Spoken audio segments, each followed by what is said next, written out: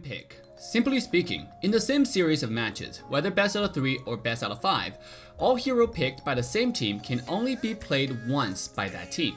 For example, in a scenario of best out of 3 series with Team A and Team B. In Game 1, Team A selected Granger, 1-1, Clint, Mia, and Claude. In Game 2, all heroes that Team A used in Game 1, including Granger, 1-1, Clint, Mia, and Claude, will be automatically banned, meaning they cannot be picked anymore, and Team B doesn't have to ban them again. Team A proceeds to pick Nana, Valier, Lolita, Carmela, Rafaela for Game 2. When we come to Game 3, all heroes team used in previous matches, including Granger, 1-1, Clint, Mia, Claude, Nana, Valier, Lolita, Carmela, Rafaela, will then be automatically banned, and Team B doesn't have to ban them again. Same ban pick rules applies to Team B as well. Why all-round ban pick? In MOBA, where we see a limited depth of laning phase, hero microcontrol, it is very important to design a tournament putting consideration of diversity first. More heroes, meta or non-meta, should have the chance to stage themselves in order to create a more intense and competitive gaming environment. All-around ban pick encourage players to diversify their hero pool, teams to diversify their strategy, and come up with more combos. All-round ban pick also provides viewers the brand new exciting tournament viewing experience. Every game is fresh and every game is a surprise.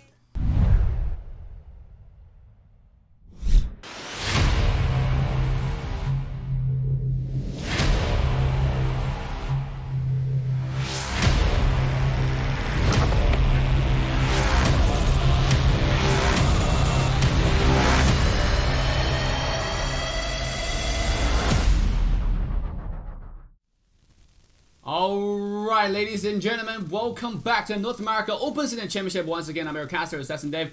How's we doing today? This is our last day of the group stage, and then we're going to come into the loser bracket for the group stage. The third and fourth place will fight for the final spot, and today we'll decide who will go in as the top two, the first two teams from each group, Group West and Group East. It's a battle of the group stage, okay? Because so far, nothing's decided. We're going to see that AE has a really good chance of popping out from the Group West. And for Team E, for Group East, we have bTk as in the lead right now. But nothing is for sure, nothing is certain. And today is the last match for a lot of teams. And today is the day that you will find out who will be the teams who proceed to the grand finals, and who will have to battle again in the loser bracket to give themselves a chance. But before we do that, today with me, the one and only, my co-caster, is actually Tyler. Tyler, how you doing? Oh, good. How about yourself, Dave? Fantastic. Fantastic. Are you excited to be able to watch the game between Exile versus Team Luna? Yes, I am. I've seen some pretty interesting plays from Team Luna and Exile. You know, I've been able to ref a couple of the games of Exile so far, and they're doing pretty awesome. All right, so with that, guys, the first game ban pick is already underway. Let's quickly jump into the ban pick page as we see for Team Exile and Team Luna. In the first game of this best out of 3 series, whoever wins this game will have a really good chance. Actually, for Exile, they have to win this game because they have 3 games today. Now, if they win today's matches, all of them, the second match might not be so easy because they're going to go against bTk. The first game, they're going to go with Luna, also a powerhouse from the West. If they're able to take this one down and take the bTk down, they have a really good chance of popping out from Group East. So, I mean, look at the ban pick. What do you think about the draft so far? They're getting a lot of top-tier picks out of the way already, so I think in later the games, if it goes to Game 3, we might be seeing some interesting comps.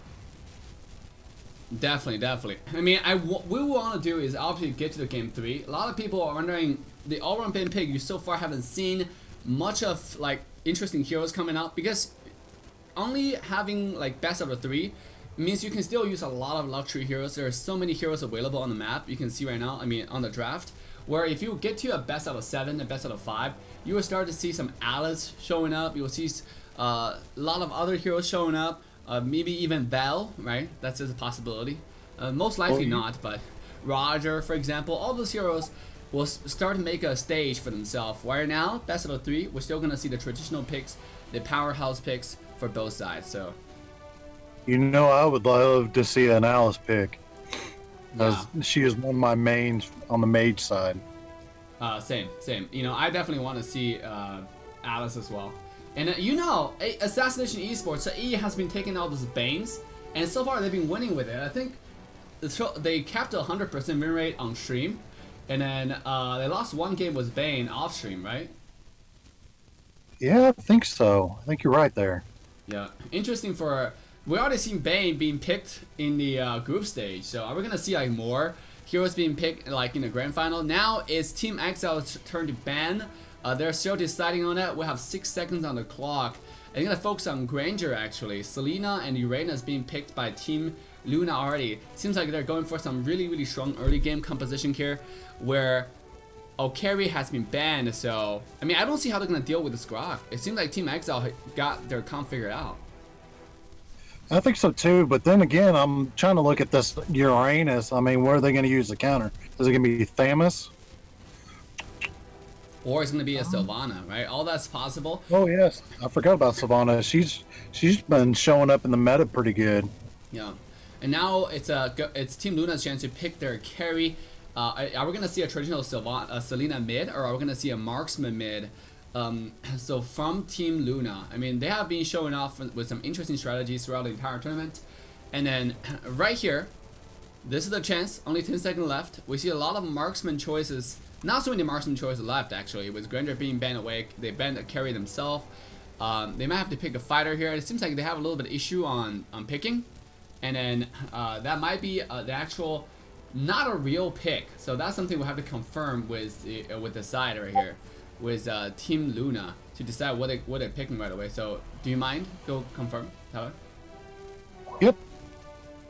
Yeah, we'll have to decide what they picked actually. Over here, we might have a little bit issues.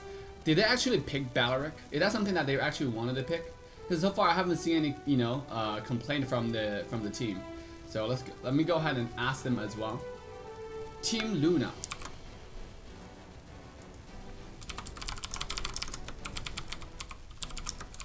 Yep. All right.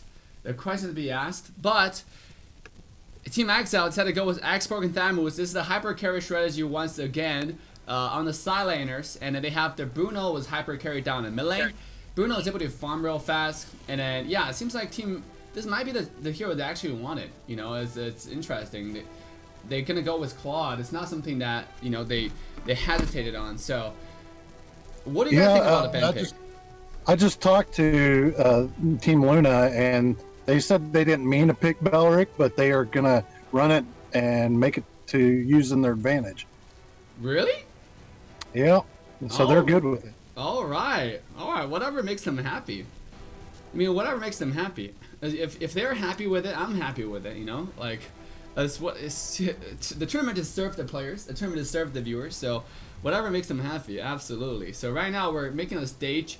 Try to get back into the game here. So looking at the draft from both sides, Tyler, which team composition do you like better and why? It all depends on who's going to take it away in the early game. I think Team Luna's got a stronger game. Yes, they got the Claude, but I've always enjoyed watching Selena players. If the Selena player can start popping off early, it's going to be into their favor. But I think overall, Team Exile is going to probably take it, I think, with their team comp. Yeah, Exile seems like they have a really good comp here. If you hyper carry with Bruno, if you look at Team Luna's comp, like yes, Balaric's pretty tanky, Reyna's pretty tanky, but Team Exile have some pretty tanky heroes as well. Grok, Thamus, Export, all of those heroes are not easy to kill. I mean, and I don't see anyone who can actually take them down because they don't have carry. And then if Chow actually get to Export can just get away with the passive with the shield. If the shield depleted, he can get away. If you land a stun with Selena, I mean, I guess that's okay. But also if you land it on Nana, I can get away. Bruno probably gonna take Purify. So it's interesting comp for both sides. Yeah, I think it's going to be interesting. I'm excited to see what the Claude is going to use as a battle spell. I think he's going to need Purify or he's going to run execute just to delete some of these tankier heroes if they get low enough. Yeah, okay.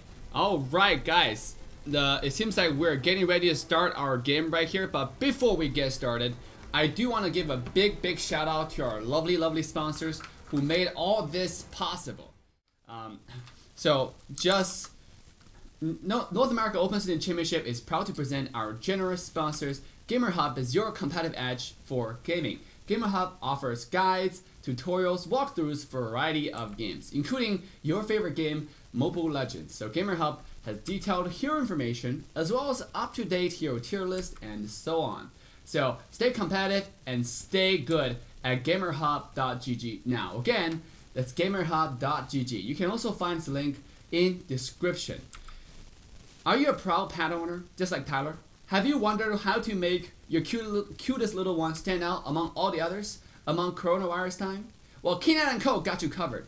K9 & Co. has everything you need, from pet clothing to accessories. Dress up your pets in the latest and the hottest trends on the market. They got overalls, they got hoodies, they got cosplays, suits, everything you want for your pets. K9 & Co. is the only place you need to keep your favorite pet warm and comfortable. So visit K9 & Co. now at k9andco.com. Again, that's k9andco.com. You can find our link in description. Last but not the least, if you want to keep up to date with the latest NOSC North America Open Season Championship results, make sure you head to aesports.games now. Again, that's aesports.games now. You guys can also find the link in description. Not only will you see overall game results for Group West and Group East respectively, you can also see the game details among all the teams. It's just absolutely insane. So most importantly, North America is a 100% crowdfunded tournament. And if you enjoy the tournament, make sure you head to the website and be a proud sponsor and increase our total prize pool to $2,000, as our current prize pool is sitting at $1,800. So here's our current proud sponsors for the tournament. Once again, big shout out to all of you guys who made this possible. North America Open Season Championship is not possible without our generous sponsors. So once again, big shout out to you guys. You guys are the ones who make the dreams and goals happen for the North America Open Season Championship. With that, let's quickly come back to the game. And if you haven't liked, subscribe, make sure to go and do that now. All right. So, this game is underway right here. You can see Team Exile and Team Luna just getting ready for the tournament. I'm excited for them. I mean, Tyler, so which team, do you know any of the players go into the game? I think Exile already is pretty popular team. It's a powerhouse in North America. But what about Team Luna? They seems like pretty organized organization as well. Team Luna, I'm not too familiar with them, but I think I've known Lag for a little bit. And if I remember, if he's the right person, who I think he is, he's a pretty good player. But yes, again, I do know Exile a lot more just because they've been around for a long time, and I've had a good time playing with them as well. All right, and then, is there a player that you would tell people to watch out for? Is there someone that's just absolutely popping off, from before, from your, memory, that you think that, we need to watch out for in this game? I would say Kenray. Kenray's got some experience in the professional tournament, but then I'm really good friends with Cloud as well, and then I think he's a really decent marksman player as well. I think he's top tier. All right, as we get our game started, once again, guys, this is game one between Exile and Team Luna right here. I'm your caster, Assassin Dave. With me, the one and only Tyler Stud, and we're here walking to game one between Exile and Team Luna. Looks like they're going with the 4 mass competition or setup. So yeah, both sides are doing the exact same thing. You have fighter declaring mid wave. It's like an exact mirror from both sides. You have the marksman starting on the red buff. You got the fighters clearing out mid wave. Yeah, I mean, after the what's the tournament going on? Look at McCube taking himself to 1 HP right here, just getting the buff low. Nice attempt helping his carry farm here, but he will have to go recall home to make sure he stays alive here. Yeah, that might cost him a little bit, but with the mask, I think it'll help keep up with the same gold. Yeah, I mean, with the mask, you don't really have to worry about where you are. As long as you don't die, you'll be getting experience and gold always. Now this is a 3v3 down mid lane. We might see Team Luna looking to start things off, kick things off, but so far it's been pretty peaceful. Nothing really has been happening. The gold crabs in top side being taken down by Team Exile, on the bottom side will be taken down by Team Luna. So it's pretty even and pretty peaceful so far. Ooh, top lane. We might see a 4-man tower dive here. I mean, they see Tick winning the bush right here. Export already tried to put the pressure on the Chow to make sure Chow gets away. Played by Tick in top tier 1 tower. Thanks to the Bruno power, will end up falling real quick. On the bottom side, it seems like the mirror will happen as well. We'll see a little bit of vertical tower trading. This time happening on the top and bottom side. Very interesting. This has been happening like all across the tournament because everybody's trying to play peacefully. You know, in the early game, no one is willing to make those mistakes. Now, as a Team Exile already putting the pressure onto the tier 1 tower right here. What a nice wall to push the entire Team Luna away, and the mid tier 1 tower will be taken down to 40% HP left. Meanwhile, look at Luna Mata versus Shanti here. It's a 1-on-1, but it's just a lob tap. Both of them are tanks. Both of them doesn't do enough damage to take the other one down. So it's just to say, like, I love you, love me kind of deal, but nothing really is going to happen. Kenry will have to pop that flicker to make sure he doesn't get kicked by the Way of the Dragon, and he'll have to back away. Again, still 0-0 across the map and completely even on farm on both sides.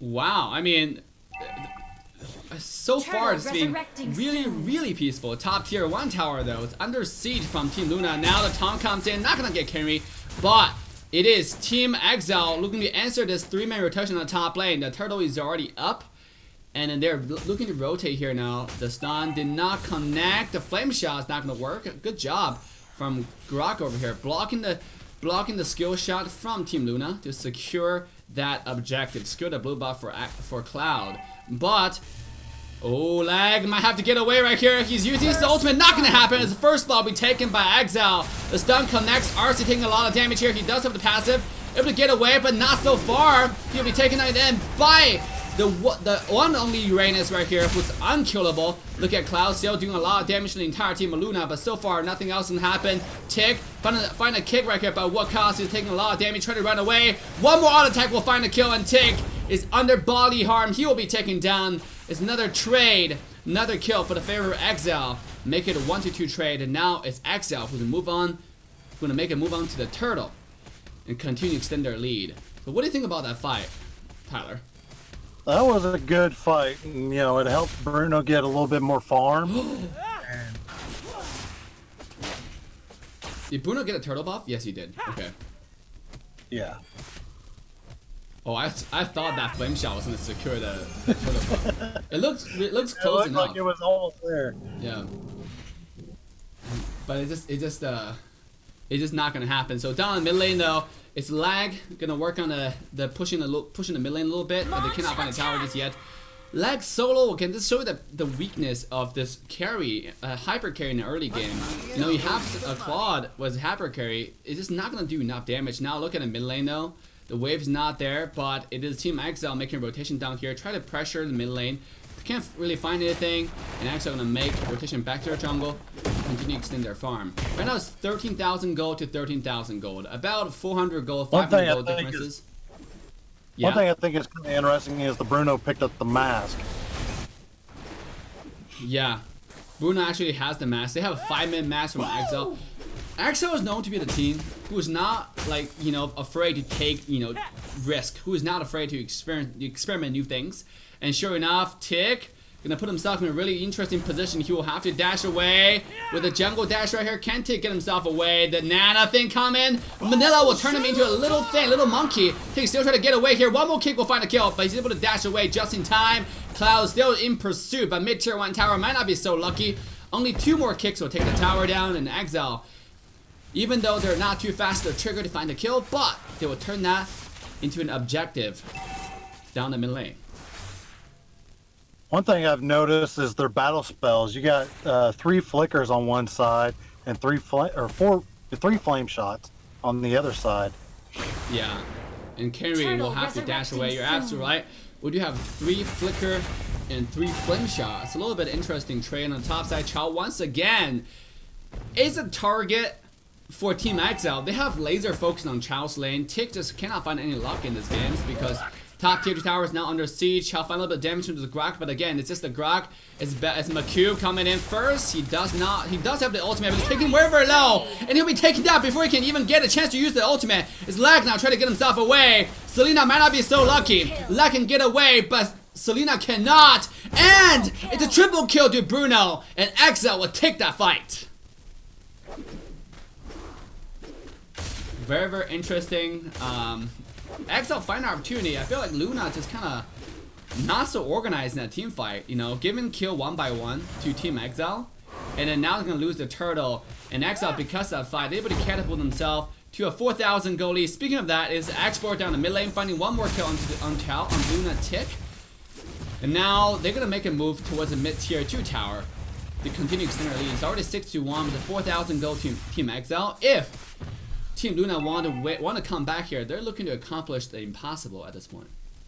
Bruno almost at the inhibitor turret as well, right up there.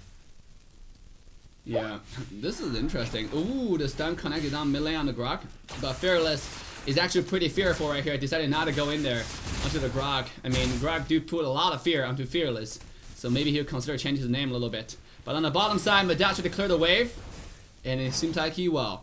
This game, I feel like Team Luna just need to organize a little bit more on the team fight. I have not seen an organized team fight from Luna. Mada's able to jump away in time, and Chao's gonna make an entrance down the bottom side, but he cannot find anything.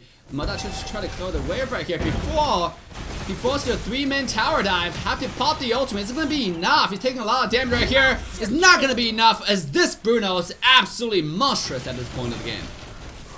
Chao though taking a lot of damage down the mid lane. Nana popped the ultimate to scare everybody off. Lax will be taken low. Expert will find a kill onto the Baloric, cannot get away as his teammates will already retreat. Team Luna gonna lose 2 on the map yet again. Exile now will move on to the tier 2 tower down the bottom side, and tier 2 tower down the mid lane to continue extending their lead. Bottom lane, what a great catch. Finally, Luna is gonna fight back, take a kill. This is the kill that they needed to at least give themselves a chance into this game. Yeah, they need to get some separation. That way they can get some of their farm back. I just don't know what Luna can do to, without getting Claude super farmed. I mean, it's what they really need right now for the team fights. Yeah, definitely. Look at Cloud. He is already sitting at 8,200 gold on a Bruno, where Luna lag. He's feeling the lag right now on the farm. I mean, 3,000 gold behind his counterpart. Only sitting at 5,000 gold with 1 item in his stash. He need to farm out before he can take on this Cloud one-on-one. Oh, look at the damage! The 1-shot, the 2-shot God comes in. 2-out attack, already taking the Selena back to 30% HP and send her home. Click the button. You're back to home you go. And now is Team Exile looking for more. Madasi in the front line. The ultimate comes in. Bruno already shredding the HP, the armor from Luna. Everybody have to run away at this point, but no casualty just yet from Team Luna. This Cloud is still shredding the HP from Luna. Look at that tank. Not so tanky. It only takes 4 on attack. It's in the tanky the person back home. Meanwhile, Expo will find a 1-on-1 top lane. Again, this Chao, and Chao will be slain. Look at the damage here. And Cloud cannot survive despite an ultimate from McCube. Cloud is already taking a very blow, but he will survive. Seems like Dot still on pursuit. 1-on-1. Who is going to win right here? It's not going to happen. Cloud was slain. The tankiest person from Team Luna. Bottom lane waves charging in, mid lane waves charging in, and Team Exile is looking to end the game 1 right here and right now. Yeah, that was an early finish right there. It was a 10-minute game. Bruno just got his hyper farm up, and he took advantage of his gold. I mean, that's pretty much what it is.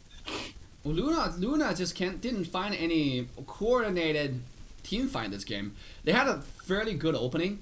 And ever since the first blood, I feel like they kind of just broke off. Their entire team started doing like, getting picked 1 by 1. You saw Tick was getting caught off on the side lane. You saw like, Lag wasn't able to find a single good ultimate in the entire game, where he was going in without any stacks on the passive. So meanwhile, Exile, they're executing objective after objective. They're picking off kills.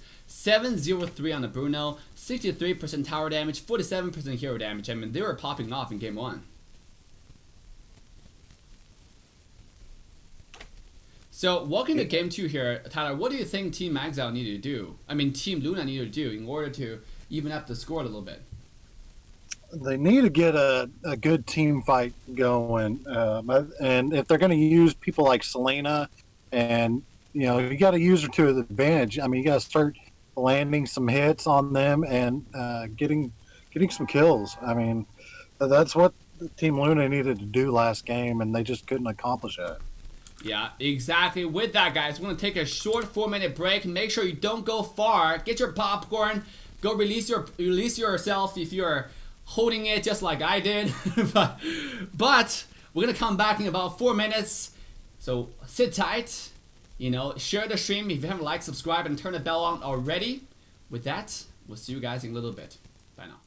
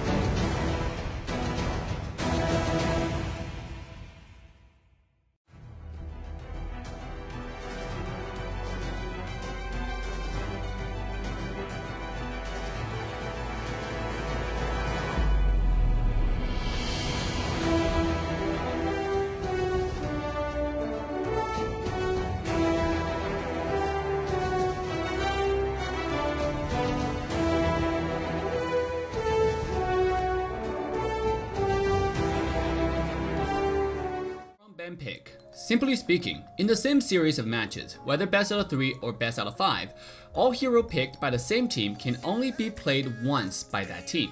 For example, in a scenario of best out of 3 series with Team A and Team B. In Game 1, Team A selected Granger, 1-1, Clint, Mia, and Claude. In Game 2, all heroes that Team A used in Game 1, including Granger, 1-1, Clint, Mia, and Claude, will be automatically banned, meaning they cannot be picked anymore, and Team B doesn't have to ban them again. Team A proceeds to pick Nana, Valier, Lolita, Carmela, Rafaela for Game 2. When we come to Game 3, all heroes team used in previous matches, including Granger, 1-1, Clint, Mia, Claude, Nana, Valier, Lolita, Carmela, Rafaela, will then be automatically banned, and Team B doesn't have to ban them again. Same ban pick rules applies to Team B as well. Why all-round ban pick? In mobile MOBA, where we see a limited depth of laning phase, hero microcontrol, it is very important to design a tournament putting consideration of diversity first. More heroes, meta or non-meta, should have the chance to stage themselves in order to create a more intense and competitive gaming environment. All-around ban pick encourage players to diversify their hero pool, teams to diversify their strategy, and come up with more combos. All-round ban pick also provides viewers the brand new exciting tournament viewing experience. Every game is fresh and every game is a surprise.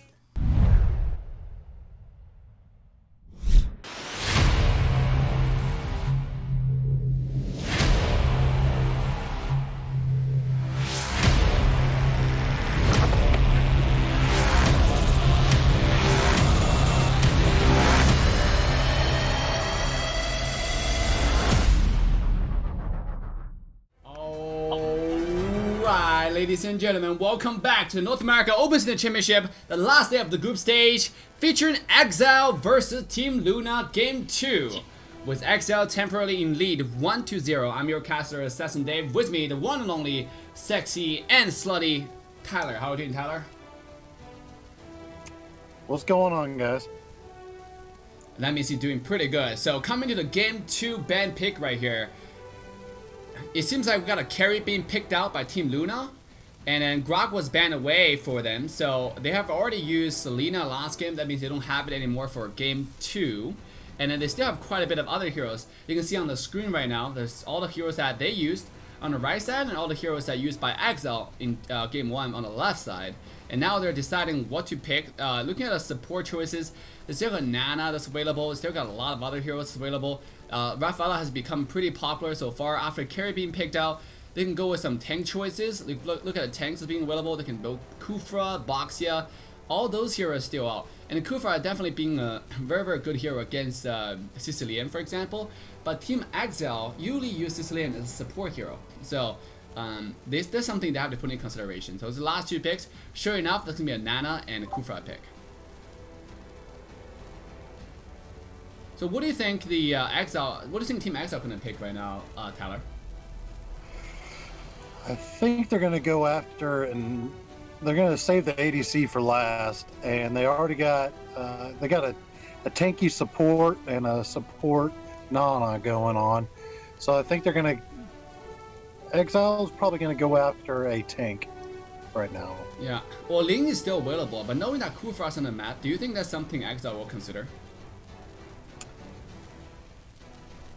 Could you say that again, Dave? I broke up right there. I said Ling, for Team Exile, Ling is still available, and also for them, right now they're banning. You can see Selena is not available to be banned anymore because this hero is used by Team Luna last game. However, it is still open for Team Exile here. I mean, they have quite a bit of hero available for them because, you know, Selena was not used, Ling was not used, and both of those really powerful assassins are still open for something that you can use. So looking at this game right here, do you think that's something they will consider for Team Exile?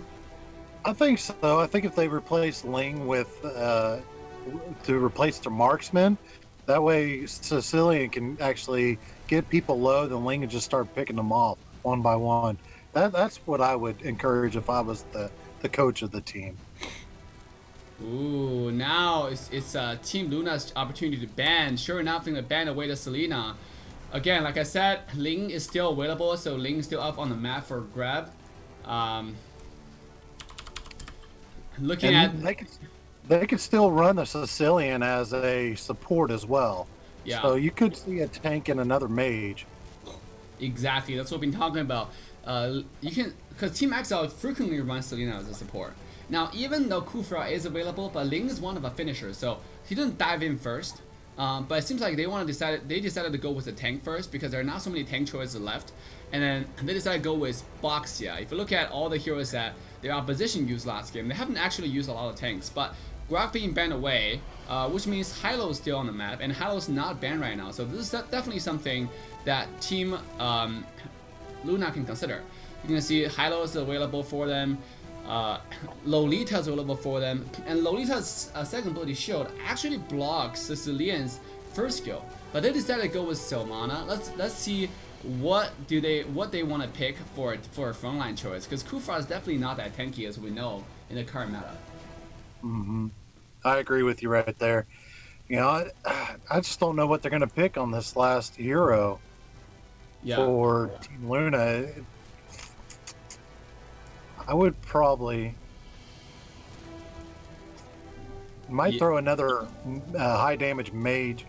Ooh, they want to go as a fighter because they want to go as a hyper carry strategy. So this is Badang Sylvana lock for Team Luna right here. So it's gonna be a carry, Nana as well as Kufra down the mid lane, and it's gonna be Badang and Sylvana down the side lane. Where Exile gonna lock their last pick right now. They have Sicilian mid, most likely a support, so Ling is still available, and they decided to go with a Granger pick. The draft is gonna be finished by both sides, leaving Ling open. This is the first time actually in the tournament that I see Ling being available and not picked or banned by both sides. So, Tyler, what do you think about the ban pick so far?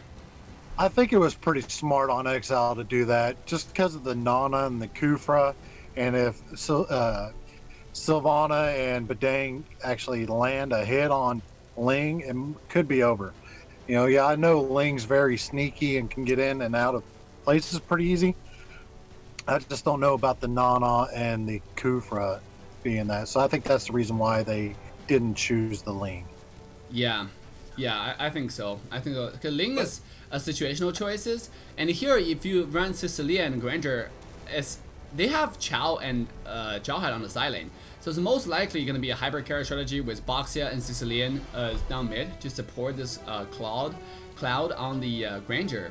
So that's something that they used to run, and then I'm pretty sure that's something that they will do going forward. Right now here we got, when our team is underway, so which composition do you favor more? What do you think Luna has a better chance winning now they got carry? I think Exile's got it, just because they got a lot of poke. With Sicilian and Granger, they can easily get somebody really low, and Jawhead with his ult and Chow running loose.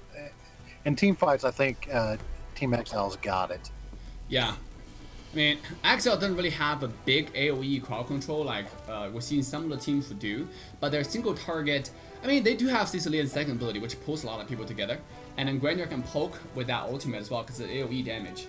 But still, I think this game, if you look at the AoE definitely is in the favor of Team Luna right here. They got Kufra engaged, they got Nana's ultimate, they got Badang's ultimate. If they're able to land those wombo combo properly, they can wipe out Team Exile in one team fight. But it all comes down to synergy. But before we get into the exciting match today, North America Open Season Championship is proud to present our generous sponsors, Gamerhub. Gamerhub is your competitive edge for gaming. So Gamerhub offers guides, tutorials, walkthroughs for a variety of games, including your favorite game, Mobile Legends. Gamerhub has detailed hero information, up-to-date hero tier lists where you can know what hero to buy, what hero is the best, and so on.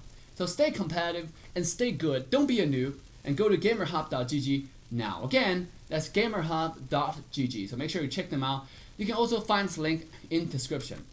Are you a proud pet owner like Tyler, right? Have you wondered how to make your little cutest one stand out among all the other pets, even though you can't really show them right now?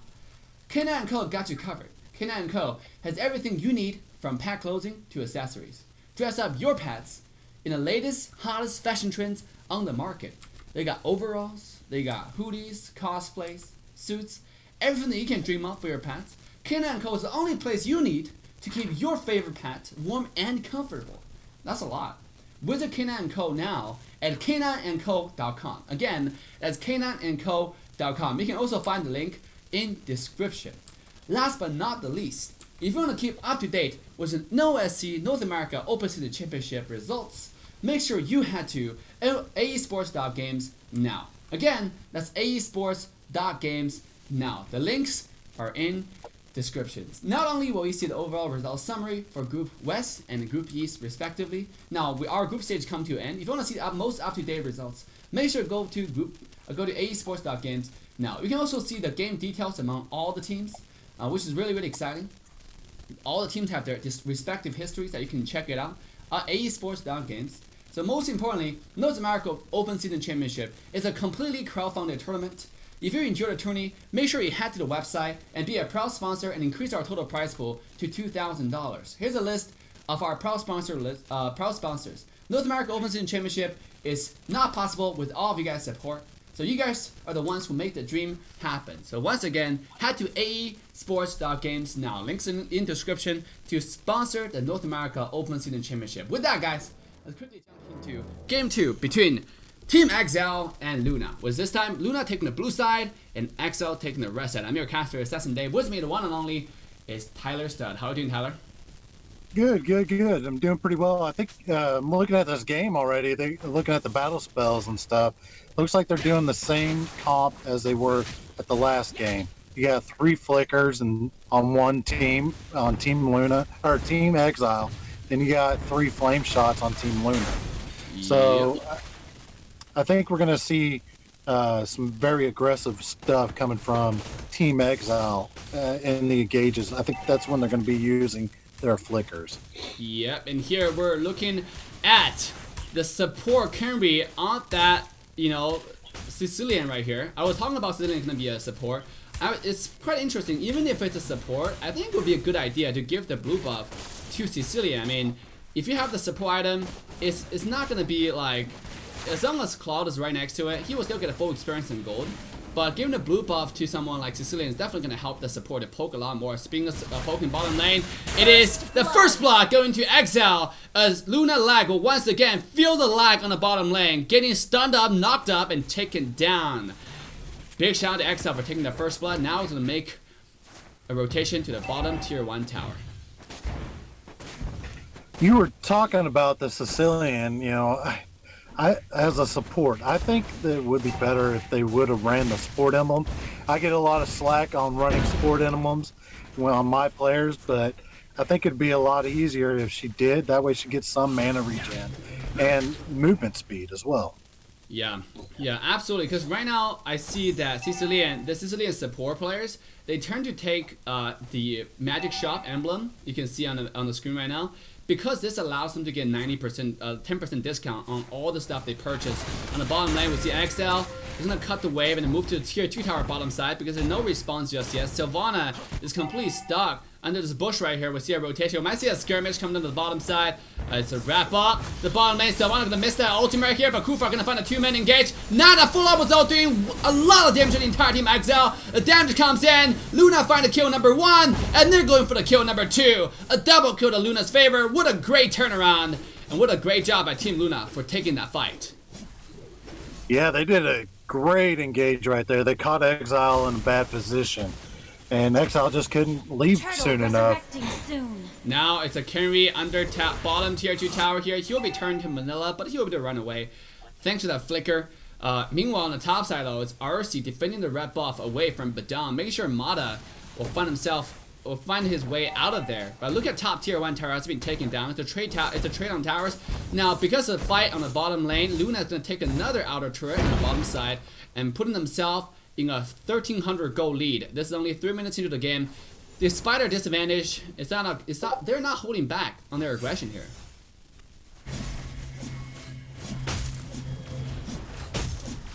Ooh, turtle is already up. And Luna is already setting up for the turtle right here. I mean, do you think Exile is going to just let this turtle go? It looks like they're just going to get it. I mean, Exile's not even engaging on it, so they cleared it right there. Yeah. And I think Luna is getting a little bit more ballsy now, and I think Exile's starting to see that, and they're backing off right now. Yeah, they're backing off in time. Now, Granger gonna go ahead and clear the mid wave. But look at a respective farm. Cloud is sitting at her comfortable 2,500 gold compared to the marksman. The carry is sitting at 2,600 gold. The bottom lane, we're gonna see history repeat itself. And this is once again Luna lag getting engaged on. Have to pop the ultimate, just delay a little bit time. But this is the only delay in the actable. Look at that lifesteal from the second skill. He's able to get away. And it seemed like he might be able to. Meanwhile, all the same time, it is top lane. Luna finding the kill onto the ghost, onto the Team Exile side. Kenry has already been taken down. It seemed like the tier 3 tower is not going to survive anytime longer. And Team Luna will now take control of the entire map and take that fight as well. Yeah, I'm starting to feel like NOSC, picking the wrong teams going into this. I thought Exile had a better team comp, but I think Luna is using it to their advantage. I mean, they're pulling themselves in a 180 from the last game. Yeah, what a great escape by Luna lag right here, putting the lag on her opponent. Just very swift escape from a 3-man dive on the bottom side. Meanwhile, the top lane traded a beautiful trade from Luna. That's going to put themselves at a decisive 2,200 gold lead across the map right now. 5 minutes into the game. That's an average of about 500 gold per minute. And that's really, really good starting at this point, because the late game, they do have the hyper carry Fearless on the carry right here. And the more this hero get farmed, the scarier it gets for someone like Vanguard, someone like Taguro on the Boxy over there. Yeah, Carrie's about to get her endless battle, but that Granger, his gold, is right there with her. And so I think it's gonna... top lane. RC getting engaged on. Mada finally engaged, but found himself dead. What a great patience from Kenry, making sure the top laner stays alive. And this is a turnaround Team Exile needed. Finding the window on the top lane. Not only grab the kill, but now they're going to move on to the objective. Top tier 1 tower is under siege. RC looking to get himself away with the recall right here, and he will be successful. This is a Team Exile putting themselves on the map. Yeah, and I'm looking at this Bedang. He's about pretty close to start popping off as well. Once he gets his next item, I think you're going to see a lot more action from him. Yep, and down the mid lane, we see more action coming in once again. Just trading of abilities, throwing back and forth. But so far, again, it's pretty peaceful game. Despite the gold disadvantage or gold deficit across the map, we do see only 3 kills from the blue side, from Luna's side, only 2 kills from Exile side. It's pretty peaceful so far all across the map. Yeah, I agree with you right there.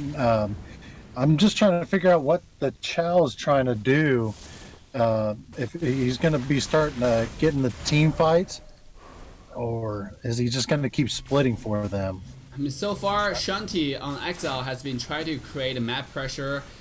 Just anywhere he can find a farm, because he knows that Exile, when you see someone showing up from Luna, it's not just one person, it's 4 people. Now look at the bottom lane, you have Makube still hiding in the bush right here, looking to find engage. And this is Shanti just, go in and out, looking for those engage, looking for those baits on skills, but he's definitely not going to dive in here knowing that there are multiple people in there. And Luna is getting ready to invade the blue buff. You can see Tick already setting up the Manila into the bush. And they might invade, might not. Actually, you can see the carry already moving away from the blue side jungle, going back to his own blue buff. Look at that Jawhead and Bedang up there. Yeah, but then top lane still 1-on-1. Kufaj engaged. What a nice pull from Carry, looking for a 3-man engage. Passive being procced by the Nana right here, but not able to have enough damage to proc the kill. And Nana will able to run away thanks to her passive. A wonderful, wonderful engage from Kenry. Proc the passive from Nana. Look at Luna though. Just have been holding back this entire game. Now making a move on the objectives, securing that turtle, and continue to put himself at a 5,000 gold lead now. This is Luna fighting back. Lag looking to engage in any second. He does have the ultimate ready. He's not going to use on the tank just yet. But Don maybe find a little bit of engage, find a little bit of CC, but nobody is willing to throw any skills onto the tank. Yeah, Luna's finding all the objectives and taking it. I think they're came back from the last game to this game is a whole lot different. And I mean, they're just a different team right now. Yeah, I mean, what happened to Luna? How do you went from some like a team who kind of lost their objective, their direction, to a team that seemed like they have a clear goal of exactly what they wanted to do here. This game, they have been having control of the game since minute 1, and they're now leading the goal by 4,000 gold. On the bottom side, you have Sylvana putting the pressure on the map. He's getting kicked, but he's not taking tower shots. Oh, the ultimate from Lag didn't land, but mid lane Nana tried to defend the tower. He's gonna be successful at it. Bottom lane, you can see Sylvana might be too confident. He will be taken down. It's a trade across the map with the top lane. RC will be taken down by Team Luna as well. 1-1, but now Luna will take the wave all the way to the high ground tower down the top side. Luna may look to actually rotate back to the mid lane because Nana has already been clearing wave, and the mid tier 2 tower now is under siege as well. Yeah, and you got the Lord coming up here in 30 seconds. I think Carrie's going to back off here pretty soon, and that way they can set up for the Lord. Either go as for a bait or just go ahead and just secure it. Yep, both teams are setting up towards the blue side jungle. Fearless. Oh, Madame might be in an interesting position here, getting kicked by the wave of the dragon. He's able to run away. He is pretty tanky as a fighter though. Meanwhile, Maku being engaged on through to the tower. Taking him very low. He'll be taken down. Does have the immortality. Coming back up, and he will survive thanks to the second skill. Madame not able to find an engage just yet. It is both teams have to retreat back to the side of the map. But Team Luna does walk away with a blue buff from Exile's jungle. Now gonna make a rotation back to the Lord. This is actually a fairly early Lord. The Lord just spawned like 20 seconds ago. Now is Team Luna already looking to engage on it. Yeah, I don't know what that Kufra was doing there. He went in all by himself. Down, jumping in for the engage, close to be slain, and 2-0 so far. Team Luna, they're coming on forward. RC cannot find any luck, flanking the back line. Despite jumping to the team fight, he will find himself in the black and white screen in an instant, and Team Luna is making a statement. They're going for the Lord. Meanwhile, at the same time, the last person has been picked off by Luna as well. It's a clean ace to Luna. They get kills, and now they're gonna get objective as well. Ooh, yeah, this game's looking like it's going one way right now. You know, they got a big gold deficit right there, and everyone is knocked out, so they can secure the whole map of the jungle and start clearing towers. Once they start paralleling the lanes and push them with the Lord, I think we're going to get an early finish here. Yeah, definitely. Luna, I mean, like we talked about, they just have changed from game 1 to game 2. It feels like a different team now.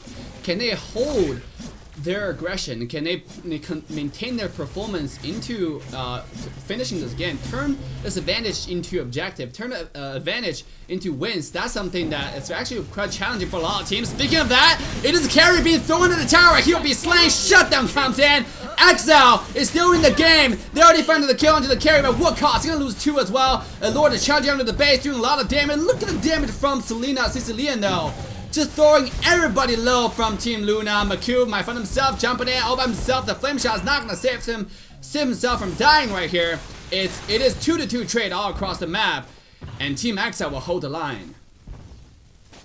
Yeah, I think Team Luna kind of messed up after that Lord. I think they should have worried about a little more about the lanes and the pressure from the minions. That way they could push a couple more towers and probably secure an inhibitor.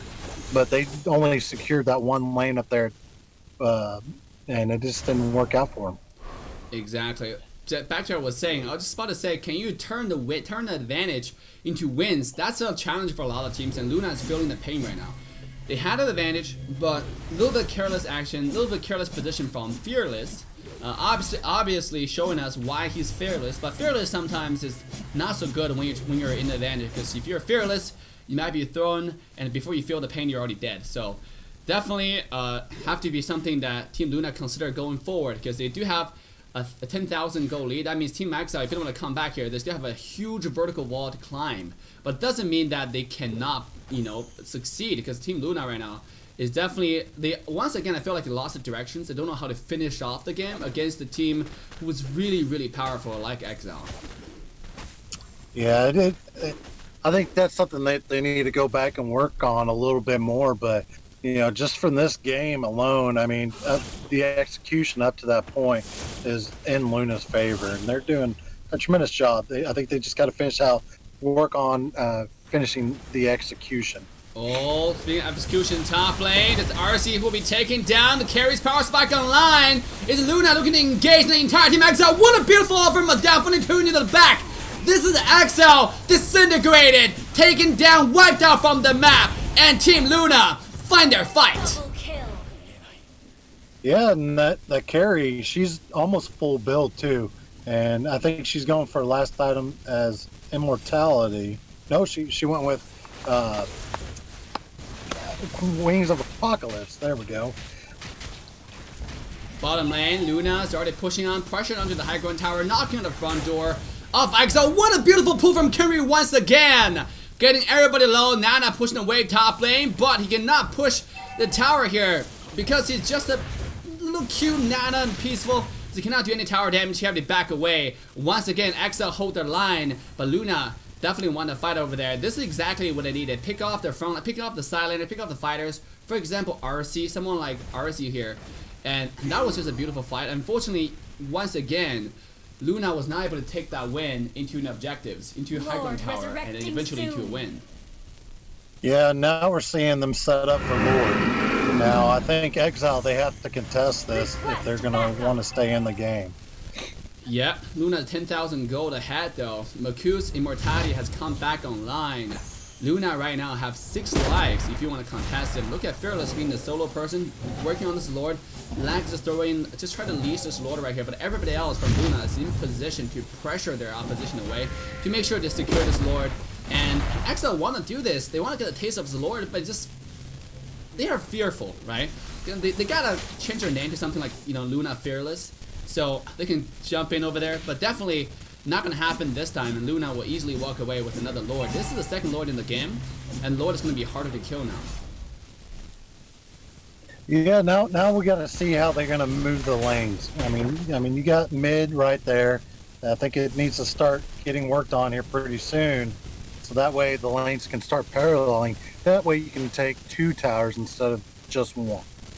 Yeah, it seems like Luna was not able to pull that off, and now they're trying to push the high ground towers. Again, they have the second Lord, which is really hard to kill.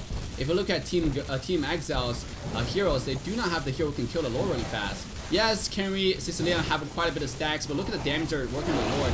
A lot of damage has been thrown on the Lord. Nana's passive coming in. The tower has already been thrown down. The Luna looking to engage right here. You have in the front line. Box has already been taken down. RC trying to save his team, but the throw comes in, but it's not going to be enough to kill Lag. Lag have the life steal, going to dash away just in time. RC taking a very, very low. Engage once again with the Kufra. In the back, Shanty be taking low. Lord's working on the high ground tower, Crystal. And this is Luna fighting back, taking the score to a 1-1, bringing them back into the game. Whew, that was an intense game right there. You know, Luna just came out of nowhere this whole game. They did, like we were talking earlier, they did a 180, and then they started pulling their team together and getting some team fights going, and they just ran away with it. They ran away with the win. Yeah, this game, Luna has changed to Luna 2.0 compared to Luna 1.0. Working on objectives, working on invade. You see Kenry is able to do 50% the total hero damage as the support. Definitely popping off. Carries the entire team's weight on his back, but just not able to carry them to victory. Meanwhile, Team Luna, what a great teamwork. What a great demonstration of the potential that's existing, that's in this team.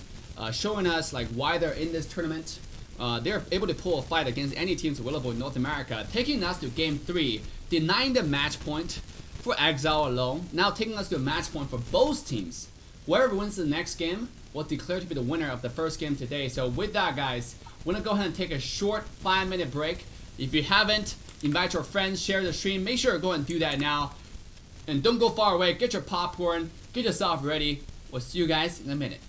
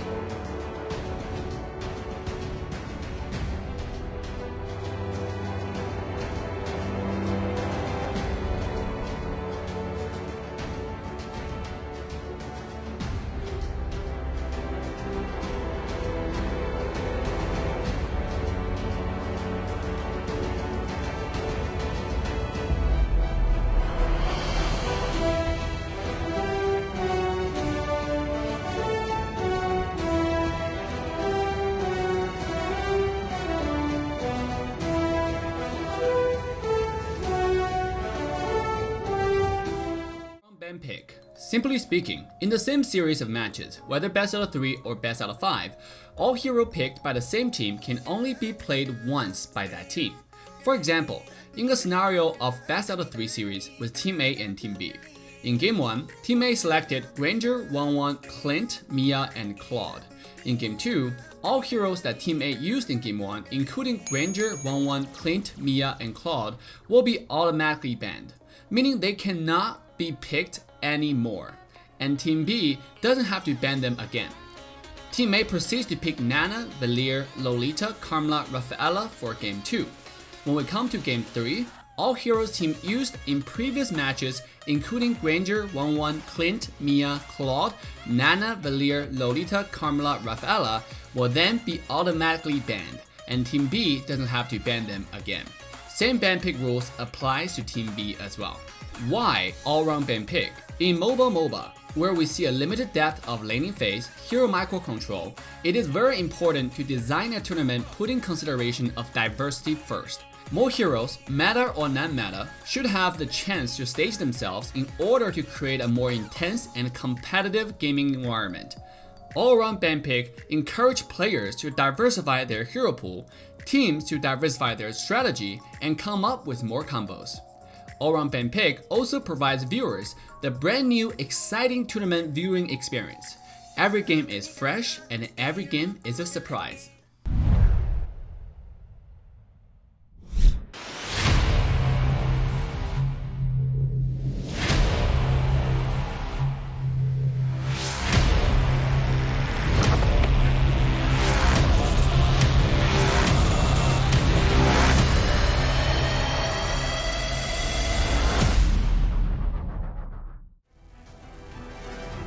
Yo guys, welcome back to North America Open Season Championship once again. Welcome back to Game 3 between Exile taking on Team Luna.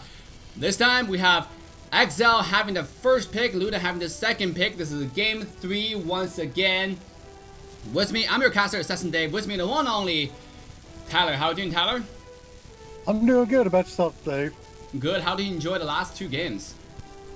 Oh, that last game threw me through a loop. After seeing that 180 turnaround on Team Luna, they are showing me some impressive plays and some good teamwork throughout the whole game. Now, come to Game 3, a lot of hero has been used in the previous games. So what do you expect Team Luna is going to pull off here? They still have heroes like Ling that's not used, is not picked or banned so far. Valier has been taken out outside, Diggy has been banned, so they don't have a lot of poke heroes available now. They took away Jawhead. Now it's Team Luna's opportunity to ban a hero away from Exile. And we look at Exile, they still have quite a bit of heroes available. They took a Valier already, they got Kufra, some really strong heroes. They can't, if you look at fighters, they're missing fighters. I mean, what kind of fighters can they ban away, right? You have Leomord, you have Badon, you have Terizla. All those heroes are now kinda in the meta, they're on the edge of the meta. So what do you think Team Luna's gonna ban here? I'm not 100% sure. You know, I don't think there's very many fighters like you said. I think we're going to see a different type of a team comp coming in from Team Exile. I think they're going to have to play a little bit more heroes that aren't going to be as tanky. Ooh, Badon being banned away. I mean, if they ban Badon, are they going for like Bruno? Because if you ban Badon, it tells me you want to go a marksman, like a hyper carry. Badon poses a huge threat to your backline. It doesn't matter how little farm he has, how much farm he has, this guy will shred your backline no matter what. And most importantly, after he builds Demon Hunter Sword and Golden Staff, he kills everybody all at the same rate, like we discussed before. So, do you think we're going to see a Granger ban here to prevent, because Granger and Bruno are both up, they're going to ban Ling. A very good ban in my opinion, because right now their heroes are quite squishy. Valier, Claude, so Ling is a good ban, but does open up a marksman choice to Team Luna here for the hyper carry. And also right now they definitely need another support. Rafaela is available. They need some poke. You know, the opposition Exile here have Valier. They have quite a bit of poke available. Where if you take a look at Team Luna, the only poke I can possibly think of is Axborg, and that poke is like too short range to be considered a real poke.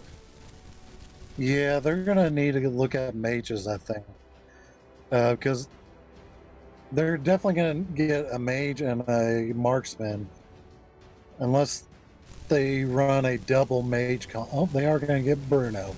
Yep. Do you think they might run Sicilian comp as well? Let's take a look at Team Exile's ban pick, right? So far, they still have they still need a kind of a front line. Maybe they're gonna do something similar to Luna, where they don't need a front line. They got Kufra and Valir already, so I think I have the support on the side lane. Maybe you can play something very tanky on the side lane, like go with a Terizla fighter, because that's something that we've seen AE done before. Or you can go with, because fighters, Badon has been taken away. If you really want a fighter, you can either go with a Leo more, or you can go with something like, even Ruby is pretty good, offering a lot of power control on top of their Kufra. So it's wombo combo, consideration in that aspect. So yeah, they have quite a bit of choices. This is game 3, guys, so a lot of heroes have been used. You can see on both sides, and then they're just working on what is available right now. I think they may even look at a Kai. Nope. Esmeralda. Okay. Okay, and Carmela. As I said, I need a front line. They decided to go with Carmela, who is a pretty tanky character, to be honest.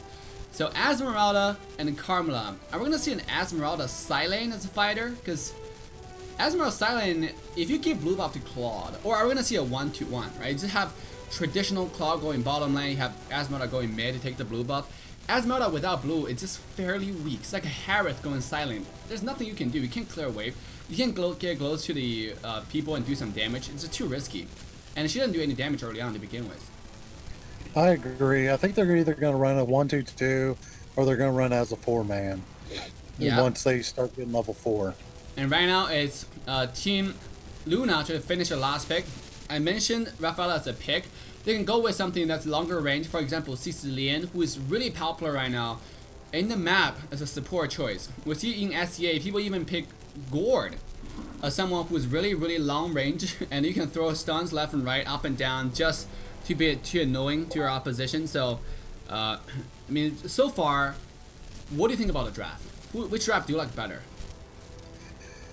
I think I like Exile's draft a little bit more. Yeah, they don't have as much. I think they have a pretty strong front line. You got Esmeralda, Carmela, and Kufra jumping in. Then you got Valor for the peel. So I think I'm liking their comp a lot more than I am Team Luna.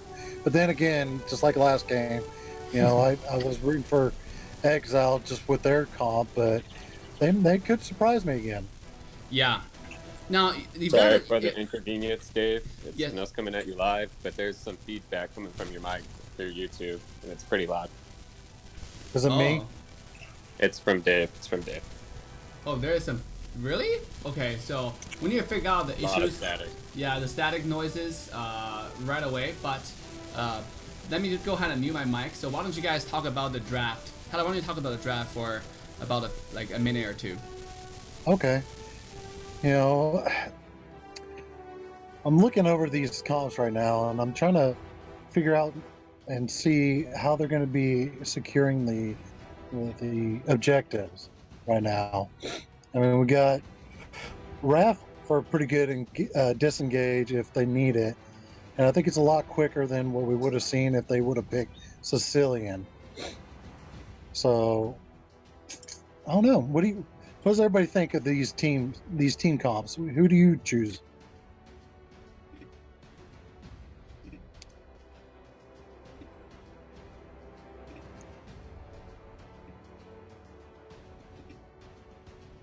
Who's everybody rooting for on this game right now? I mean, we're at a 1-1 right as we are, and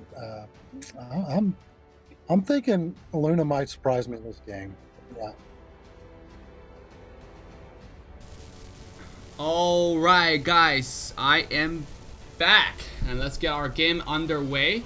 I apologize for that static. Sometimes we have inconvenience or some technical issues, but we try to fix them right away. And if you're looking at all the draft for 3 games right now, Exile and Team Luna, this is definitely a very exciting and very, very interesting battle. But before we go ahead and continue to this exciting match, I'll be amiss if we don't give a big shout out to our generous sponsors. including Gamerhub. Gamerhub is your competitive edge for gaming. Gamerhub offers guides, tutorials, walkthroughs for a variety of games, including your favorite game, Mobile Legends. Gamerhub's detailed hero information, up-to-date hero tier lists, and so on. So stay competitive and stay good at gamerhub.gg. Don't be a noob and go on gamerhub.gg now. Again, that's gamerhub.gg. You can also find the link in description. Dave, we still got some static, dude.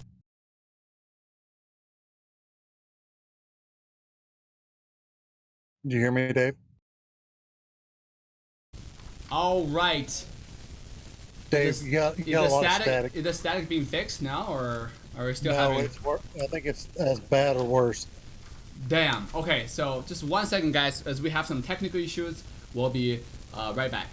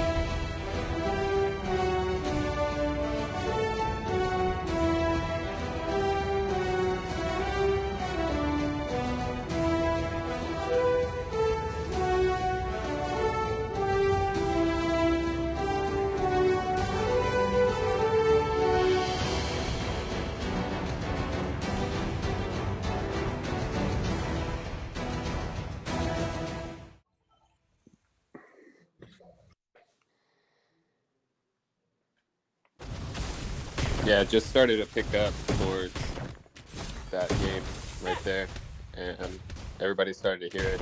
I don't know if it's your jack that you have it plugged into your computer or something. Maybe you have to twist it a little bit. Yeah, I'm not sure. Wrong time for that to go down. Yeah, I mean it was perfectly fine until like this drop pick. All of a sudden, it just got really bad. Hey guys, look for the game here. We got a 1-3-1 running by Exile,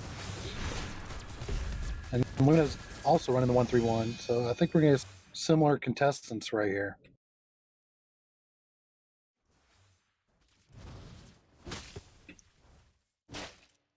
I apologize, I'm not as good as Dave on the casting part, just because I'm not very exciting, but I'll try to be with you all. We got a big engage going down here on the blue side.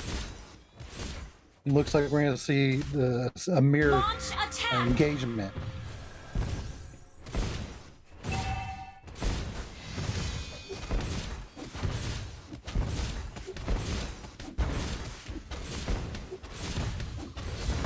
Whole Exile's going in without any minions. First blood. Oh, look at that engage right there by that jawhead. That's some pro moves right there.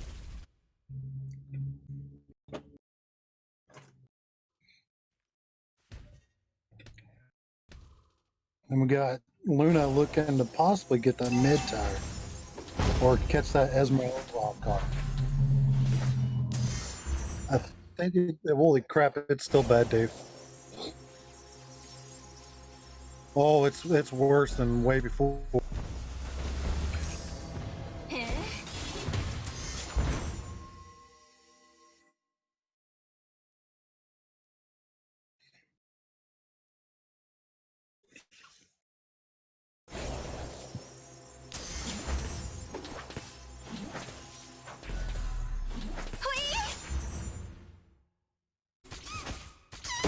Turtle resurrecting soon.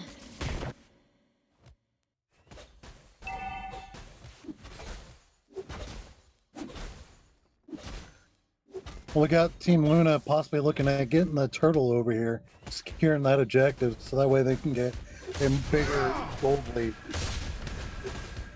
Dave, if that's you, that's bad, dude.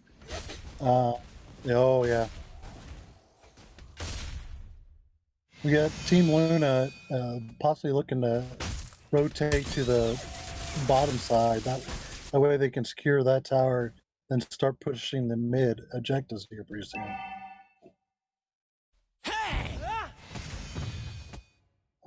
Keep talking, Dave. Let me.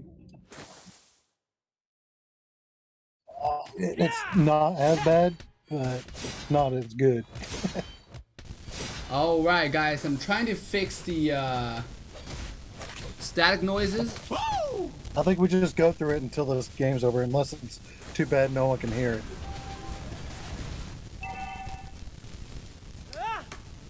I apologize for the static noises. We have some issues, but now it seems like they're gonna get a kill.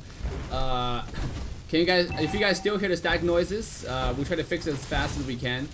Most likely not able to do it this game. Still static, it's better. Meanwhile, mid tier 2 towers under siege from Team Exile here. Is Mada making rotation back to the mid lane, looking to do something crazy.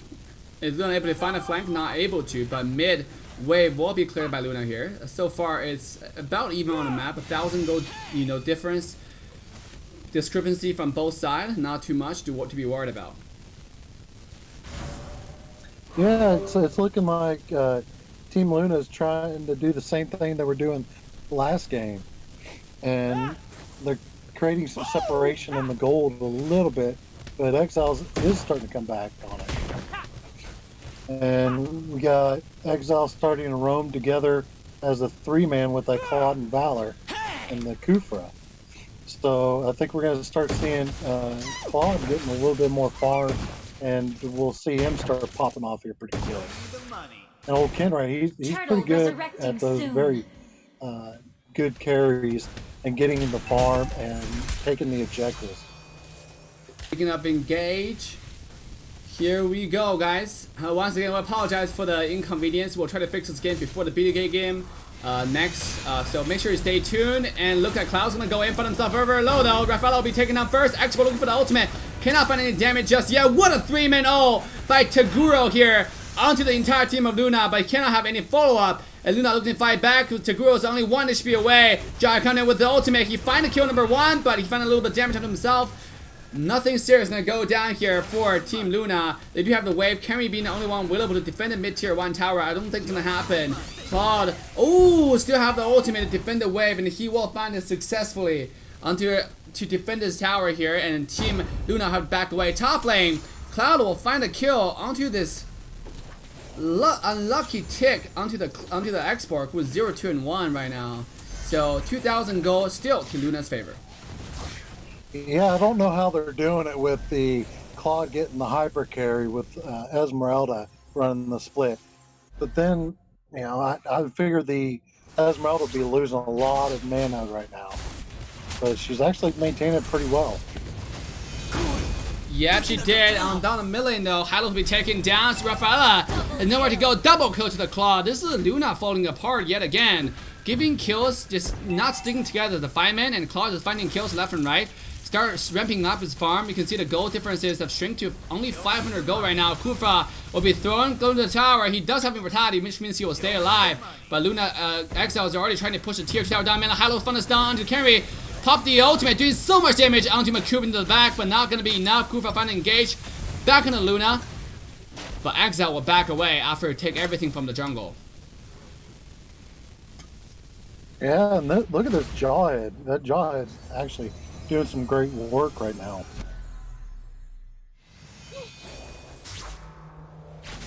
because of that engage, Team Luna is already, Team Exile has already surpassed the gold. For compared to Team Luna right here, you take a look at total farm chart. It's like a roller coaster ride. Once again, Cloud's looking to engage right now. Find a missed ultimate when it completely wide, but Kermit is still doing a lot of damage under the back line. Makuba stay on the glorious pathway, stay alive for now. It is Expo jumping in, finding a lot of burst damage. Cloud Kermit finally find an entrance back into the team fight. Find a kill into Rafala, and Hylos will not stay alive. 0-2 to Exile's favor. The stun connects on the top side. Fearless trying to get himself away. Not gonna happen. The flicker ult will secure a double kill. Team Exile. A 0-4 trade, and Team Exile takes the fight. Yeah, I mean, that was a really good turnaround right there for Exile. You know, they were down in gold, and somehow they magically got farmed, and they were able to take that team fight. Show me the money. Show me the money. Here, mid lane, as Exile after take control of this game. Ultimate from lag, completely lagged out over here, went wide, but used the second ability and flame shots just to keep herself alive. This is Team Exile taking control of the game, already putting themselves on a decisive 3,000 gold lead bottom lane. Shanti on the bottom side is taking a beating from Mada here, who will try to salvage the team a little bit more for Team Luna. This is definitely Luna falling apart after a really good open. They had some really aggressive opening, but right now, again, I feel like Team Luna, their #1 goal is to find a clear objective, and they're not able to get that. Oh, Mada looking to find a counter kill onto Cloud right here. Not gonna happen. And Kerry already have a cam set up on the tower. Mada looking to soak up minion wave. Not gonna happen. Despite he throws somebody in the tower, he will fall with 0 casualty to Exile's favor. Yeah, and that Claude, he's pretty fit already. He's already got his 2 must-have items. And, I mean, he's just starting to get spread away from Team Luna right now with his farm. Yeah, look at this Fearless going to the top tier 2 tower. But the bottom high ground tower is already under siege. Chick is looking to recall. Cloud may not let this happen here. Bottom lane is 2 versus 4. Lag coming in, using the ultimate just to delay the inevitable. The tower will fall. And now Luna will have to defend backwards, retreat backwards. The tower has already been taken down. The top lane though, it is Shanti. Make sure Fearless do not recall. Cloud staying in the back. Continue to accumulate her shield. Make sure she's ready for the team fight. Yeah, I don't know what Team Luna really needs to do to be able to try and turn this around into their favor. You know, I think they just need to keep the lanes clear until... Actually, I don't even know. I mean, that Claude's, he's just so farmed right now. And I don't know how they're going to counter him. Unless they can get that Jawhead into the back line. Been engaged. Kerry jumped in, found a lot of damage, but also traded his OHP. He's very low. Hylos 1 versus 4 in the back. He's not going to do anything. Shut down to the back line. It's 1-2 trades so far to the favor of Team Exile. And they're looking for more. Fearless will have to retreat as well. By no means Luna's out of the team fight, but they have to find a way to kill this Claude.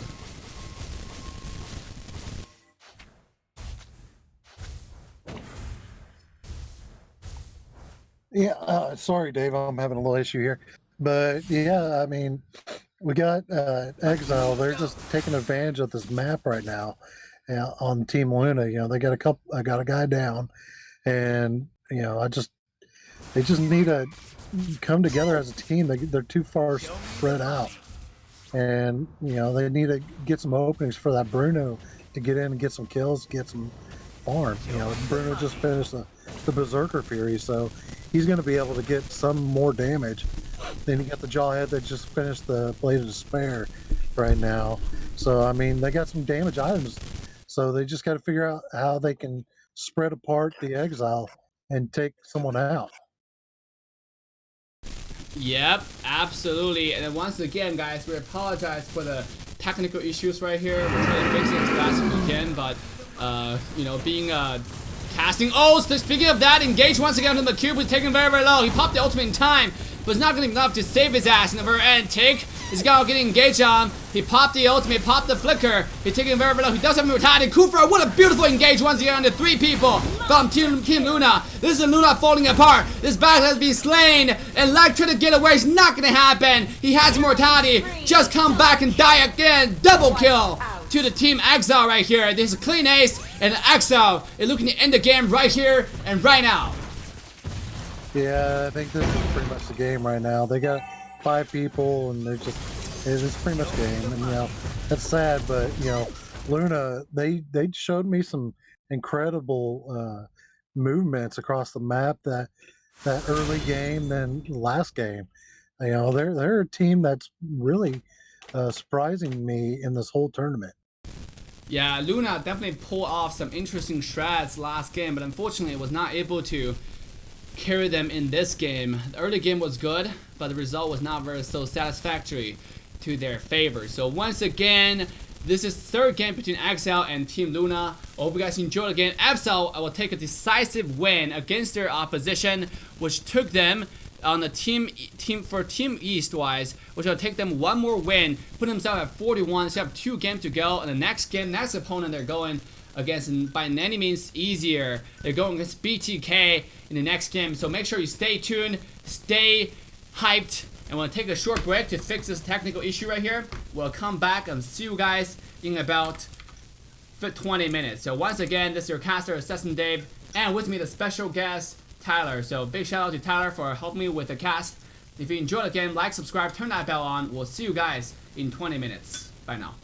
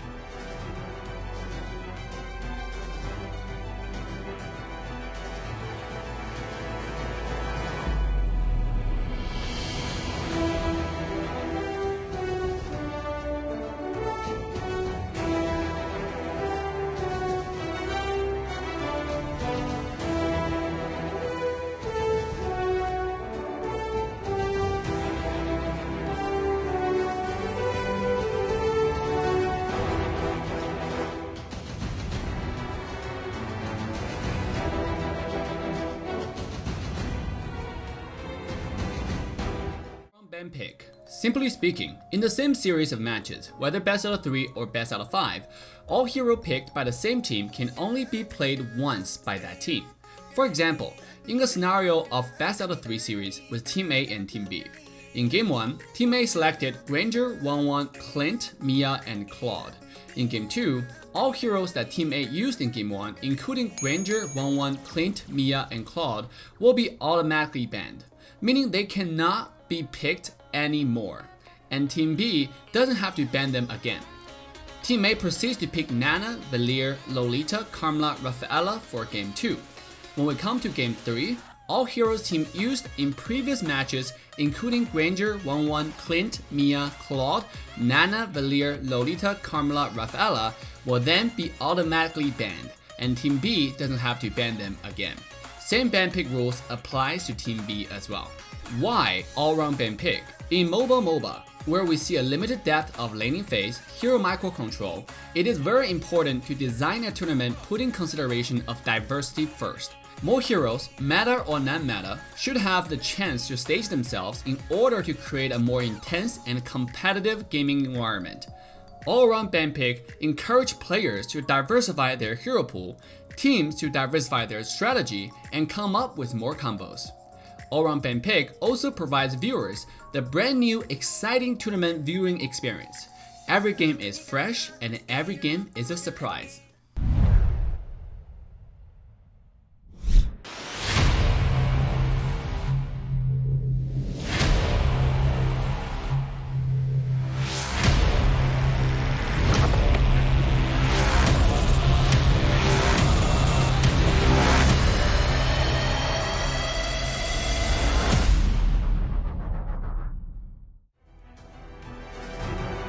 Ladies and gentlemen, welcome back to the North America Open Season Championship once again. I'm your caster, Assassin Dave. Welcome back to the game between Team bTk and Exile. With me this time, one and only, sexy and slutty, your favorite NOSC. How are you doing, NOSC? I'm doing good. I'd like to give a shout out to Tyler, the supplier over here, for holding my spot down while I was gone. Thank you, Tyler. Hope everyone is okay. Hashtag stay home, guys. Stay safe and stay vigilant and stay happy for this tournament. Obviously, we're in this ban pick draft now between Exile and bTk. This is first round of ban pick. We have Selena and Diggy being banned away, and Exile does have the first pick in first game. They're gonna go ahead and ban away Carrie and Claude. Yeah, this looks like a team decision just to get Zane out of the picture with these marksmen. You know, Zane top marksman in NA right now, so looks like they just want to get rid of Carrie and Claude here, but I feel like bTk is automatically going to choose Bruno just to get that secured, so Team Exile doesn't have it. Yeah, and now we have Grok being first pick by Exile, banning Carrie away. The first pick Grok being the #1 tank out there in the market, so this is really, really good. And now on the other side, we have Valir and Uranus, some of the meta picks right here. In the first game, looks like bTk is running the strategy where they just want to win with a landslide. They do not want to delay. They do not want to give the enemy team a chance because they want to win game 1, they want to win game 2, and end the series. Yeah, so yeah, I respect bTk's picks right here. Because you ban marksmen, you open up some main picks for the rest of his team to just pick. They're like, oh, I guess we're going to carry Zane this time. It doesn't even matter with me. But even no matter what marksman Zane picks, he seems to be doing pretty fluently here. So I guess it really just doesn't matter to bTk. They want the strong picks. They want the Valir poke, which is one of the strongest, and they want Uranus's durability so that he can just stay on the field and push lanes if they need to. Yeah, absolutely. You can see on the other side, we have Nana being considered right now. If you talk about all the picks that is available, oh, they're going to take away Bruno, leaving Granger still available for Team bTk. Now, are they going to pick Granger? If they don't, the hyper carry strategy involving Zane might actually be in trouble right here, because you talk about all the marksmen available to bTk, they don't have many choices left. You know, are they gonna run Clint? Are they gonna run some other marksmen for Zane? I hope they run Clint. That would be a cool debut in this tournament. You know, he does do a lot of backline damage when you start to hit his ultimate, and it has like a 5-stack. So if they start hitting the back line with that, Bruno's in trouble. But I think Zane is going to be comfortable with picking Granger. I don't even know if they shouldn't even have prioritize Granger right there. Instead, probably pick a fighter in their case, because they really just didn't need a marksman right now. Well, the thing is, if they don't pick it, it might be banned away by Exile. Oh yeah, I didn't even think of that choice. Yeah, the third ban is only one marksman that's heavily in the meta, which is Granger. So they already banned Carry and Claw. It's just like you said, they were targeting Zane, and if you want to target Zane, you're gonna target him all the way. But remember, they could have very well run the same strategy next game, and then ban away someone like Carry and Claw again. But next game, Zane cannot use Granger anymore. You know, because this is going to be very, very interesting. We'll see how Exile can execute the strategy against bTk. And it looks like Kufra and Jawhead are being banned away by both sides. Well, let's talk about Hui for a minute. Remember, they don't even have Hui this game. Actually, I was going to say, remember when he carried last night, even if they didn't get the marksman, they can grab the Herrick and start carrying. But it looks like they subbed out Hui this game. Yep, indeed. This time for bTk's lineup, they have Shark, Chicken, with Nuggets, Zane, Kush, as well as Zaltra. Kush being one of the bTk subs, he's actually very flexible, going mid lane, going different positions. The shining star for bTk obviously is Zane. Now, the one that helped Zane shine, I gotta give a lot of credit to Zaltra, because Zaltra's tank is definitely one of the best in the entire North America region we have seen. The ability to absolutely protect his entire team, to block a lot of skill shots, soak up those damages, and most important thing is just amazing, incredible initiation from this character. So I'm looking forward to see what character is he gonna play in this game, what kind of tank, what kind of fighter is gonna play in the game one between Exile. I like to give a small shout out to Shark as well. Remember when he hit that Rafaela 5-man stun, which saved Zoltra's buns? So yes, sir. There's that as well. Each piece of the puzzle here fits well evenly. And then you got Team Exile over here. They're already warmed up from last match. They already got their Twitter fingers ready to start mobbing out some damage. So that could be in their favor a little bit, or maybe they're a little bit tired. They're like, dang, we have to do 2 matches right now, but that's just the way the cards flow this time. Yeah, this bTk team reminds me of the bTk from 2 years ago, where they heavily focus on the farm revolving around Zane. You can see that this is the only team that's really focused on giving Zane kills. Whatever marksman he plays, they make sure Zane has everything he needs in order to carry the game. So absolutely a really, really interesting choices. Interesting team here, interesting team dynamic, right? To allow their hyper carry to have the goal, to have the capability to carry the game here. And now you can see Team Exile, they're gonna go ahead and take Export as well as Child of 2 fighters. They're running the 1-3-1 strategy. Which one are facing the giant, facing the team who actually introduced and brought this to North America from SEA? Are they able to carry the torch? I think bTk has it. They have strong poke from Sicilian and Valir. We've been seeing a lot of Sicilians being support here for this hyper carry, though we haven't seen Granger really successful in the hyper carry. bTk's symmetry with each other is able, like you said, to give Zane those kills, give him those moments where he's going to get that extra gold with that assassin emblem bounty hunter. So definitely in bTk's favor here. Yeah, now looking at the both draft, which draft do you like better? Oh yeah, definitely. I definitely like Zane's. I just personally like Valir as a hero. He does so much damage. He does so much coverage. You know, I haven't really even seen Valir get ganked out too well. So just him alone is a powerful hero for him to help carry the team. Just Valir by himself. Yeah, and what do you think about the pick on the 2-5? What do you think about the 1-3-1 strategy overall in the current meta? It's been like the crowd's favorite, the tournament favorite for a lot of teams. So the coming tournament, definitely you think that probably bTk has the upper hand. As the teams are getting ready into the game right here, we're just waiting for our lovely caster to get online so we can get our yes sir, coming online right now. Yeah. I do think if they're going to do the 1v1 1-3-1 scenario for Exile, that they need Exborg as the support, just because he's going to supply the most range poke, and maybe have Cho and Grok as the side lanes instead. Yeah, definitely. So looking at this composition, Team bTk right here, they have Sicilian probably as a support. Having Granger, so you have 2 support. I mean, you have like 3 support. Or do you think they're gonna run a 1-2-2 now, just like how Gosu did yesterday? No, I definitely think it's gonna be the 1-3-1. They've been practicing that a lot. You know, Sicilian, even though he has the roam item, he can definitely stack still by killing off minions and give the carry the gold that he needs. So the 1-3-1 strat seems still be viable for bTk. Yeah, absolutely, guys. And before we walk into the exciting game 1 between bTk and Exile, I do want to give a big shout out to our lovely and wonderful sponsors without whose support NOSC wouldn't be happening right now. So Gamerhub is your competitive edge for gaming. Gamerhub offers guides, tutorials, walkthrough for a variety of games, including your favorite game, Mobile Legends. They have detailed hero information, up-to-date hero tier lists, and so on. So stay competitive and stay good at gamerhub.gg. Again, don't be a noob and go to gamerhub.gg. Again, you can find a link in description. Now, are you a proud pet owner?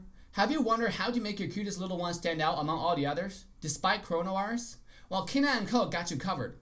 K9 & Co. has everything you need, from pet clothing to accessories. Dress up your pets in the latest and hottest fashion trends on the market. They got overalls, they got hoodies, cosplays, suits, and so on. K9 & Co. is the only place you need to keep your favorite pet warm and comfortable.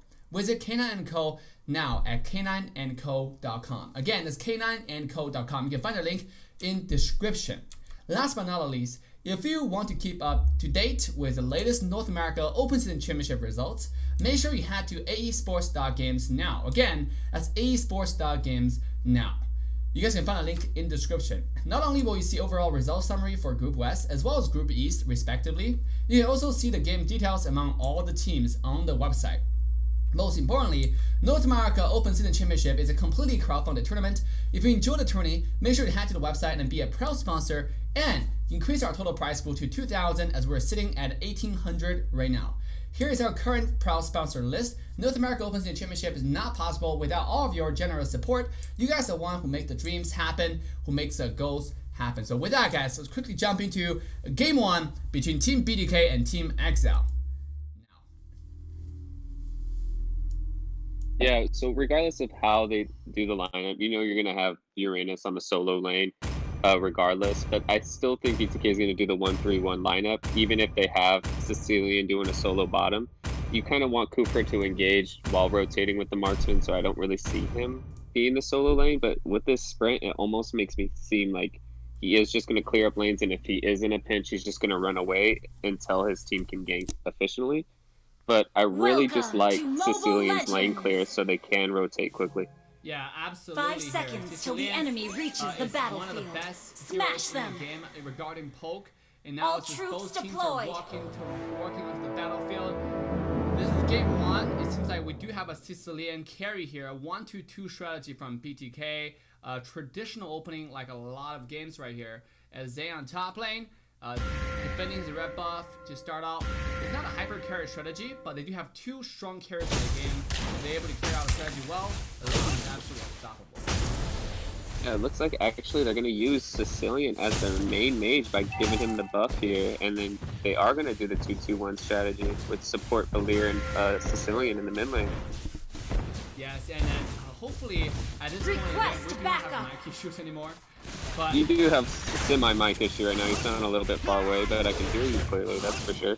Okay, so let's go ahead and try to fix that right away. So hopefully you guys can hear me now. Yep, way better.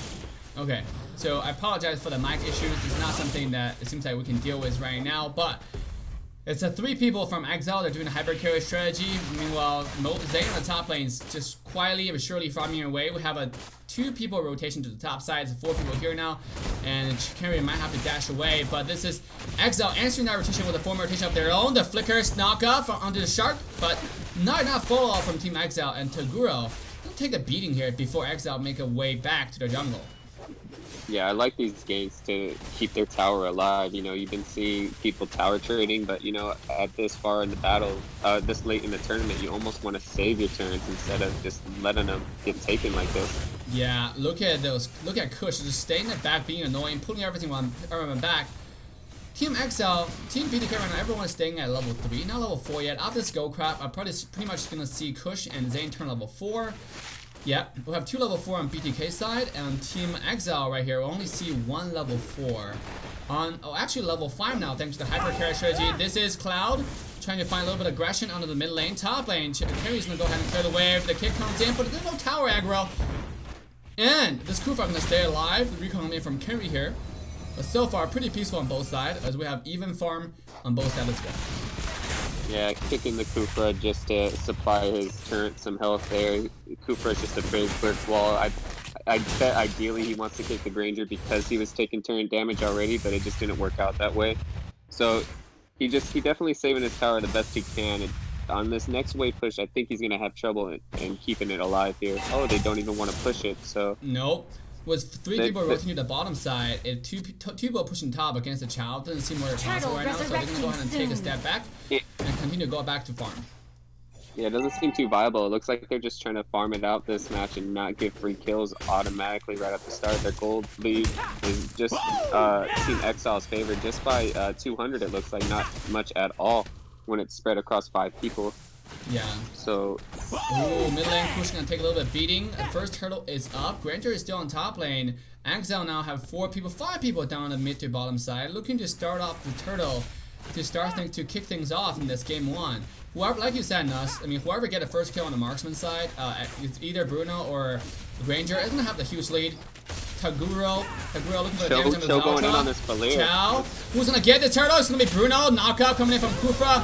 It is entire Zeltra taking very low with Expert's ultimate. Kush looking for the damage. Not gonna jump to the back line. He didn't have the damage just yet. He's looking for the flank. RC will pop the passive. It is Cloud trying to find a kill back. It's 1 kill so far to Team bTk's favor. Exile will find a kill in return, but so far it's a 1-to-1 trade, and Cloud still on return into the chase. Kush, 1 more attack, double kill to Cloud, and Granger hasn't got any kill yet. He have a dash away. Now they will finish up 1 more kill, 1-to-3 so far. And Cloud looking for kill number 4, not gonna find it. It's 3 kills to Team Exile's favor, and they kick off the game with a huge lead. Yeah, the perfect person you want to get those kills. Though he's not rocking the assassin emblem this time. He's looking for like, hey, you know, I've seen many marksmen not get kills. I kind of want to just stay humble and rock the marksman emblem here, you know, damage where I need it. And he's already grabbing this first tower down at bot lane pretty quickly here. Yep, and because of the 2 kills right here, Bruno's sitting at 800 gold lead, 3,300 gold. Just with that 1 team fight, just show you in Mobile Legends how important sometimes kill are sometimes, you know? If you get kills on a marksman with Bounty Hunter, you're gonna get an instant huge lead. And in this case, Cal didn't even take Bounty Hunter, he has a marksman emblem. Only Granger has the Bounty Hunter. No, engage once again from Team Exile here. They're gonna easily find a kill on the Kush with the ultimate from Shanty. A beautiful execution from Exile, and they continue to extend their lead as they're gonna invade the blue buff away from the bTk's mid laner. Yeah, every moment you get the chance to kill that Sicilian is a good come up, just because you do not want him to get these stacks while he's on the field. You want to keep him at low stacks so your team can engage at full power. 1 shot from a Sicilian with some powerful stacks on his side could just nearly obliterate your team, and you just do not want that to happen early. Exactly. And look at Shanti actually steal away the HP crab from bTk. What a beautiful snap over there. The second turtle is coming up in about 3 seconds. This is Exile already setting up for positioning. Meanwhile, Granger, Zane is all the way on the top side. It doesn't seem like he's gonna make it in time. And this Cloud onto Bruno, which just easily take this turtle buff in 1 more auto attack. A little bit of mistake over there, but they're gonna quickly take that kick. Very easy for Team Exile right here, and taking themselves to a decisive 3,000 gold lead. And this is only 6 minutes into the game. Mid lane though, a full wave and a 5-man from bTk looking to take the tier 1 tower down. Grant Henry trying to make a rotate down to mid lane, but not gonna happen. This is Taguro find himself alone, and he will be picked up by Team bTk. Giving the kill to Granger here. The person you do not want to grant a kill to. Nugget's being engaged onto the back line. He will take a lot. Their flicker comes out. He's taking very low, but not low enough for the kill though. Meanwhile, carrying the back, taking a beating from Zane. He will stay alive as bTk will take kills as well as objective in this team fight.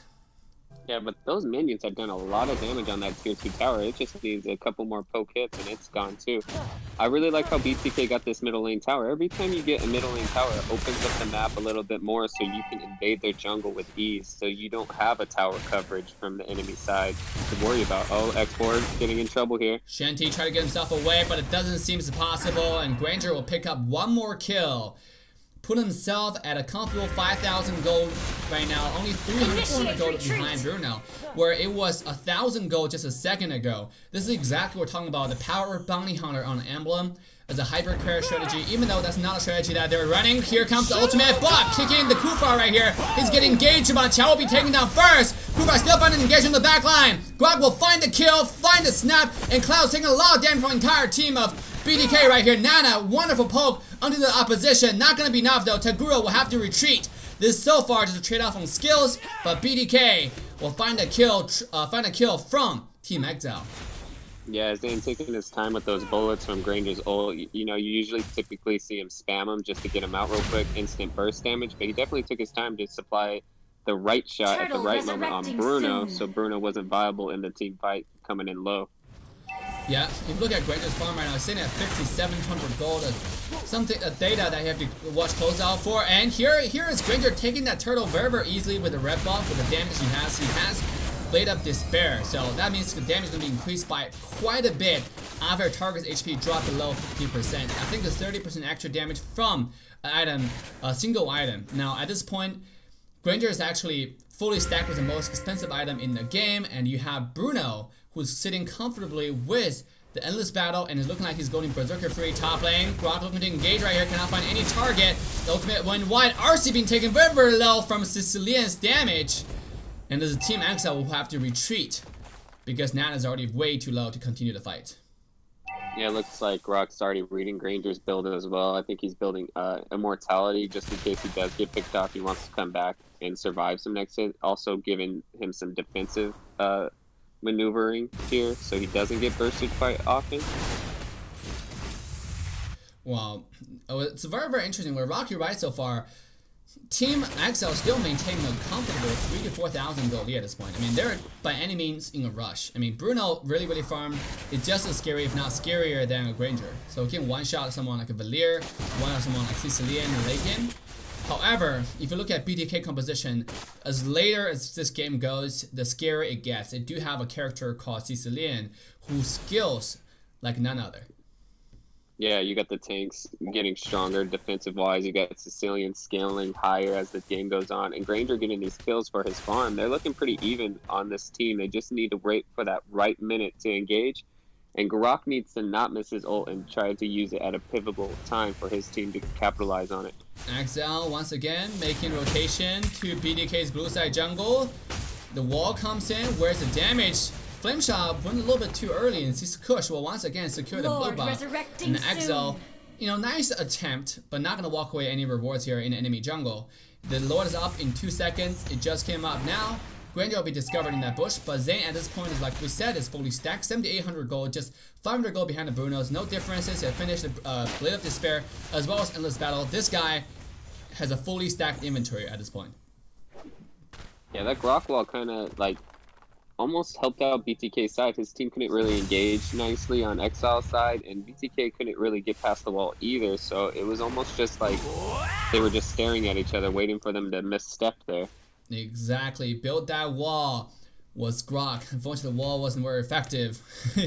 In this scenario, now Taguro still staying in the front, discovering enemy's vision. He's only doing some damage to Nuggets. Look at that, just throwing the wall to scare off Nuggets, but Nuggets is not a person to be easily intimidated. This is a guy who has over 8,000 HP at this point. This guy is comfortable, and he's very tanky. Look at his item. He has Antique Cuirass, one of the tankiest items. Not only will he grant him a lot of HP, most importantly, this is 18% attack damage reduction from an entire opposition carrier, whoever hit him. So he's comfortable. He's not going to be easily dead. So he's totally okay staying in the front, soaking damage, baiting skills. In fact, if Exile used everything on him, that's exactly what they wanted. Hit a Taguro, taking the beating, getting poked out by bTk right here. A little bit too confident on his positioning. Oh, look at damage from Zane. One shot Shanty's shield, and he'll have no choice but to retreat back to Exile's side of the river. Yeah, it was a smart idea for them to not commit to Lord. I think they were only going to commit to it if it was down to its last bar to end up finishing it, but resetting it there was a good idea. There was too much vision for Team bTk to just dive on that and secure the kill. Yeah, if you take a look at total gold right now, Exile is ahead there his opponent by a whopping 5,000 gold lead and counting. So if they want to win this team fight, they definitely need to pick a really nice pick, either here on Grok. Oh, look at that. Zane did not land the skill. He's taking very, very low here. Nana's ultimate is not going to connect just yet. It is Shard Zeltra staying in front, who will be taking out killing spree onto the Bruno. And with the front line gone, Exile can easily make their way towards the Lord right here. And it seems like this is the Lord. The favor Exile Kenry will have to pop that flicker just to get away. Look at Kush damage on the entire set of Exile. The poke is real. The Lord has already been slain, and bTk will have to back away. Yeah, it looks like Bruno over here is almost making a rookie mistake keeping that mask on. He has all his items completed. He can almost complete one more item if he just sells the mask. He does not need that anymore. So yeah, I wonder when he's gonna decide that. Oh, maybe I could have an extra item on my right now, roster here. Right now, just as you Nuss pointed out, Cloud just sold his item for the last item. The item's gonna be Malefic Roar. He knows in the current meta, as hard as it is to kill tanks, finishing an item like Malefic Roar is going to help Bruno a lot on the extra physical penetration. Now, speaking of that, skirmish down the mid lane, Toguro getting poked out by Kush. As we discussed, this mage, later it gets, the stronger it gets, Nana being completely poked out. Even though Exile have the lore, but they're not in the best condition to fight right now, and Exile is just going to be defended off as bTk hold their line. It looks like Sicilian Maid has reached his snowball point, and it's going to be kind of hard for Exile to engage properly without killing him off. Yeah, look at Sicilian's item. He has Clock of Destiny, he has Lightning Truncheon, and this guy is being a 5 decider at this point. Shanty on the top side have to pop his ultimate to make sure he gets himself to safety. Yeah, so far, because Exile was not able to execute a Lord with care, completely giving the farm to the opposition here, still, you know, putting themselves at a 7,000 goal lead thanks to the Lord, the pressure Lord provided for their team. And Cho was able to sneak a little bit more damage in with those minions pushed up right there. Almost like willing to take out that tower at any moment here. Yep. The tower seems like a 2-shot away from Bruno's auto attack if the wave is over there. Or if somebody just completely disregard a wave. I think the minion wave is be strong enough to take out a wave. Speaking of that, mid lane, it seems like Granger will have to defend the Chow away. Exile's taking their time. They're not rushing anything by any means. They're just chipping away their tower HP. Slowly but surely, top lane is Cloud just ignoring everything. Going for the tower. They got a turret. Purify will be popped. Nana throwing the ultimate. They're not going to connect just yet. Toguro staying in the front. Find himself being poked. Taking a lot of damage. Still alive. This guy does have mortality. He's not afraid of anything. Kush activating the ult just to find a little bit more poke. Not going to connect just yet. And it's bTk looking to retreat. Look at Chow's position now, finding a lot of poke. The ultimate comes in. Zeltra once again will be the target. Mega kill goes to Exile's marksman. They're taking over this game. Yeah, it seems like Cho has a vendetta on that Kufra ever since the beginning. He's like, I will kick you. We will kill you. It does not matter. Just wait for that right moment. I'm going to do it. Though it's not the ideal pickoff.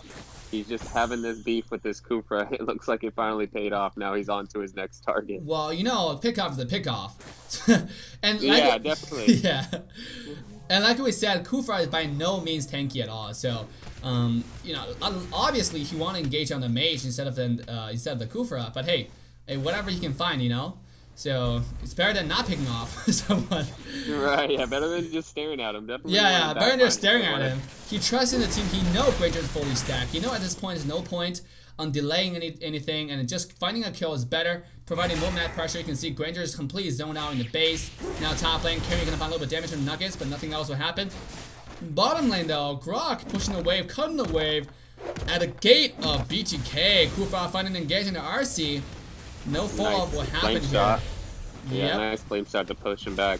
See, I think just these players are smarter than me. They know Zane still has his Purify, and they want to bait that out before they start to get Camry jumping in, finding the kick under Camry, who's taking very low. He will be slain. Meanwhile, Chow will stay alive thanks to immortality. This is Exile making an entrance. They're playing aggressive towards the opposition. They have a wave down mid. They're going to brute force their way on taking down the high ground tower. Kufra looking to engage at any second. Bottom tower has already been taken down. And Exile looking for the second lane of triumph and destruction. They can't quite find it just yet.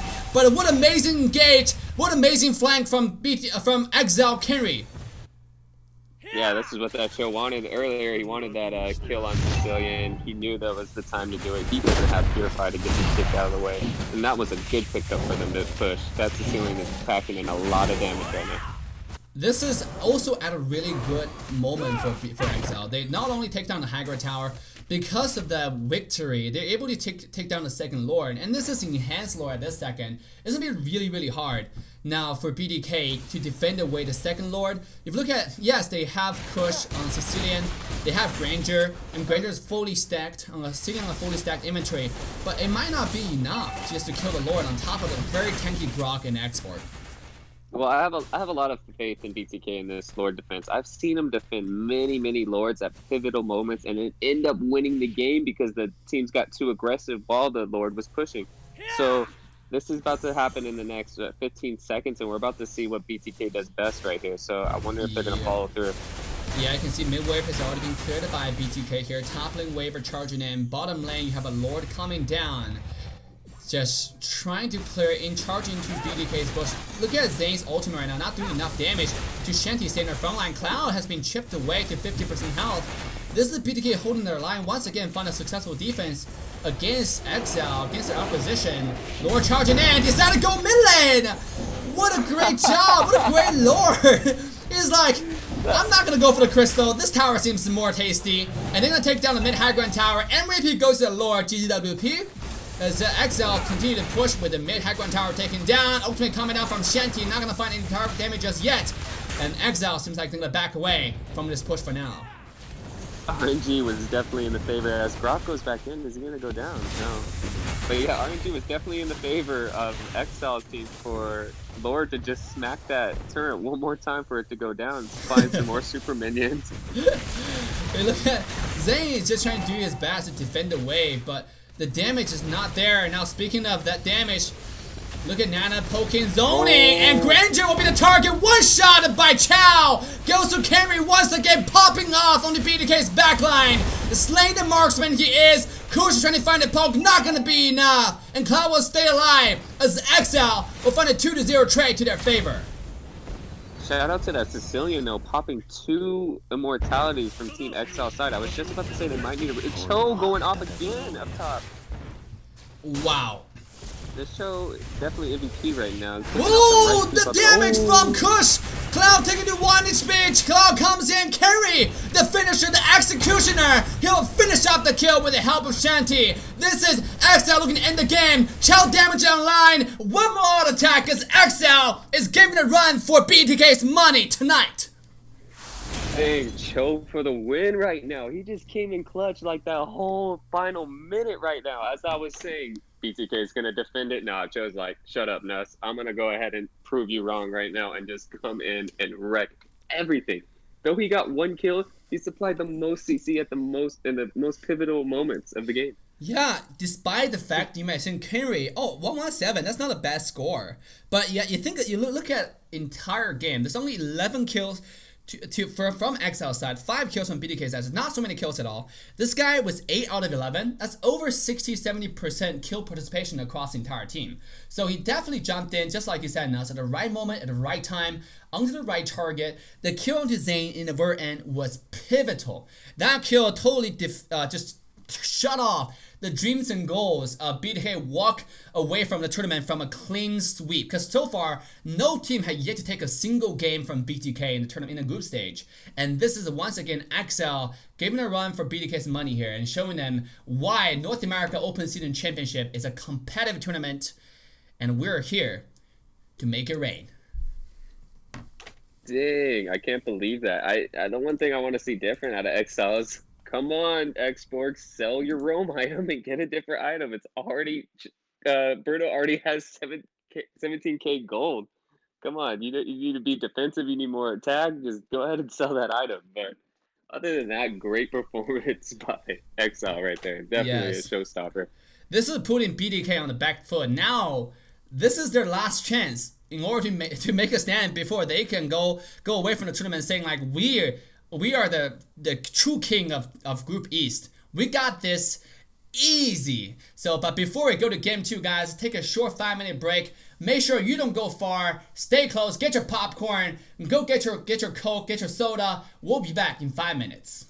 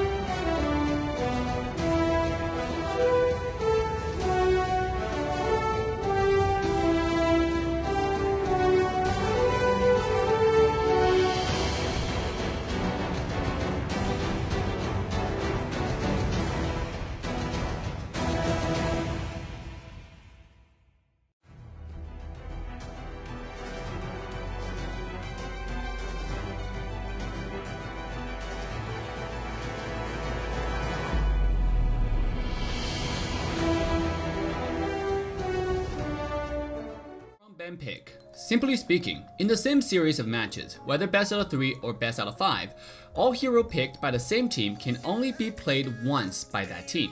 For example, in a scenario of best out of 3 series with Team A and Team B. In Game 1, Team A selected Granger, 1-1, Clint, Mia, and Claude.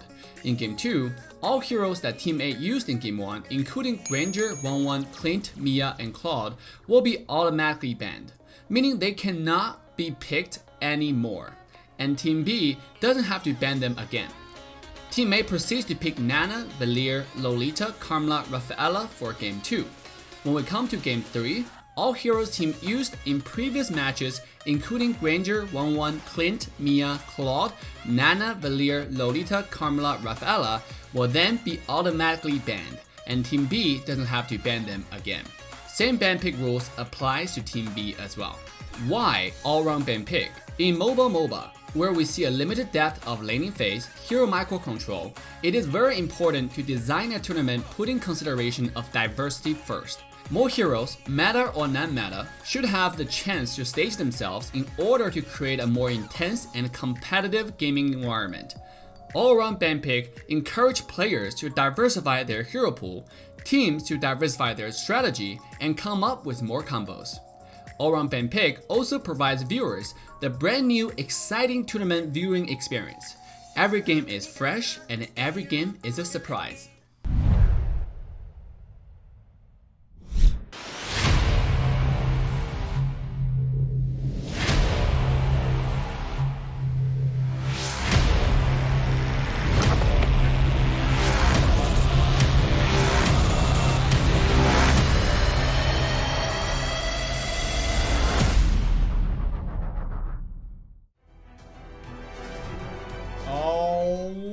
Alright, ladies and gentlemen, boys and girls, welcome back to North America Open Season Championship yet again. This is your caster, Assassin Dave, with me, the one and only NOSC.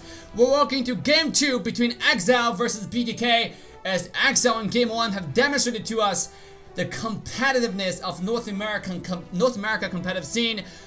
Finish off the game in a dominating fashion against bTk, the North America powerhouse. How are you, NOSC? I'm doing good, you know. In NOSC we trust, but do not take me to Vegas because I've lost all the predictions in the world. So, you know, this time I'm not even going to predict, but I was going to predict Exile picking this Claude because that's like the only viable marksman bTk can pick. Besides, like, Clint, like we were saying earlier, we might even see Zane pull off Moskov or an Hellkirk, which would be definitely a treat to see in this game. Exactly. Last game, Bruno was taken by Team Exile. This game, they banned Carry, they banned Bruno, and they took Claude. They're taking the game to bTk right here. You might see Irithel, you might see Clint being taken by Zane. Now, Zane obviously I think Irithel better. So are we going to see Irithel being banned also in next round? Because also 1-1 is a possible choice. So we might see a next marksman ban, or bTk can just take a marksman right now because there are not too many choices left. You know, I think the viable ban would probably have to be Cho or Thamus. Don't always base your bans on Zane alone. Yes, he is a hyper carry. Look, now they got a Harith that looks like they're going to be their hyper carry because they know that the marksmen are going to ban here. Yeah. But the more you ban marksmen, it opens up the rest of the team to pick some main lineups and gives them a chance to shine in this tournament as well. Remember, Kufra is still available. You pick Harith, yeah, it's a powerful pick, but for Exile, they have Kufra, they have quite a bit of tank choices that's at their disposal. And speaking of Kufra, that will be the next pick before they ban away some possible choices before bTk right here. You know Harith probably going to be the hyper carry. Now Zane can even pull off a Hellkirk. So, because we have seen it from Zane's stream before, so if this is a choice that bTk decided to go with, or what is Exile thinking right now? I mean, how are they going to predict the enemy's next move? I mean, there are actually a few choices left for bTk, so the targeting Zane was definitely a good strategy against bTk, because we know bTk's core strategy was to make sure that Zane's hyper farmed. Zane has those gold because you can trust in Zane to utilize those farms to carry his team. Yeah, it's the first time I've ever seen someone ban against Zane personally. They usually been banning evenly across the board, but they're more worried about Zane's hyper carry than the rest of the team, it seems like. It would be almost hilarious. Oh! So I know it's Was it a Wan? Yeah, see, look at that. Wan, I totally forgot about her. Yeah. Like, she's been so weak, but Zane's the only one who's popped off with her on stream, so Yeah. that 1-1 was definitely a viable pick here. It'd be funny if we seen Zane on Fanny. Never gonna happen, but Yep. that seems like You're absolutely right on that. And now, this is Exile's opportunity to pick heroes now. They already have a counter to Harith. Now all they need to do is make sure they get some kind of fighters in their composition to even up. So they still have Thamus available. Yep, speaking of Thamus, here it is. They still have Sylvana. They still have a lot of choices on the map. And they're gonna first pick Thamus to see what bTk decided to go where. bTk's, now, they might just run the Irithel here, but if you pick Irithel, it might be too weak, you know, because you have Harith who needs blue buff, you have Irithel who does absolutely nothing early game. So what does bTk, what does bTk can do right here? I mean, this is definitely a really smart ban pick strategy coming out of Exile right here. I know Zane likes dash heroes, so Helkert, Mozgov, you know, he might even see a Leslie. Just because I think that's the most played marksman out of all the ones that are left out of him. So, and he doesn't even play her that often. So yeah, there's the Leslie. I knew it. So no, I think it's gonna be Irithel, dude. Dave knew it. Yeah. Dave knew it. I think the Irithel. In fact, that'll be a lock. Irithel and a Raphael are coming out from bTk. And this is Exile chance to finish off their pick with the last fighter, and they will pick out the Esmeralda again as they took it out against Luna. And actually, I think they won that game with Esmeralda on the side end as well. So, an interesting pick coming from both teams, and definitely very smart strategy from Exile, banning away bTk's core strategy on the hyper carry choices. So, before walking through the game, Nuss, what do you think about all the hero choices from both sides? You know, we're definitely going to have to see a 2-2-1 from bTk. Irithel is kind of hard to hyper carry. She's kind of slow here, unless she could get a lot of her stacks from hidden minions and then rotate pretty quickly. But I think they're going to just start off in red, you know, go to their lane and probably meet them by the heal crab, if anything. But I think they're going to be playing it pretty passive unless this Harith gets fed. Yes, both teams are getting ready to jump into the lobby right here. This is going to be a very exciting match all across the board. Like we said, we have yet to see bTk picking Irithel in the North America Open Season Championship. We know they have taken it out in the group stage off stream, but this is the first time we get to see Zane picking on Irithel on stream in the group stage for the NOSC. So this is a very exciting match to watch, and I can't wait to find out how aggressive that Exile is going to pull off their strategy. They have Thamus, have Diggy. Their early game is looking really solid. Yeah, it seems like they're just basing their bans. They're only scared of Zane, which is giving less credit to the rest of bTk as a team. But I really think, as a whole, bTk is strong. They really need to supply some coverage to this Harith to carry and wait till this Irithel can start farming up pretty heavily here. Okay, ladies and gentlemen, before we get our game started, it's very important to acknowledge our generous sponsors for the North America Open Season Championship, without who this tournament won't be possible. Gamerhub is your competitive edge for gaming. Gamerhub offers guides, tutorials, walkthroughs for a variety of games, including your favorite game, Mobile Legends. Gamerhub has detailed hero information, up-to-date hero tier lists, and so on. So stay competitive and stay good at gamerhub.gg. Now, again, that's gamerhub.gg. You can also find the link in the description. Are you a proud pet owner? Have you wondered how to make your cutest little one stand out among all the rest? Despite coronavirus, K9 & Co got you covered. K9 & Co has everything you need, from pet clothing to accessories. Dress up your pets in the latest, hottest fashion trends on the market. They got overalls, they got hoodies, they got cosplay suits, everything you have in your dreams. K9 & Co is the only place you need to keep your favorite pet warm and comfortable. So visit K9 & Co now at k9andco.com. Again, that's k9andco.com. You can also find a link in description. Last but not the least, if you want to keep up to date with the latest North America Open Season Championship results, make sure you head to aesports.games now. Again, that's aesports.games now. Link is in description. Not only will you see results, overall results summary for Group West and Group East respectively, you can also see the in-game details among all the teams. So every single team that your favorite team, you can find everything about them. So make sure you head to asports.games. Most importantly, North America Open Season Championship is a completely crowdfunded tournament. If you enjoyed the tourney, make sure you head to the website and be a proud sponsor and increase our total prize pool to $2,000 as we're sitting at $1,800 right now. So here's our current proud sponsor list. North American Open Season Championship is not possible with all of your generous support. You guys are the ones who make the dream happen. With that, guys, let's quickly jump into the game 2 between Exile and Team bTk. I'm your caster, Assassin Dave. With me, the one and only to Mobile NOSC. Legends. Hey guys. Yeah, I already 5 like seconds till the this enemy Diggy reaches versus the the Terrorist. The battlefield. moment he dashes, Smash you can just them. pull him right back, snap him back into place, All giving his troops time either deployed. the right time to engage or giving him time to go ahead and escape. So that's going to be tough for bTk to find a good opening unless they can get the first blood, which is kind of hard with their tanky of a team that Exile is holding off right here. Yeah, but if Exile is able to pull off their comp properly, you can see they have a lot of dive. They have Esmeralda, they have Claude. If they get farmed, there's no chance for Exile to survive, to be honest. The thing is, I think they're just lacking constant poke here.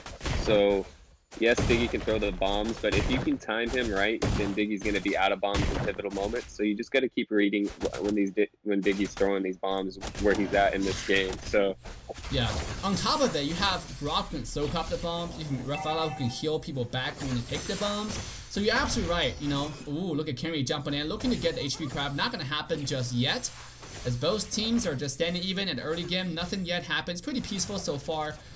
bTk has definitely got to worry about, you know, the carry coming out from bTk right here, because from Exile right here, Claude was popping off last game. Can you do the same this game? And the carry on the Chow, I mean, what can I say about the Chow? That was just on a different level. yeah, if he could produce what he did with the Cho with this Claude, then yeah, there's going to be a downslide for bTk here because that Cho was picking off the right moments to engage. It looks like already bTk grabbing this bottom lane tower instantly. Yep, bottom tier 1 tower is not going to stand any longer as bTk will easily tear that tower apart. Meanwhile, on the top side, we have some mirror trading coming in once again as Exile will easily secure this tower as 4 people smashing down. As poor and unfortunate standing turret will be taken down here. Cloud will easily farm that wave. And look at bTk maker taking down mid lane to look for some farm for the entire for Kush onto the mid lane. Look at Zane's farm. That's the character you have to watch out for. If Arathel gets into the late game peacefully, this guy will shred your entire teams apart into pieces. I mean, one auto attack, the splash damage, Diggy coming in with the ultimate, throwing a little bit poke onto Zane, but so far, nothing else will happen. Yeah, that's just because bTk is finding all the jungle out of Exile's farm because Esmeralda doesn't have the quickest lane clear and she wasn't able to grab that minion like Jawhead was able to grab bTk's minion quickly. So bTk was able to capitalize that and grab that real quick to beat up Arathel even more. So that's why she has a little bit more of an advantage, and it's going to pay off in the long run if they could continue to supply that aggression. Yeah, now speaking of aggression, the turtle is coming up in 6 seconds. Turtle resurrecting Who is gonna soon. start a turtle? Now you already have Exile started the game with a 600 gold lead. Thanks to the farming speed, the slow farming speed from bTk right here. They have Arathel like we discussed. The early game farming is not the best, probably the worst among all the marksmen. Now speaking of aggression, down the mid lane, aggression coming in from Team Exile. Nice stun! Diggy was to save his entire teammates. RC on the retreat, not gonna happen. The first blood will go to bTk, make a double kill. Go to bTk as well. Cloud's being engaged on, looking to get himself away. The first kill, and they'll give a little speed boost, not gonna be enough. A Jawhead will finish off the kill. It is bTk on offense. Yeah, bTk is really good at finding those number advantages and coming in. As you can see, they were all getting picked off one by one, and then Esmeralda thought she could jump in.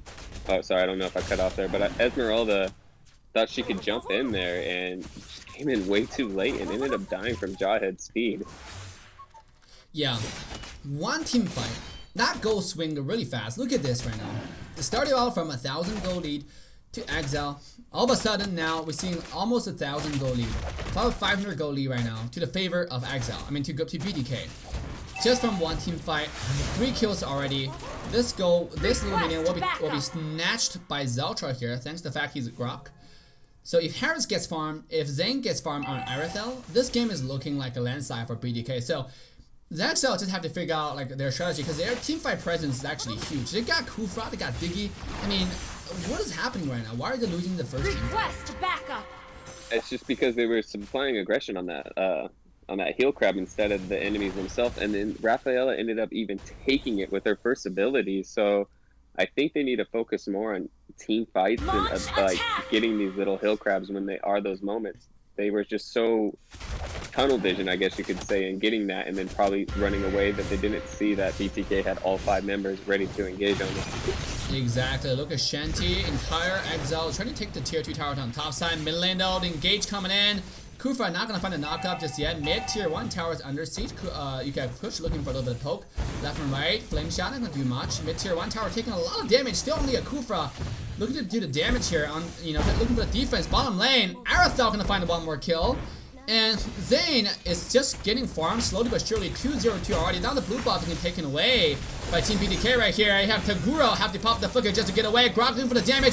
RC have to pop the ult just to get an entire team away from there. Claw looking for the farm. It's Exile right now 1,000 gold behind. bTk on the lead. Yeah, bTk wants to go ahead and grab these buffs and rotate on that Cloud. That Cloud won't have his ult for another like 30 seconds right now. So this would be another point to go ahead and engage when he's by himself like this. So it looks like they're just going to get objectives, get the turtle, get the buffs and stuff like that. So nothing too crazy right now. Yeah, Cloud is just trying to... Go ahead. Yeah, Cloud is just trying to find every moment to farm by ulting those waves and just trying to stay safe in any moment that he can. This is the second turtle. Speaking of second turtle, right after that, Kush will find one more kill. Another pick to bTk's favor. Just wonderful engages left and right. I mean, Digga, I think a little bit overconfident on his ability to survive. Now turning to little X, stay cute on the map, but nothing else. I mean, 0-2, 0-2 all across the map. It's not looking good for Exile at all. When you ban carry, you gotta realize that the enemy team is now going to pick Rock. I think their ban lineup will work a lot more better banning these marksmen now that a couple of them are used out, and that they can efficiently ban marksmen and not have to worry about a Grok tank in the way as well, because he's pretty tanky when it comes to any other marksman. They have to put a lot of damage on him. Yeah, if you look at total gold right now, Claw is not so far behind. The people who got farmed, who are ahead, are people like Kush on the middle lane. You know, look, compare the position to position here. Harris is sitting at 3,800 gold. Grok's in trouble here. Yeah, Grok's in a little bit of trouble here. He's taking very, very low. Digging to pull him back. He does some mortality first. Adam coming back with a 2-man engage from Kufra. Beautiful ult. Now Asmarla have the ultimate, still actually doesn't. Looking for the engage, looking for the flank onto the back line, looking for Arathel to show up. He's not going to engage yet. Zay is taking his time, very patient on his entrance in the team fight. He knows that if Asmarla still have the ultimate, that can be a real trouble, real threat to his life. So sure enough, you're going to see Team bTk taking it slow. Asmarla looking for the 3-man ultimate coming in down the mid lane. Where's the follow-up? Kufra not going to engage, not going to follow up just yet. Look at the damage Diggy has popped the ultimate just to get himself away. Now Kush will be engaged on. He'll be slain. It's Exile fighting back. They secured the buff and they secured the kill. Yeah, that's what I was talking about when the game started, that Diggy's going to supply a lot of coverage to snap that hair attack and end up killing the team. So it's exactly what he did, and he ended up ulting for the extra shield. And now Thamos is in trouble here. Oh, have to pop that flicker. Thamos getting stunned up and not able to use a single auto attack despite the fact this guy has his ultimate. But what a beautiful chance you see from Team bTk right here. Shark able to just speed up his entire teammates, land a beautiful ultimate on the Thamos. Make sure that Thamos, even though he popped this ultimate, but Thamos without auto-attacking or throwing skills, the ultimate did nothing. So beautiful pick from bTk here. Now top tier 1 tower looks like there's nothing this tower can do but fall. Bottom lane, Asmarla gonna trade out the tower, same as mid lane. It is Exile looking for the trade all across the map. A beautiful strategy when you're behind. When you're behind, the only thing you can do is trade, because if you go for the losing lane, you're gonna just lose more.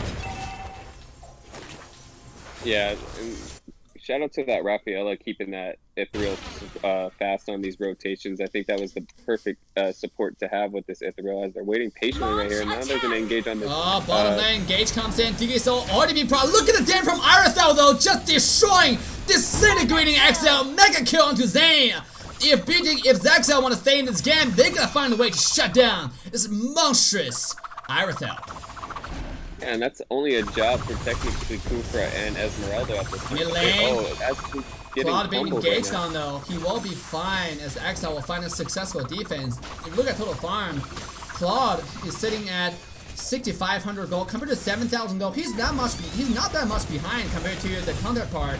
But right now he's in a lot of trouble. Nuggets might be too confident in his skill to dive onto the marksman. He will almost be taken down. And yes, he will. Not gonna stay any longer. You know, towards middle of those. Irithel looking to find a little bit of poke into the tower. There, as a final silent already died. bTk is on the run. Zane's getting engaged on right here. Diggy looking for the throw, looking for the flank. The ultimate comes down to make sure no one getting engaged on. But Zane will already steal the buff away. Harris finding a flank in the backline. Diggy will be taken away instantaneously. Shanty found himself in the team fight, but not able to tank Zane's damage. And he will be taken down. Seamless. The tank Kufra just cannot stand any longer as bTk will find a triple kill right after the buff. I must admit that this Raphael is putting a lot of pressure on this Esmeralda. Building Necklace of Durant as her first item made it so Esmeralda can't engage the way she wants to, as she's probably going to try to contest this Lord. No, it looks like she's putting up waves. They're just going to give Lord here. Yeah, I mean, we thought that Exile have a really good comp, but they were not able to find engages. Like Claude was not able to find a good engage on the Arethel. Because right now it's a question. It's actually a two Claude advantage. Claude finished. Oh, look at ultimate from Zane. Get baited out by Claude right here thanks to Grok's wall. So you know Zane's not gonna have ultimate in about 20 seconds. Look at the damage. One shot on the Kenry. Smash the button and send this guy home. Claude. Hello, Claude. You want to engage? Never mind. That Claude said. He's like, yeah, I'm out of here. Can't do it. Yeah, and Claude does not have stack right now. It is entire Exile on defense. Look at Esmeralda with a beautiful ultimate. Irithel damage on line, getting everybody low, not low enough, and he will be taking down, shut down the Irithel. This is the entire bTk on offense. Exile is being disintegrated in their base. Only Thamus and their tank staying alive. Can they defend against this Lord? Yes, they got a kill, but at what cost? The entire team is down, and Exile will be taken off. It's 1-1. It's bTk is coming back. Yeah, Exile just did not have a good team to clear off those Lord waves, so that was time for bTk to just engage properly, and that Irithel was already had her snowball point, so it was going to be kind of hard to even like get close to her without her doing like 3 shots and you're dead. It looked like Diggy was kind of almost a dead pick here, meaning like he could only keep the Grok from getting them CC'd or snap it back to Harris at pivotal points. Yeah. And Rafaela didn't really even need to use her ult that much in that fight, in any of those team fights. She just needed to keep pressing her S1 so Esmeralda didn't get any shield when she did engage, just keeping bTk alive there. What an intense game from both teams. What a beautiful performance. I mean, like the early game though, I think still Exile had a better comp. The strategy of focusing on Zane's draft, focusing on Zane's hero pool is a great idea, but it just didn't work out. As the early game, I feel like it snapped, like mentally, you know, like under a lot of pressure, the players have a tendency to snap, and then you saw like with the composition. Irithel early game, Harith early game, they could have easily engaged with Esmeralda ultimate. Tham with how tanky this guy is. Tham was even took Flicker, not Vengeance, not a traditional Vengeance. If he had a Vengeance, he's able to tank a little bit longer.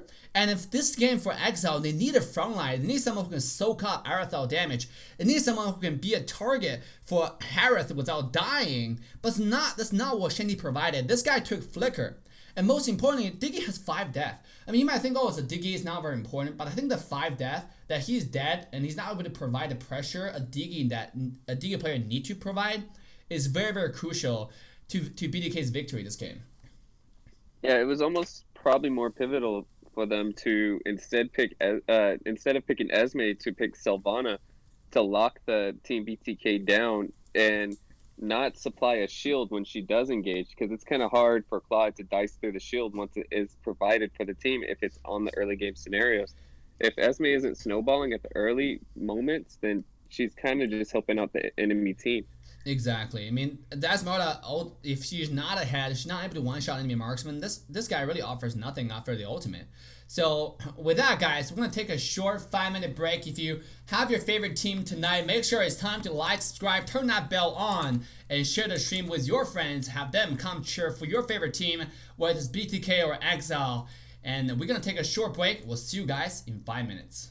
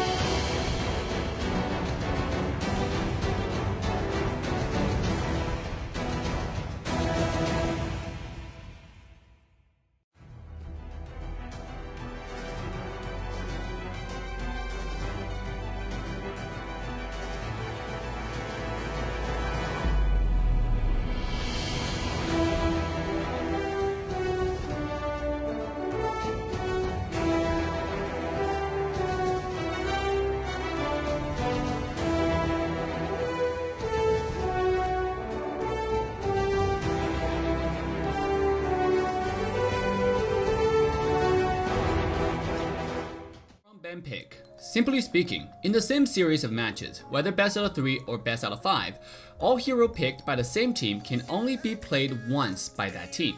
For example, in a scenario of best out of 3 series with Team A and Team B. In Game 1, Team A selected Granger, 1-1, Clint, Mia, and Claude.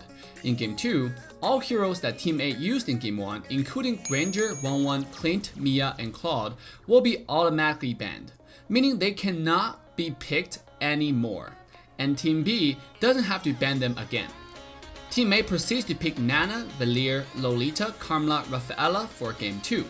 When we come to Game 3, all heroes team used in previous matches, including Granger, 1-1, Clint, Mia, Claude, Nana, Valier, Lolita, Carmela, Rafaela, will then be automatically banned, and Team B doesn't have to ban them again. Same ban pick rules applies to Team B as well. Why all-round ban pick? In MOBA, where we see a limited depth of laning phase, hero microcontrol, it is very important to design a tournament putting consideration of diversity first. More heroes, meta or non-meta, should have the chance to stage themselves in order to create a more intense and competitive gaming environment. All-around ban pick encourage players to diversify their hero pool, teams to diversify their strategy, and come up with more combos. All-round ban pick also provides viewers the brand new exciting tournament viewing experience. Every game is fresh and every game is a surprise.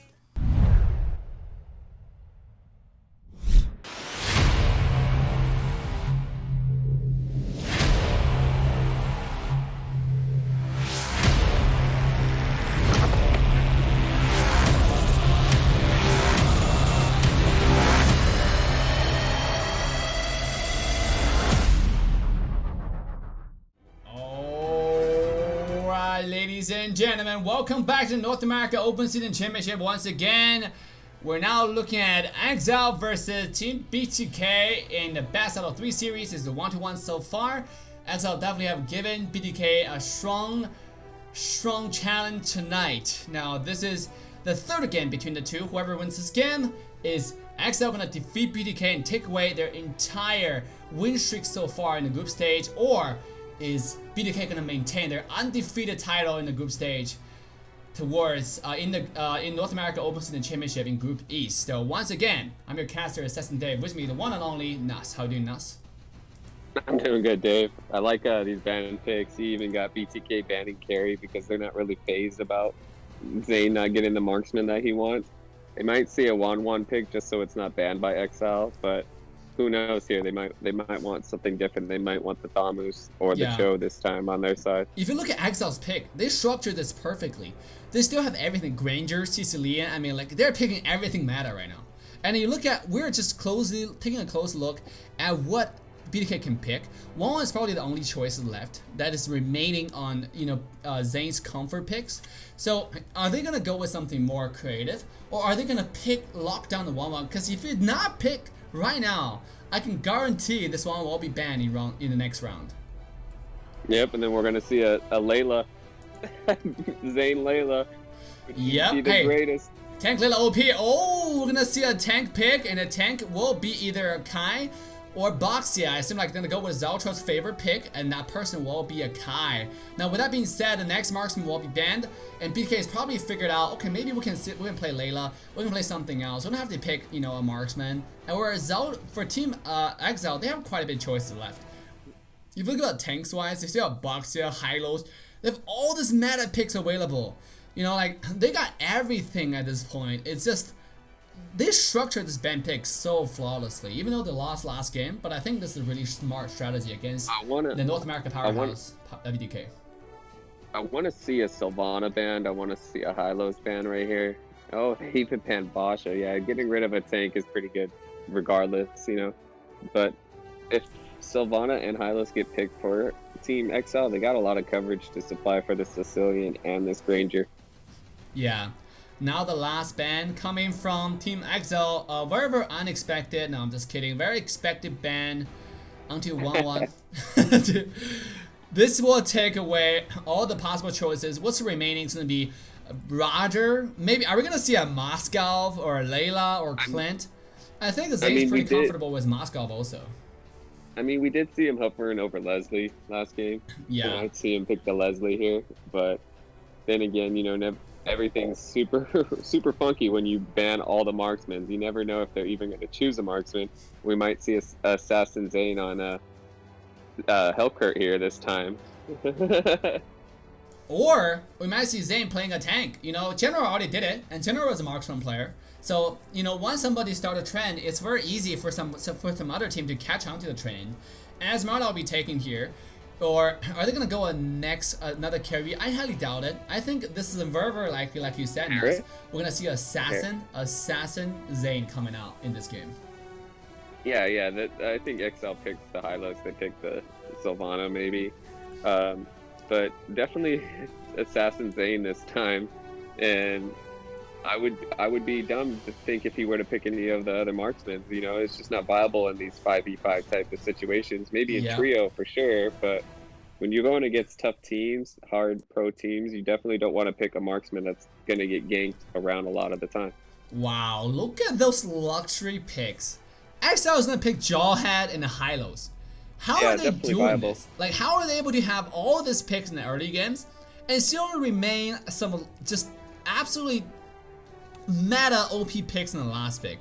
So now the question remains, what is Zane gonna pick? Are we gonna see a Hellkurt Zane? Or are we gonna see a Clint or Moskov Zane?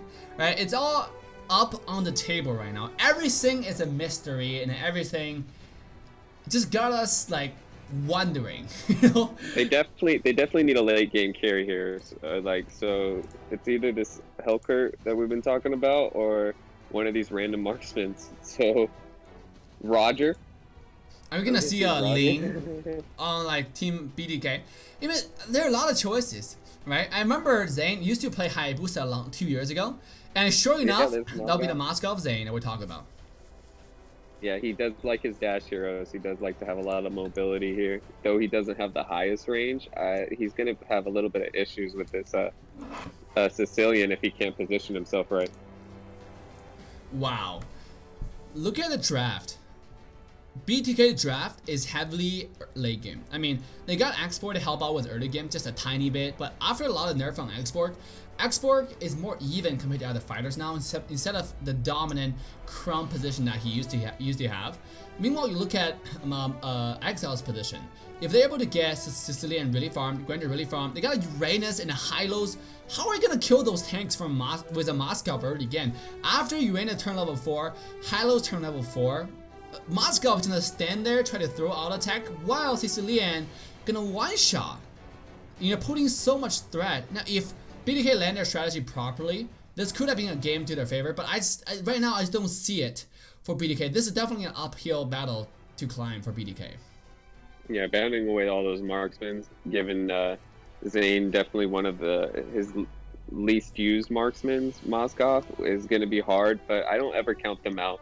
They're always in good symmetry with each other. If they could just keep that up, get Moskov fed. Moskov dominates late game. He is definitely hurts, and definitely if he lands a stun on you, you're dead for sure. So it's gonna be kind of hard.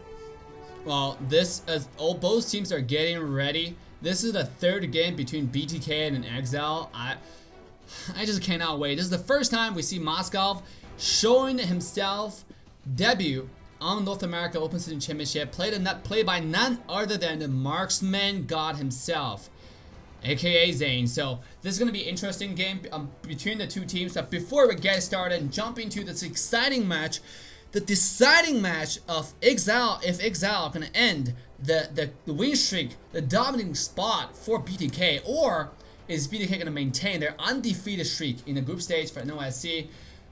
Before getting into that, I just want to do a quick shout out for North America Open Season Championship sponsors.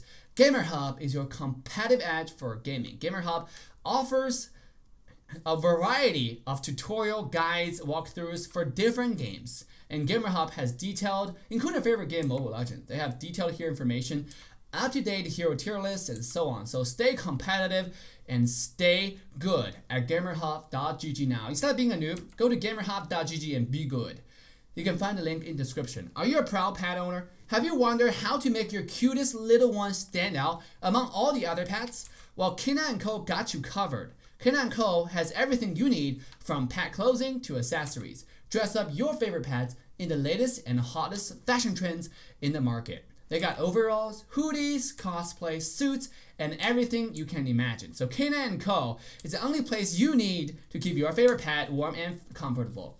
Visit K9 Co. now at k9andco.com. Again, you can find their link in description. Last but not the least, if you want to keep up with the latest NOSC results, make sure you head to North America Open Season Championship aesports.games now. Again, that's aesports.games now.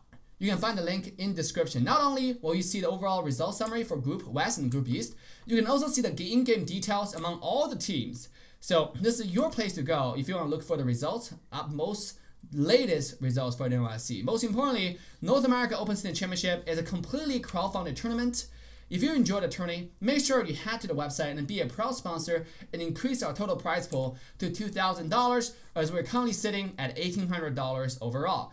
Here is our current proud sponsor list. North America Open Season Championship is not possible without your generous support. You guys are the ones who make the dream happen. And once again, big shout out to our sponsors who make the North America Open Season Championship happen. With that, let's quickly jump into Game 3 between bTk and Exile. I'm your caster, Assassin Dave. With me, the one and only NOSC.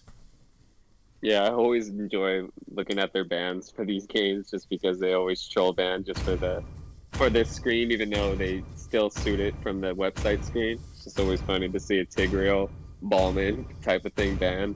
Pretty funny. You know what?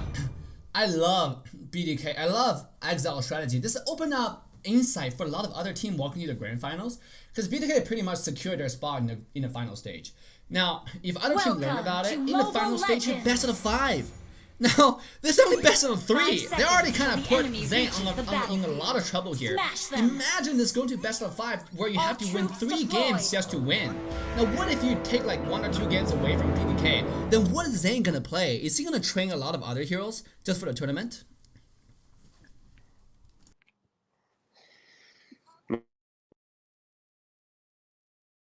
Looks like we have a little bit of connection issues from our lovely NOSC right here. Meanwhile, both teams are pretty peaceful starting from Exile and bTk. So far, nothing serious. Yeah, no problem. Welcome back. No problem on both sides yet, but HP crap has already been started by Shanty here, and he will successfully take it to show the power of someone like Jawhead, how fast his character is able to take out objectives like that. And meanwhile, the bottom HP crap being taken down by Claude and Cecilia on the carry. This is a hyper carry strategy once again, with carry on the support with Cecilia. Yeah, I remember back in like, what was it, season 4, season 5, when you would just see a solo Moskov. Now he definitely needs some support with him at all times to stay alive. You know, he's definitely one of the weaker ones early Yeah, games, so. bottom lane, Granger already has the ultimate. Damage comes to line. Zaltra taking very low. It's first blood goes to Team Exile, and they're securing the early game to their favor. Yeah, as you can already see, this Granger's level 4 and Moskov is still not level 4, and Granger's already working onto his level 5 before Zane can even hit his level 4. So in order for bTk to end up taking this advantage, they just need to keep Moskov healthy, keep him farming, keep him on the field, because the moment he dies, this game is going to be on the back foot for bTk. Exactly, and Zane finally turned level 4 here. If you look at the item, Zane got Mana Totem, RC walking to a trap that he does not want himself to be in. Taking a little bit of poke, but look at the damage here. He's not afraid. He's gonna just stay in there and to take the damage for free. He's like, yeah, throw all that at me. I don't care. And sure enough, gonna walk away just fine and stay regenerating thanks to the passive. Because Moskov doesn't do any damage, but he does offer a lot of stacks. Now Granger gonna make a rotation to the bottom side. Moskov already sitting at 50% HP without mana. Zane gonna quickly use a recall back home. Meanwhile, in the mid lane though, Asmana jumping in Cecilia and Kenry taking very, very low. He has a dash from the jungle. He will get away. Now it's Kush 1 versus 4 into Exile jungle. Not gonna happen. Both sides gonna back away, and Kenry was still alive. Yeah, bTk needs to take advantage of those situations. If they're not going to get the kills, if they're going to clear their team to go away, they need to be split between some towers here. They need Forward to be all over the top tower. So he rotated mid to clear up the lane. That was unneeded, but just to supply that little bit of coverage was, I guess, why his objective to rotate bottom. Yeah. So like they're gonna just probably get this turtle after they get vision. Yeah, this is interesting. Well, once again, Exile somehow got put in the back foot. Lolita with the ultimate coming in. Not able to stun anyone. Hylo's popping in the ult to stay alive in the back. This bTk trying to secure this blue buff away. RC finds engaged. He will get the blue buff, tanking everybody's damage. Akai found himself in the middle of everything. Got triple onto the wall. Sharky taking very, very low. Esmeralda looking for the back line. It's Hylo being taken out first. RC cannot take any more damage, jumping back in once again to find a kill to Lolita. Is wanting to trade to bTk's favor, and now they're gonna walk under the turtle and control the pace of the game.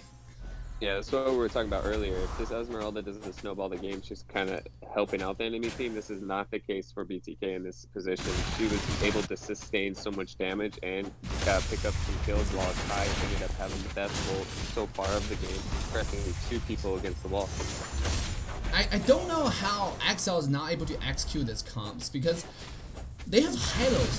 They should be taking this fight to Team bTk. Instead, yeah, they got put defensive every time. It's Claw trying to farm like here and there, like they're not engaging anything. They're not playing aggressive now. Bottom lane, look at a pin onto the wall.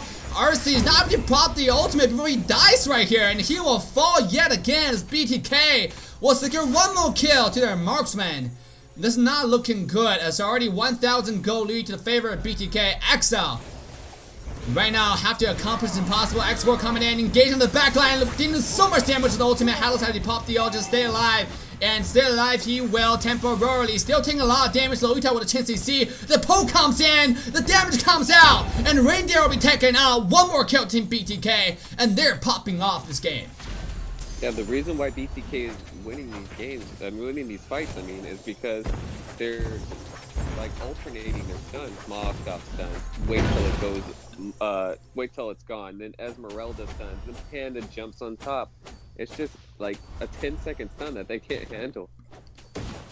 I personally, I don't understand how it not able to fight back. I feel like Exile too scared. Yeah, what they need to do is have Jawhead just absolutely destroys Export by all means. I mean, Jawhead is such a strong side laner, and this time he's got put behind. Curry is not able to find any poke. I mean, I think this is just Exile playing too passive. They could have taken a fight to bTk. Instead, the moment the Granger has been getting killed, Granger dead again? No, he's gonna stay alive on the bottom side. He should have been able to supply so much pressure on Moskov the whole game. Instead, they're just giving him moments to farm, giving him moments to get these kills. Like this right now, they should be engaging, which they are. This is Granger taking a lot of damage here. Jump away to the other side of the tower. Try to stay alive. Jawhead cannot find us engaging team fight. This RC taking very, very low though. He does not have the ultimate. Might be too deep in enemy line. Killing spree onto Zane. bTk's marksman is farming up. This is bad news. Things go south for the side of Exile. Yeah, definitely bad play from Uranus's end right there. He could have definitely tower dived to secure this Panda kill. His carries can't be in the turret for that long to take damage, so they needed Uranus to supply some coverage there. Yeah, down the top lane, Turtle once again being engaged on push taking over. Lolita looking for a big stun. He got Hylos. There's no counter engage whatsoever. Team Exile already decided to let their tank just die. As bTk says, no problem, thank you very much. We'll take the kill, we'll take the turtle, and we're gonna run over this game.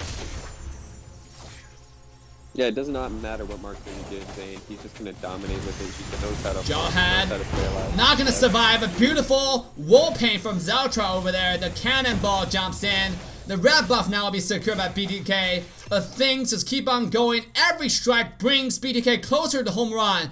This is Exile's last chance to make a stand right now as the slide continue to happen. Continue to lean towards bTk. They have to do something. They have to find some fight. If they cannot find any objective on the map, this might just be a landslide for bTk. Request backup. Yeah, this Moskov's taking this tower down by himself, being unfazed here. Wow. Look at Moscow farm.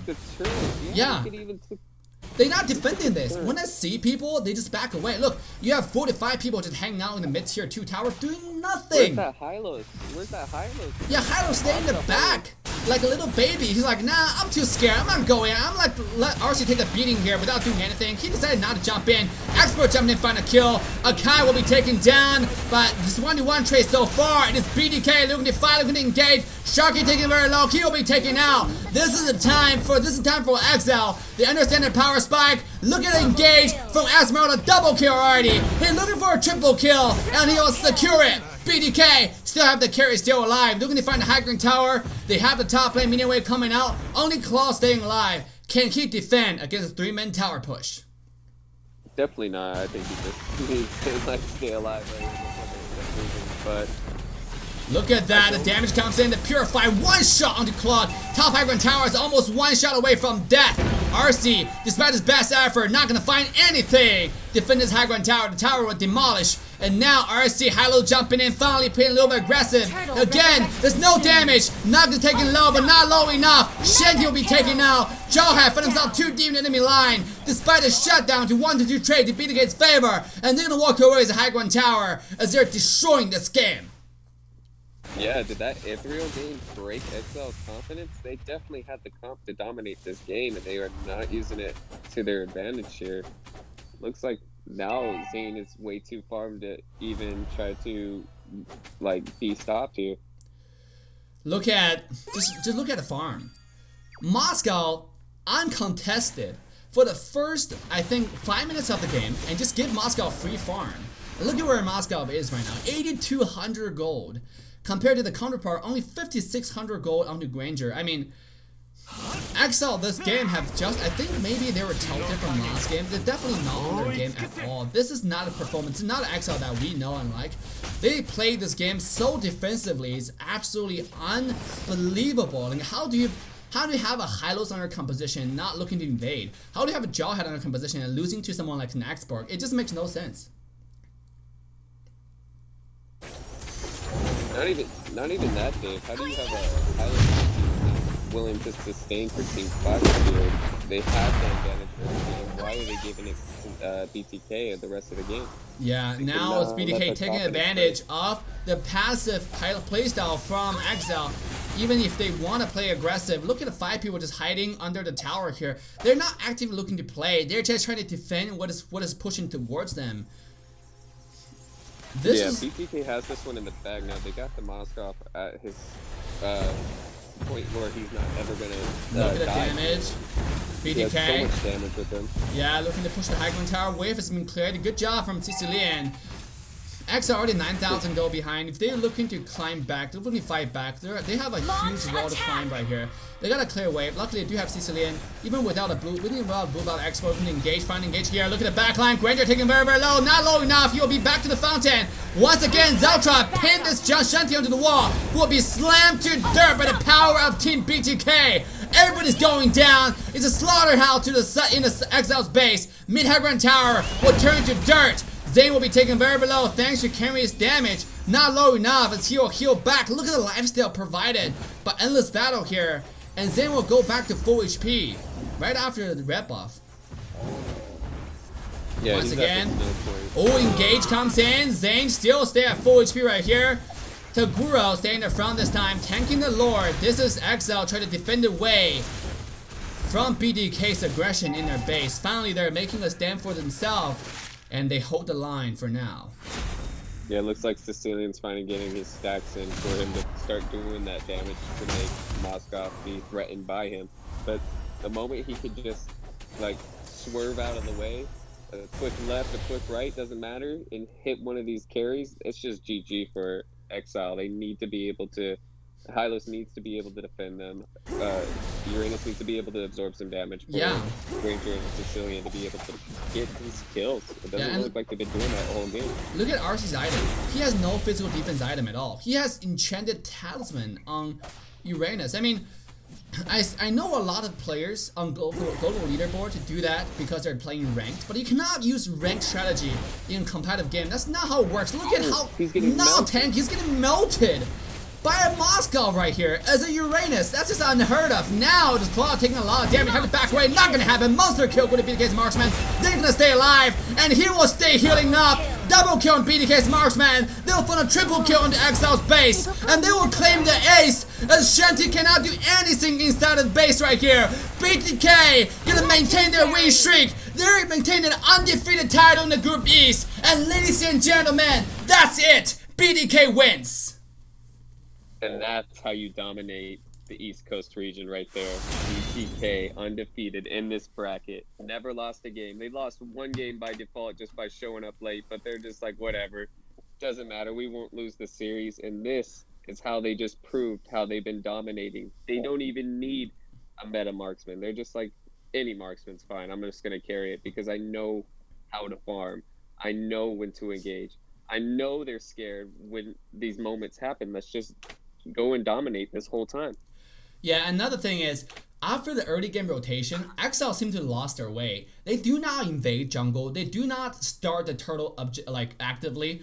They have a much stronger composition, but look what happened. 127 RC, 0-5 Jawhead. This is definitely just Exile not be on their game right here, despite bTk's beautiful performance in this game.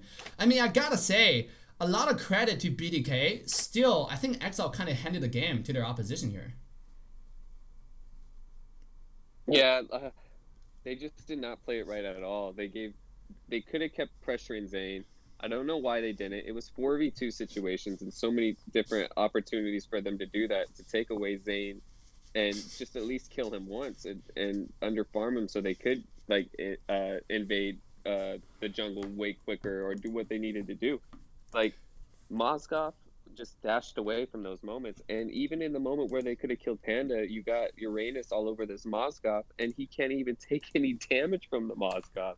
Exactly. He literally got melted in every scenario. So good job, Zane, proving that you don't need a meta marksman to end up winning this. You can use your Ethereal, you can use your Moskov now in rank. You can use those in rank and show people why they're good too. So. Yeah, focus on Zane. I mean, I gotta say, Exile has demonstrated to a lot of people walking into the grand finals to know, like, you can actually put bTk confused with this ban pick strategy. But another thing is, you really gotta just maintain your cool, you know? Like, know your objective, do what you do, like, do what you plan for. Don't be scared. Like, I think a lot of people are playing under pressure. Oh, we're playing against, like, the best team in North America right now, so we gotta have to, you know, pop off. No, just play what you regularly play. Like, have a calm mentality walking into a tournament. I will help you do a lot better, because this game, I feel like there's no objective call from Exile whatsoever. People are just playing defensively. Oh, they're invading our red. Oh, they're invading our blue. Oh, they're taking the turtle. It's not, instead of saying, let's go take the turtle, let's go take the bottom tier 1 tower, it's always a defensive call coming out from Exile, a defensive reaction instead of proactive game plan. So, walking into the game, hope you guys enjoy the game right here. Next game, we have Akasuki versus the AVL. If Akasuki wins, they're going to secure their spot 2 in the tournament. If they loses here, they will have to rematch Gosu in order to secure the spot 2 in this tournament for the Group West. This is actually really, really interesting, because if you look at the total Group West results from the results page in AE Sports Games, you will see that right now AE is taking the lead. Akatsuki have 5-1, losing only 1 game to AE's. AE has maintained a 7 win in the entire tournament, undefeated, just like bTk. This is just a beautiful score for Team East, Group East and Group West. But can Gosu make the group stage? If they cannot, if Akasuki wins against AVL, they will secure their spot, and Gosu will have to be dropped into loser bracket in the group stage, where they have to battle the 3rd spot from Group East right here, which most likely will be Dark Force users or Exile. Either one is not an easy opponent by any means, so this might be an opportunity for Team Group West to completely eliminate the powerhouse Gosu, or do they still have a chance? But before we find out all that, make sure you get your popcorn ready, get your soda ready, because we're gonna be back in 10 minutes.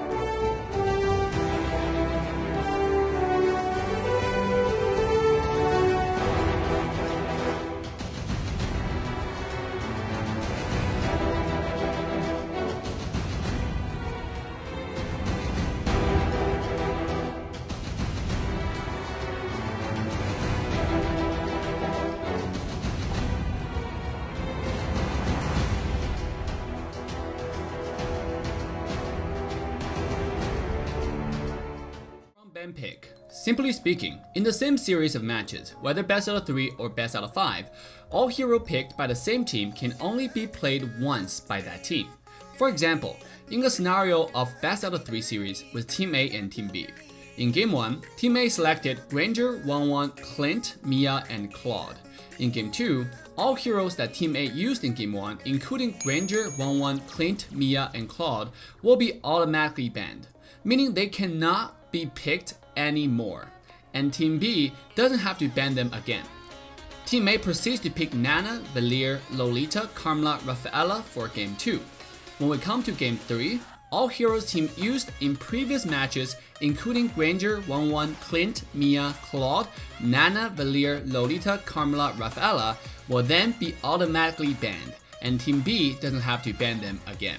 Same ban pick rules applies to Team B as well. Why all-round ban pick? In mobile MOBA, where we see a limited depth of laning phase, hero microcontrol, it is very important to design a tournament putting consideration of diversity first. More heroes, meta or non-meta, should have the chance to stage themselves in order to create a more intense and competitive gaming environment. All-around ban pick encourage players to diversify their hero pool, teams to diversify their strategy, and come up with more combos. All-round ban pick also provides viewers the brand new exciting tournament viewing experience. Every game is fresh and every game is a surprise.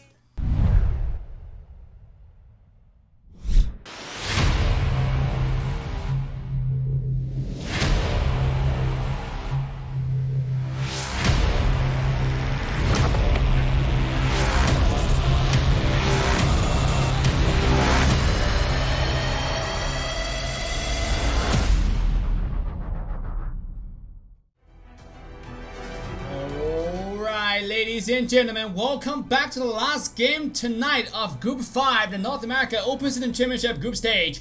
I'm your caster, Assassin Dave, where ban picks are underway. You can see on the left side we have Team AV Eternal, on the right side is Akasuki. Again, whatever happens here decides who will go ahead and take the win, take the group stage. The second who will go to the grand final by default. If Akasuki wins here, they will secure the second spot into the Group West. If they lose it, they'll have to rematch Gosu to decide the next spot going to the grand final, where the third and fourth from each team will have to jump into loser bracket. Third and fourth from each group will have to jump into loser bracket and decide the two last seeds in the grand final. As we'll have 6 teams battle for the grand champion of North America Open Season Championship to prove that they are the best. They're the crown for the tournament. So once again, I'm accompanied by a wonderful co-caster, Nas. How are you doing, Nas? Doing good, doing good. I got hope for Team Akasuki this game. You know, big fans of them. Got their name tatted across my chest. Yeah, I don't really do, but you know, theoretically I do. So go Team Akasuki this one. I'm gonna be biased. Can you go ahead and share your screen, Dave? Yes, absolutely. Now, AV Eternal does have courage. Remember courage on Ling. You know, remember that highlights. Yeah. So do not forget while you're having that happens. In this game, Ling's not banned. Remember those hyper carry or the Gushen from AV Eternal as well. They have quite a bit of assassin players, and this is the game where they prove themselves in front of the North America powerhouse here, Akasuki, who has taken games away from AE, taken games away from Gosu. I mean, this team is absolutely a team that you have to watch out for. They have every single player is a star. And from what I know, Frosty and Apple are actually 2 girls playing the game competitively. So for all the boys out there, what are you doing? You know, get your games up. You know, Dave, I suck. I think that's why you have me in the caster seat. You know, my predictions haven't been right. So, you know, I'm just going to keep casting here. And it seems like even last series, bTk versus Exile, Ling was never banned either. It doesn't seem to be a priority later on in this tournament here. Though we did see courage pop off with Ling. It was beautiful gameplay, and we have seen him pop off with Gushin. I don't think it's going to be a priority for this first game. Yeah, absolutely. I mean, it's an interesting ban pick so far. Absolutely, Ling was not prioritized. And the thing about Ling is it actually can be countered pretty easily. It is Team AV Eternal now going to take away Harith. from Akasuki. Look at the lineup here. Akasuki have Kufra, they have Jawhead, they have Nana. They try to get a hyper carry character. They gotta need a marksman or something, right? Now they're trying to ban away characters that can possibly be a really good fighter choices or tank choices for their opponent, Eternal. Eternal has some really powerful here, really good heroes, players. So in fact, they're gonna ban away Chao. Like I said, they have to ban away some fighters to make sure the fighter strategy does not go the way Eternal wants. Right now they have maybe Leomord still available. They have Thamus if they want to take that out right now. Export is out there already, so Thamus is definitely a really good pick just to buff it up, buff their front line up a little bit more. I know Death loves Leomord, but I don't think we're going to see him. I think we might see a Bruno pick for Team Akatsuki. I know Claude's still available, but I think Bruno synergizes more with Kufra than Claude does. So we might see a Bruno pick on Team Akatsuki side. Yeah. And it looks like the reason why Ling wasn't picked from AVL is because they did ban the Grok. They were able to get the carry, and they think they're going to want a hyper carry. I know that's like two words of the same, but like, yeah, hyper carry the carry instead of just trying to split up the farm between two carry heroes. Ooh, Sylvana pick. With so many heroes available on the map, it seems like Team Eternal trying to save out some heroes right now. The Sylvana pick does not make sense to me because this is not the strongest fighter in the game.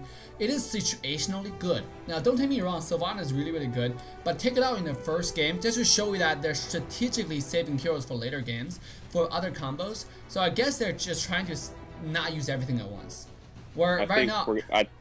I think we're going to see a Kagura from Team Akatsuki. Yeah. They had won the Sylvana with the Kagura. I remember hyping them up about that against the AE match. So I think Kagura is actually pretty good against Sylvana because she is trying to lock someone down, and Kagura can just dash out of it. Kagura can also throw the umbrella when someone is locked down in there. So we might see that here, actually. Yeah, definitely. And that would probably be Frosty on that. Oh, yeah, like I said, there's the Bruno, but... Are they gonna? Yeah, Kagura? There's the Kagura. Yeah, I remember that. It's Kagura indeed.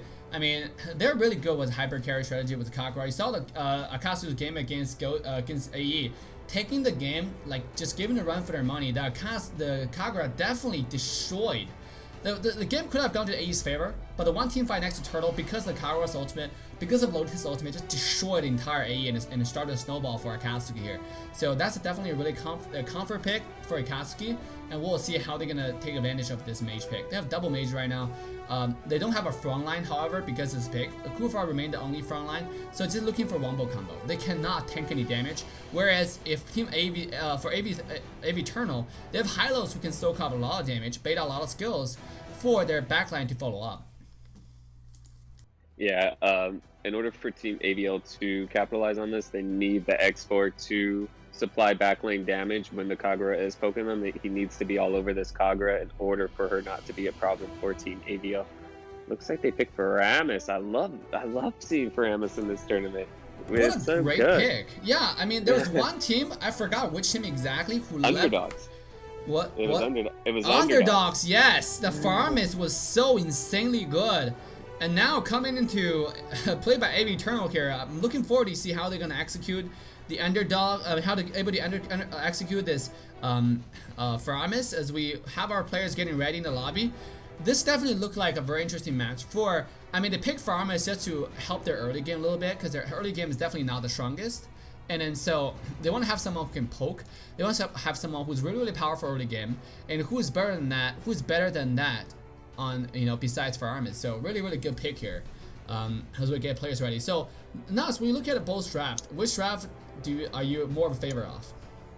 You know, I was in favor of a Team Akatsuki's because of the Kagura into the Sylvana, but if there's the Faramis, then yeah, she can kill them, and they're going to end up supplying more damage if they get the revive on each other. So it's solely on if the Faramis can ult at pivotal moments for them to keep sustaining a heavy team fight.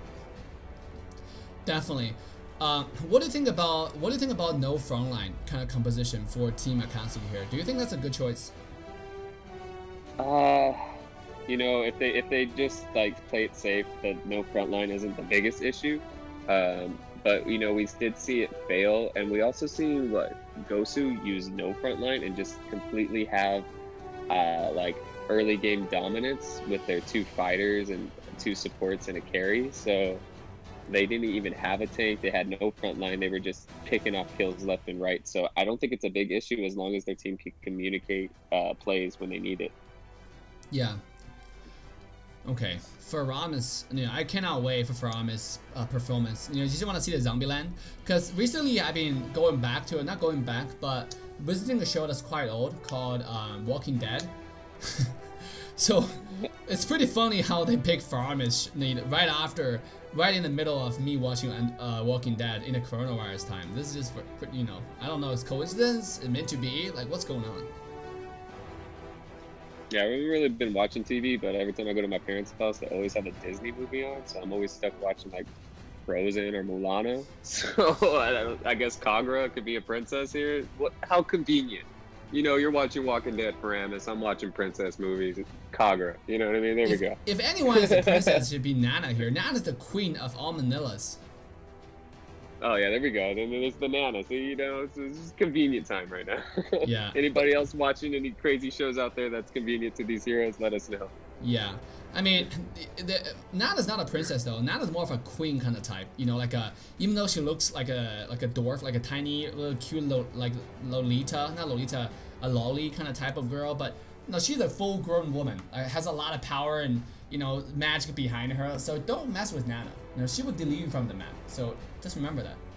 But before we walk into the game here, let's give a big warm shout out to North America Open Season Champion, proud and generous sponsors here. Gamerhub is your competitive edge for gaming. Gamerhub offers guides, tutorials, as well as walkthroughs for a variety of games, including your favorite game, Mobile Legends. Gamerhub has detailed hero information, up-to-date hero tier lists, and so on. So stay competitive and stay good at gamerhub.gg now. Again, it's gamerhub.gg. You can find the link in description. Are you a proud pet owner? Have you wondered how to make your pet stand out during this coronavirus crisis? Well, K9 & Co. got you covered.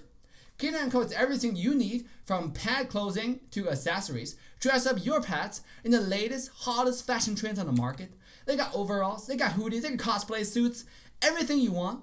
K9 & Co. is the only place you need to keep your favorite pet warm and comfortable. So visit K9 & Co. now at k9andco.com. Again, that's k9andco.com. You can find the link in the description. Last but not least, if you want to keep up to date with the latest North America Open Season Championship results, make sure you head to aesports.games now. Again, that's aesports.games now. You guys can find the link in the description. Not only will you see overall results summary for Group West as well as Group East respectively, you can also find the in-game details among all the teams. And that is crazy, guys. That just turned me on just by talking about it. So, most importantly, North America Open Season Championship is a completely crowd-funded tournament. If you enjoy the tournament, make sure to head to the website and be a proud sponsor and increase our total prize pool to $2,000. We're not asking much, right? Just $5,000 to $3,000, the extra cash that you have in your pocket, throw that in there, right? So here's our current proud sponsor list. North America Open Season Championship is not possible without generous sponsors, generous support. You guys are the ones who make the dreams and goals happen for all these players, for all the viewers. Big shout out to our sponsors, and let's come back to North America Open Season Championship group stage featuring Akasuki and Eternal. Once again, I'm your caster, Assassin Dave. With me the one only NOSC. Yeah, just looking at this lineup, Dave, I can just picture Hylos absorbing a lot of damage here, and then right when he's about to die, Paramus popping the ult, so Hylos ends up saving a lot more coverage and a lot more durability for their team. Welcome to Mobile If they end up Legends. doing that, that's going to be pretty hard for Team Akatsuki to 5 continue to do that seconds till the damage enemy unless they're reaches the snowballing. battlefield. So Smash them. we're going to see how they're going to be able to farm All this early troops game. deployed. In It looks like fact, they're doing the casual 1-2-2 as well.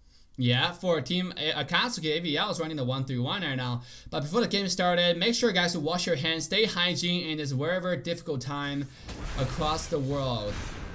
Hashtag stay home, hashtag stay clean, hashtag wash your hand, and hashtag make sure you subscribe. Hashtag watch The Walking Dead.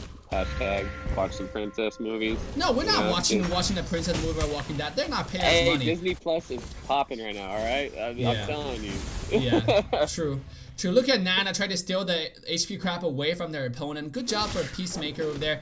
Stay cute, but stay dangerous all at the same time. AVL already got their blue buff. Mid lane untouched right now. Looks like they're gonna go for the red buff.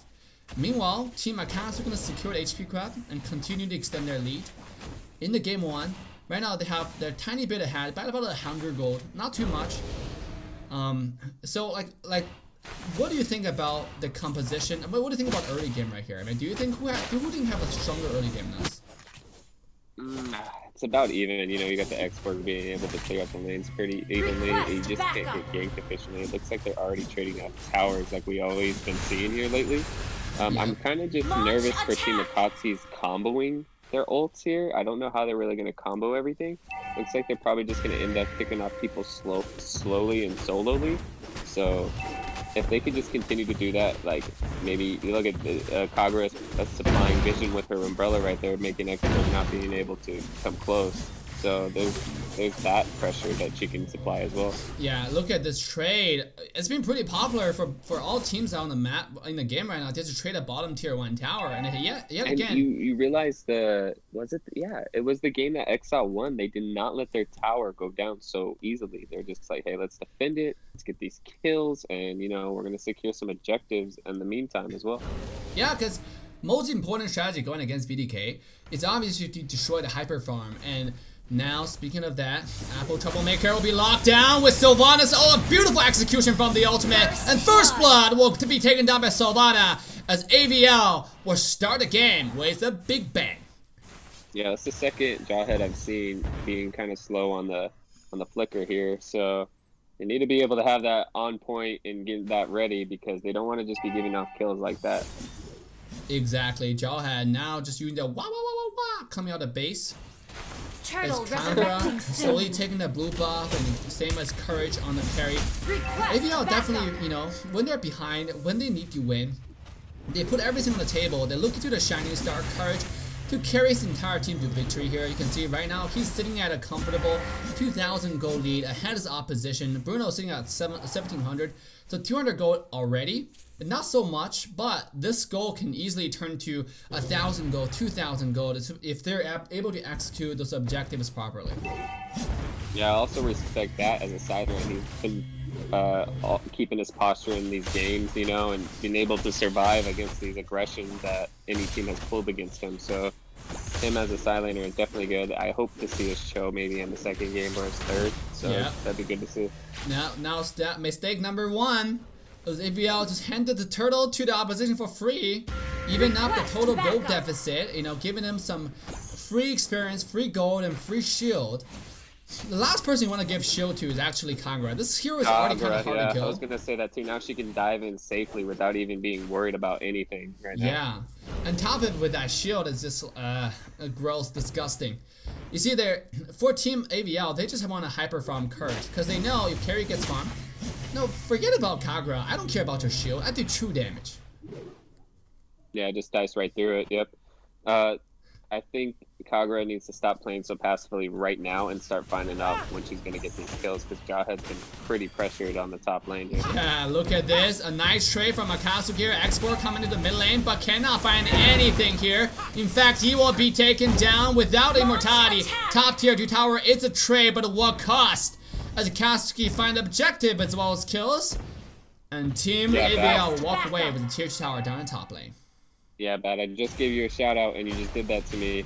But, I feel your comeback here soon. So let's go ahead and see this coverage on Kagura right here. Giving vision, getting this Hylos without any problem, actually. Yeah, look at Team Akasuki here looking for the engage onto Courage. Courage in the back line taking a little bit of damage here. The blue buff taken low will be taken down by Kagura with the retribution. Courage has no intention to contest that whatsoever, knowing that Kagura still have quite a bit of damage under her sleeve, knowing that Kagura have the retribution. Now, it's Akasuki taking the control to their own pocket, taking the control of the game.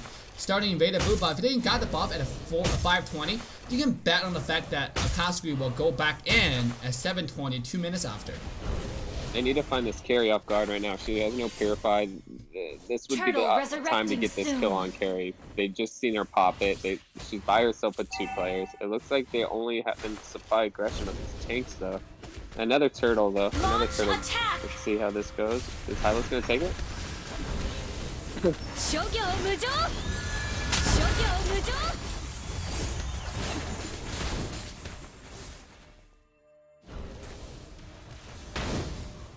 Initiate retreat!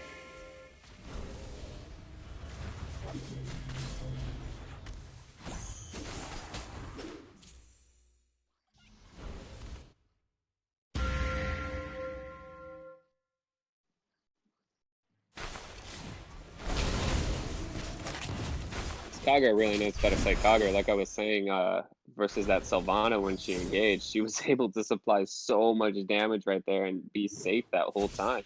So they didn't end up finishing her, which would have been nice for Team Akatsuki. They know that's the game plan. They know when she dies in, Kagura is going to have that ult ready. I think that's why we don't see Kagura pop the ult so often. Attack!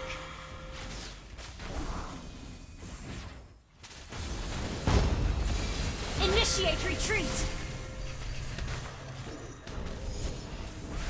Initiate retreat!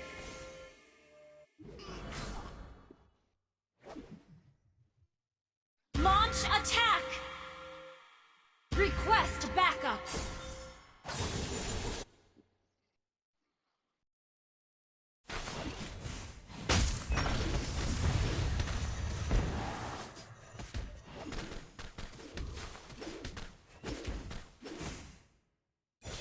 Yeah, and I never like a Faramis using his ult just to save himself. Faramis almost instantly spawns, so to pop the ult just to save yourself, to revive yourself, is never a good way to want to use it, because you're going to revive without the ult.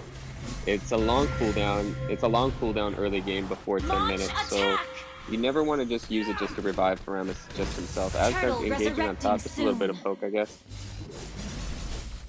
Launch attack! Initiate retreat!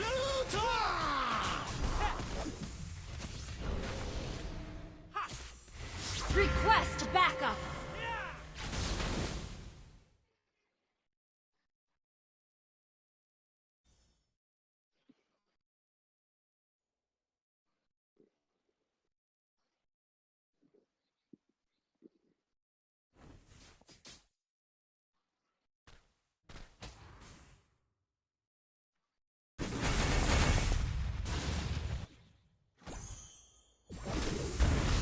Yeah, and it looks like we're seeing another backline Hylos here. He's not being too aggressive, and he's not taking these buffs like early game like he should have with his team.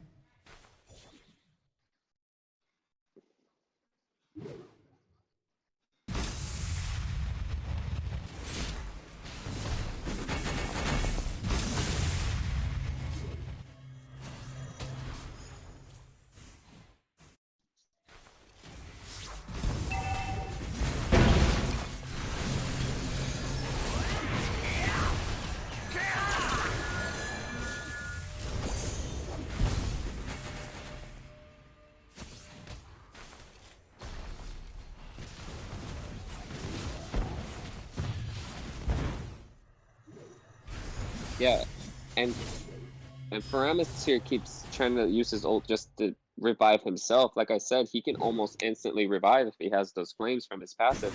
So he just needs to use it when his team is low, when his team is about to die, not when himself is going to die here.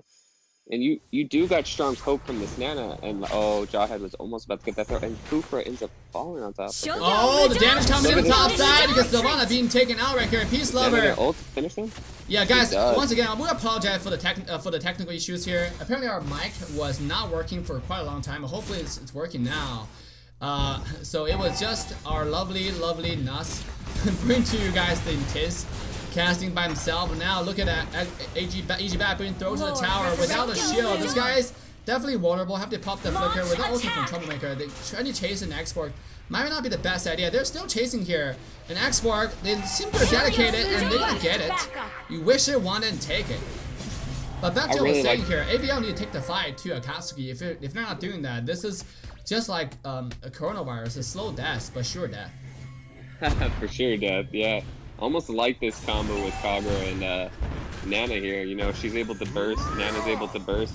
Any vice versa. If Nana does it first and Kagura kills, or if Kagura does it first and Nana kills, it's so much burst and so much coverage.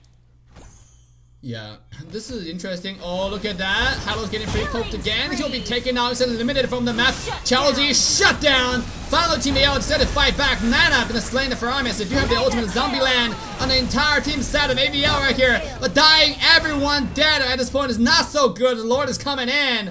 They're gonna all die. Yes, they're gonna die a few seconds later. But it doesn't matter though. They still die. So 20 seconds on the clock. Maki's the only one reviving sent to the passive of Faramis. But 1 versus 3. Is he able to hold the line right now? That's what I was saying. He needed to do that way earlier for his team to supply the cover. Oh, Cooper In open fact, but Hylo's coming in. He tried to defend against the Lord. Not gonna happen. Look at this ignoring everybody. Cooper gonna pop that flicker. And Akasuki gonna easily walk away with the first win of the night. Yeah, Kagura, a great pick versus that Sylvana. I tell you, it's definitely a counter pick. If you ever want to try to counter a Sylvana, Kagura is the way to go. I mean, again, I think Team AVL, they have a good pick. They have a reasonable pick here. It's just they didn't execute the game plan, and then sure enough, they got definitely bullied by their opposition here.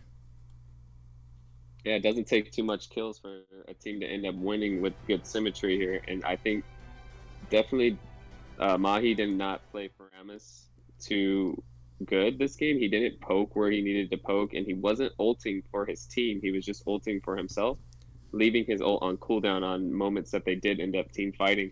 And definitely have to downgrade this Hylos here too, because he did not supply the aggression to keep his team in the fight for as long as they needed to be. Yeah, I mean, when you have Hylos, guys, just like we said to Exile, you got engage. I mean, Hylos is a strong tank. She's able to stay there and take all the damage.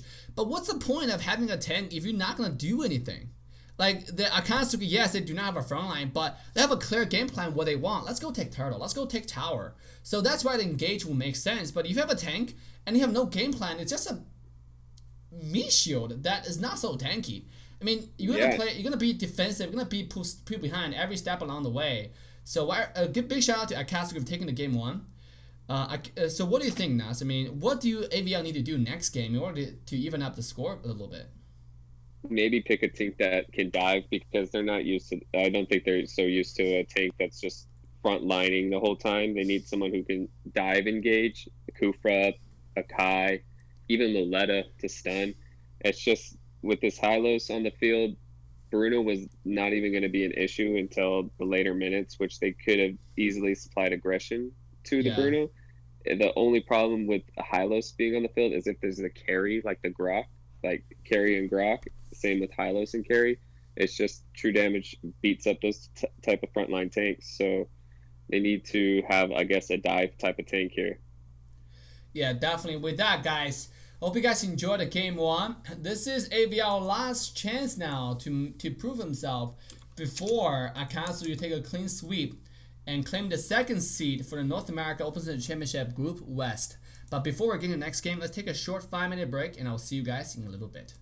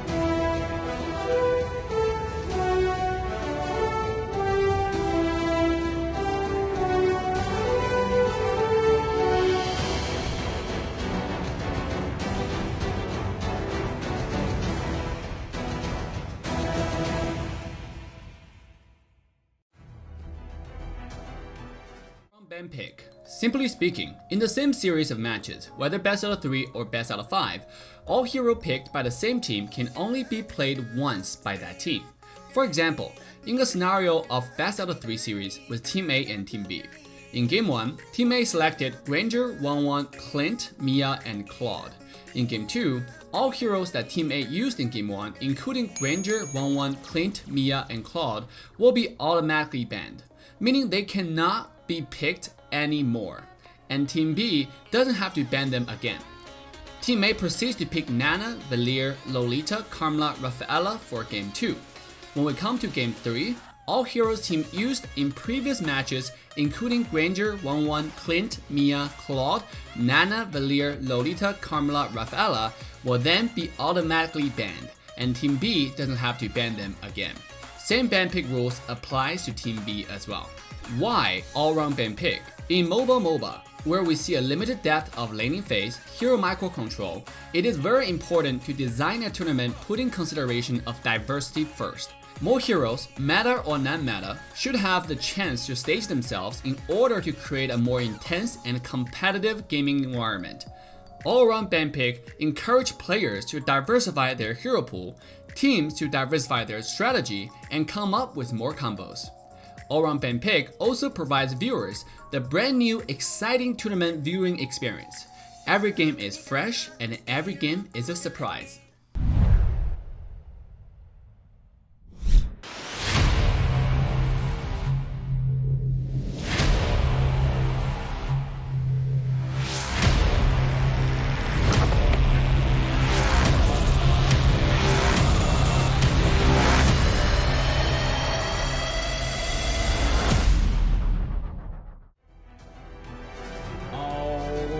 Ladies and gentlemen, boys and girls, dogs and humans, welcome back to North America Open Season Championship Group Stage Day 5, the last game of the night, featuring Eternal versus Akasuki. Once again, I'm your caster, Assassin Dave. With me, the one and only Nuts. How are you doing, Nuts? I'm doing good, you know. Used to not be allowed in the building, but now I'm on the rooftop watching this game right now. So let's do it big right now. Do go big or go home. Look at Eternal this game. Are they gonna give a run for Akasuki's money, or is Akasuki gonna take a clean sweep against Eternal, walk away with the series, and take their second spot in the Group West? So take a look at a total heroes available for Team Eternal here. They picked Selena. They could have go hyper carry this game. Unfortunately, carry was banned for the opposition. Grok was banned. So if they want to go a marksman, oh, the Ling being taken out with Kufra. This is the game to watch. Ling-a-ding right now, and then there's the Goshen on the opposite side. I don't really see that being prioritized, so I don't know what that's about. But oh, it looks like they just want to beat him in a weird fashion here if they had this Franco in the mix. Is it locked? Is this Akasuki try to show off their hero pool? We don't know. Oh, Franco being locked, ladies and gentlemen, for the first time in the group stage on the stream. This is the Franco from Akasuki and Agushi. Franco debut. I've been waiting for this Franco. Thank you, Akatsuki. This is why I have you guys tatted on my chest. But this isn't a bad pick, actually. You get this Link to engage, Franco can just ult him. You know what I mean? So it's not a bad pick. It's not a bad pick at all. Franco being the best peel against a lot of assassins, for example, Talia, Chao, all those fighter assassins who dive in hard. Franco just ult, you know, if, you know, fuck you, get out of here, or not get out here, you know, stand still, or whatever he says when he ults, but you're just done after Franco ults. So, and also don't forget about those hooks. Yes, you have Kufra who looking to engage. If Franco looking for a Kufra engage, he saw Kufra like stretching his body to a inhuman size. Franco just can, you know, hook that guy and a flicker under the tower, probably kill that Franco, kill that Kufra. So there's a lot of possibilities. I think Franco is definitely a decent pick, but maybe too early to, you know, to show that off. So let's see what Team Akasuki decided to pick right here for AVL right now. They have a choice to pick some fighters here. Thamu's still available, Jawhead's still available, Nana's still available. They decided to go with Jawhead. I mean, was everybody hating on Thamus? I think Thamus deserves more love right now. I like Thamus. He's so durable, and I think the only one who's really showed off Thamus was what, PDR. His durability, fluently. I think, Yeah. in my opinion, was BDR. But I was just gonna tell like the crowd right now, in order to beat this Selena, they're gonna need a strong tanky front line and stuff like that to absorb those stuns. And it looks like exactly that's what they're grabbing there with the Hylos and the Uranus here. So in case she does throw the stun, she's not gonna be successful. Yeah. I mean, she could be successful very early game. She's like the most dominant hero at level 2. She can kill anyone at level 2, actually. So Yeah, this is Akasuki now looking for a fighter, and then they're gonna go with their comfort pick. Actually, for Death, I mean, I think one of the most comfortable hero for him is actually a Ninja Turtle. Is actually the Leomord. We already seen the Leomord popping off against AE here. Remember one time they had Leo. They had the second game where they almost won. They had like Leo pop them off 7-0 with Esmeralda, with Minotaur and Diggy. I thought, okay, if they dive into AE, they're dead. But luckily, Faye was able to pop off on the Kaja in the very end of the game, so letting some good hooks onto Leomord and turn the fight around. But this is definitely an interesting game as both teams are getting ready for in the lobby here. Nas, who do you think have a better draft? Team AVL for sure have the better draft. Team Akasuki was just drafting, non-prioritized picks here. So it just looks like they're trying to have some fun with this game and see if they could just beat them off in a disrespectful manner. Well, if that's, that will kill people. So, make sure you don't get cocky when you play the tournament, because there's only one goal. There's only one goal, which is win, right? Only the winner is the hero here, right? The loser, they just fade away. No. I also heard Apple Troublemaker, even though he does pop off with the Leo, he always loses with the Leo. So let's hope he can turn that around for sure. This is the game that we will find out whether they can change the history of the Ninja Turtles Leomord. But before we're getting to our interesting, exciting game 2 between Akasuki and AVL, we're going to do a big shout out to our tournament sponsors, Gamerhub. Gamerhub is your competitive edge for gaming. Gamerhub offers guides, tutorials, walkthroughs for a variety of games, including your favorite game, Mobile Legends. Gamerhub has detailed hero information, up-to-date hero tier lists, and so on. So stay competitive and stay good at gamerhub.gg now. Again, go to Gamerhub and don't be a noob. Gamerhub at gamerhub.gg now.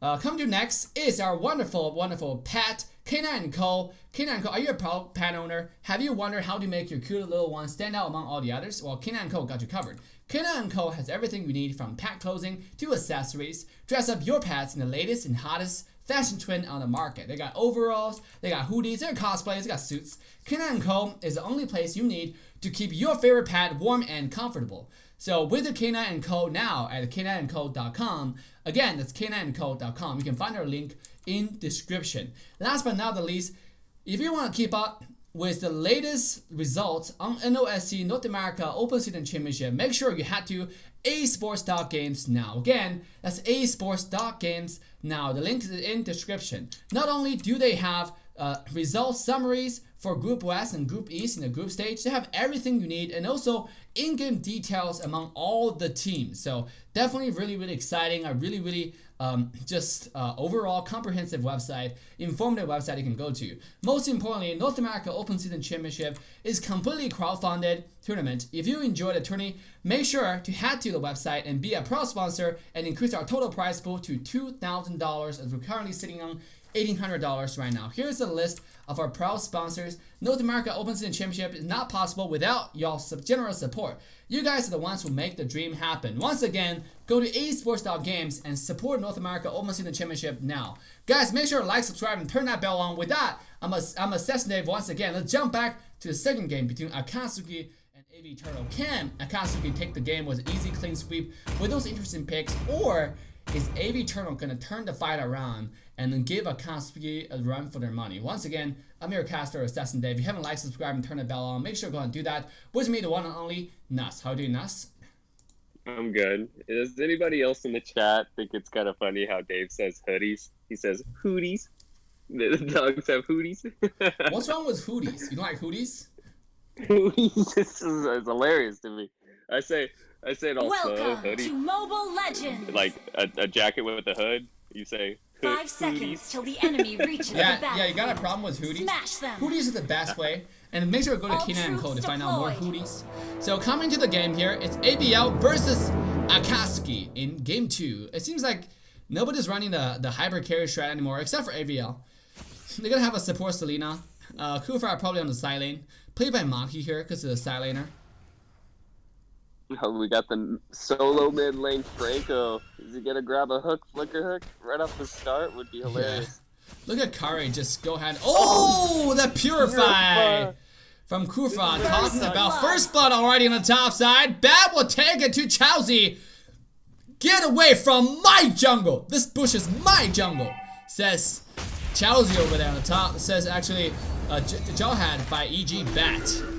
Yeah, Bat, definitely a fan favorite here for me. He's definitely a great side laner. He has the high end drive, so he was definitely able to get that kill with ease. Remember the Chow game on Bat? Where he was able to like just dodge, just like juke 3 people and get away and find initiation on 2 people and kill the entire enemy team? Yeah, no, his Cho was definitely top notch. Did Akatsuki end up banning Cho? I didn't get to really notice that, but yeah, if they didn't, I'm surprised he picked Jawhead because his Cho is so OP. Now, Sina looking to stun. He will find it. It's Leomore being pushed off, taking a lot of damage. Ling jumping in with the ultimate. 1 dagger. Where's the second dagger at? They cannot find it, and they eventually find it. They find a second kill. Selena will find a kill onto the fatty. Franco as well, double kill onto the Ling as ABL will find a fight. Yeah, this is what you were saying, Dave. Sometimes it shoots them in their foot when they pick these kind of heroes. You know, they want to take this tournament serious to get these wins and just dominate in good fashion here. And now they're just already pedaling from the back foot as they're trailing behind as a 1,700 gold difference now. Already so, 1,700 gold deficit to the side of Team Akasugi. They got a lot of Apple Peace Lover, Apple Peacemaker here. I mean, they got a bunch of Peace Lover and Peacemaker top lane. Speaking of that, Bat is taking a lot of damage. He'll be easily bursted down by Troublemaker, who definitely making a lot of trouble right now for Team AVL. Taking kill number 1 for Akasugi. Yeah, it doesn't look like he's on his Leomord. He definitely doesn't want to lose the game because with his curse with the Leomord. So he went Gushin this time, which he is a comfort pick Gushin as well. He definitely top Gushin, definitely top Leo here. So yeah, we got a lot of top Franco here. Now engaged once again. Franco will be taken down, beaten up, and he will stay dead on the ground. Sent to Nana's ultimate. Resurrecting soon. Nice pick from AVL once again. Oh, yeah, look we at got the engage from Chowsy. They want to get Courage blue buff right here. Are they able to take it? Flame Shot comes out. They're not able to get it because they don't have the blue buff. Now Courage will get engaged on. Eliminated from the map. Selena comes in with a stun, but they cannot have any more damage. Selena will have to die right here in their front line. Bat making his entrance to team fight. He will find a kill in return onto Apple Troublemaker, but at what cost? As AVL has already lost 3 people on the map. Yeah, Leo had his horses in the back. The horse stock was attached, and he was ready to go there. He definitely cleaned up those kills way too easily, even though Hylos KS'd him. I mean, definitely a shout out to Peacemaker for doing all that damage. I don't know why he doesn't go for the second heal crab, though. Yeah, meanwhile on top side, look at Franco the fatty. Now Flicker this time, killing the spree on Jawhead. 341 now on Bat. Man, this guy is popping off. Yeah, Franco over here feeding. He needs to calm down here. Give his team some time to engage before he starts dying like that. Well, you know, he's peace lover, right? He just wants peace. He want to make love, not war. So he probably just saying hi to the opponent. But unfortunately, his opponent wasn't on the same mindset as him. That's why, like, even though he want to make peace, AVL really just want to get his win. So mid lane now, the hook connects. This is why he picked Franco. Hylos will take the kill. The flame shot comes in. Link jumping in with the ultimate, finding kill number 1. Not gonna find a kill number 2 just yet. And this is AVL finding a trade despite a beautiful hook.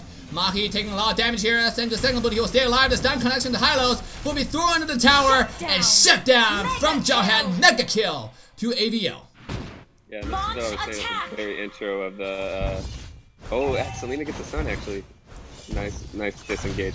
But yeah, they team maybe all. Oh, look at that, Chowsy. Pop that Purify just to get away right here. Pretty good job. Yeah, these guys will not give me a second to talk as Leomore is not getting pressure. Looking to engage once again. Selena being taken out. One should be not low enough to die though. Jawhead looking to wah, dumping in. Not gonna find a throw. Again. He just wants the peace. Yeah, and Peace Lover says, back off. This is the peaceful society you live in. Let's all fight coronavirus together. Hashtag stay home top lane. Tier 1 tower will be taken down thanks to the wave, thanks to rotation from Jawhead. He's not able to make it back in time. Still, it's 1,000 gold to the favor of AVL. Can they take the advantage into win? We shall find out. Yeah, it looks like they're getting the kills. Yeah, of course, but Akatsuki's over here getting objectives. So launch attack. Oh, Lee's over here camping. Stay in the bush. Ooh, getting discovered right here. Ooh, the ultimate. Maybe too early here. Now the team fight happens. Kufra jumping. Jawhead finding himself into the team fight. Ling has already jumped away. Now coming back, looking to find himself to do some little bit of damage. Hylo's been taken down. This is AVL's fight to win yet again. There, with the stun, with the damage, and Fatty will be exploding under his own tower. Chelsea cannot find any luck in the team fight. Peacemaker find himself into the team fight. Maki taking very low, not low enough. Pop that Purify and he will get himself away. Ling looking for the entrance once again. As both sides try to disengage the team fight, is Maki jumping in. Finding Chelsea's knocked up, beaten up, but not enough to take him down. AVL will find a 1-2-0 trade. Yeah, Franco over here getting wrecked countless times. He just needs to stay safe. Wait till his team can engage safely too. Maybe I like how his team isn't waiting for the hook though. You know, if Franco misses, they're not gonna let that be the deciding factor on a team fight. Yeah, stun once again, connecting onto the Franco. Why are you being so mean to someone? All he wanted to do is make peace. Dodge. Now the hook once again did not connect. Jaw on the top lane, 1-on-1 against that Chelsea until Troublemaker comes in to make some troubles, and Bat will be taken down, shut down, and go back, sent back to black and white screen. As this is Akasuki now gonna make a move towards the turtle. Yeah, they're playing this Hylos pretty well here. He's definitely giving them the coverage that they need. That this is what the Hylos is supposed to be played like. Look at, he even takes the stun. Ling looking to engage. A turtle will be taken down by Apple Peace Lover, Troublemaker here. Selena stun connects. The entire team of Akasuki is in shambles. They're taking very, very low. Ling looking to engage yet again, but not gonna find a target. Maki will have to jump away. It's not gonna happen. Ooh. A beautiful combo from Troublemaker. Once again, disturbing this entire team fight, tilting the balance of the piece. He misses his horse at the top. On the bottom side. Peacemaker will be taken down right here. Not so much peace for you. And the hook connects. Peace Lover says, enjoy that blue buff. As Akasuki making invade on the blue side. Oh, look at that once again. It is Troublemaker looking for the engage without ultimate, without damage. He's in a lot of trouble right now. One more dagger. This is Ling making an entrance. Jawhead will find a kill as Hylos will be pulled back. Bat is still alive. He's very, very tanky. He has the shield. The stun connects. Kufa looking to jump in, but Ling's like, nope, let me take my blue buff. AVL finding kill number 1. What a beautiful hook once again. There will have to use that shield just to get himself away. Peace Lover is popping off right now with them hooks. Yeah, what's with the pause? That was quite interesting. Accidental pause coming in. Excuse me. Oh, the hook connects, but nothing else gonna happen. I apologize for that. Yeah, that was me with it. Yeah, I was trying to show the graph to the audience. Unfortunately, the control. Your fingers are fat. Yeah, the control is just not well designed. My fingers are too fat. Yeah, why do you say that? I'm saying the control is bad, but you know, you have to expose my fat fingers. Coming back into the game here, Ling on the bottom side. Just finding a little bit push of his own. Leomore will actually use that ultimate to clear the wave here. But look at Ling's farm. Ling is sitting at a comfortable 6,300 gold compared to Leomore 5,700. Ling at an endless battle. This guy is going to look to destroy the entire backline, which in this case, Akasuki doesn't really have a backline. All they have is the front line. Stun connects once again. There's damage coming in. Bad in the front line. Throw the Hylos once again. Why they like the tank so much? It doesn't matter. Hylos will be taken down. Chelsea, one more shot be taken out. And double kill the team AVL. Kufa looking to engage. Cannot find a target just yet. Bat will back away as AVL, with the number advantage, will make a rotation towards the Lord. Yeah, I don't think they contest it here, Dave. I think they just give it up. You know, there's no way they can contest it and steal it and stay alive. So yeah. And now they're leaving the Ling 3, taking the low for free. Look at that. Flicker comes out. Troublemaker having a lot of trouble here. And Kufra will try to slow Maki a little bit, make sure the ball doesn't connect. Now it is Courage making an entrance onto Troublemaker, and nowhere for this Gushin to go. He'll be slammed to dirt by the power of Ling. And now it's AVL on offense. They got a wave, they got a Lord, they got everything to their advantage. And now AVL looking to win the game in one push. Yeah, Franco's struggling on this hook now. He doesn't want the piece, but he definitely needs to land a hook. Ooh, look at Lord charging down the base without any marksman. They are having trouble killing the Lord. This is only level 1 Lord. Look at everybody stay here, try to do some damage to it, but it's just not gonna be enough. Meanwhile, top lane, tier 2 tower will be taken down. There's no doubt about it because you got 2 cannon minion, bottom tier 2 tower. Courage, I mean AVL taking out all the outer turrets, like 1, 2, 3 sets of turrets. Easy peasy 1 to 3 easy, like never existed. They definitely took advantage of that Lord.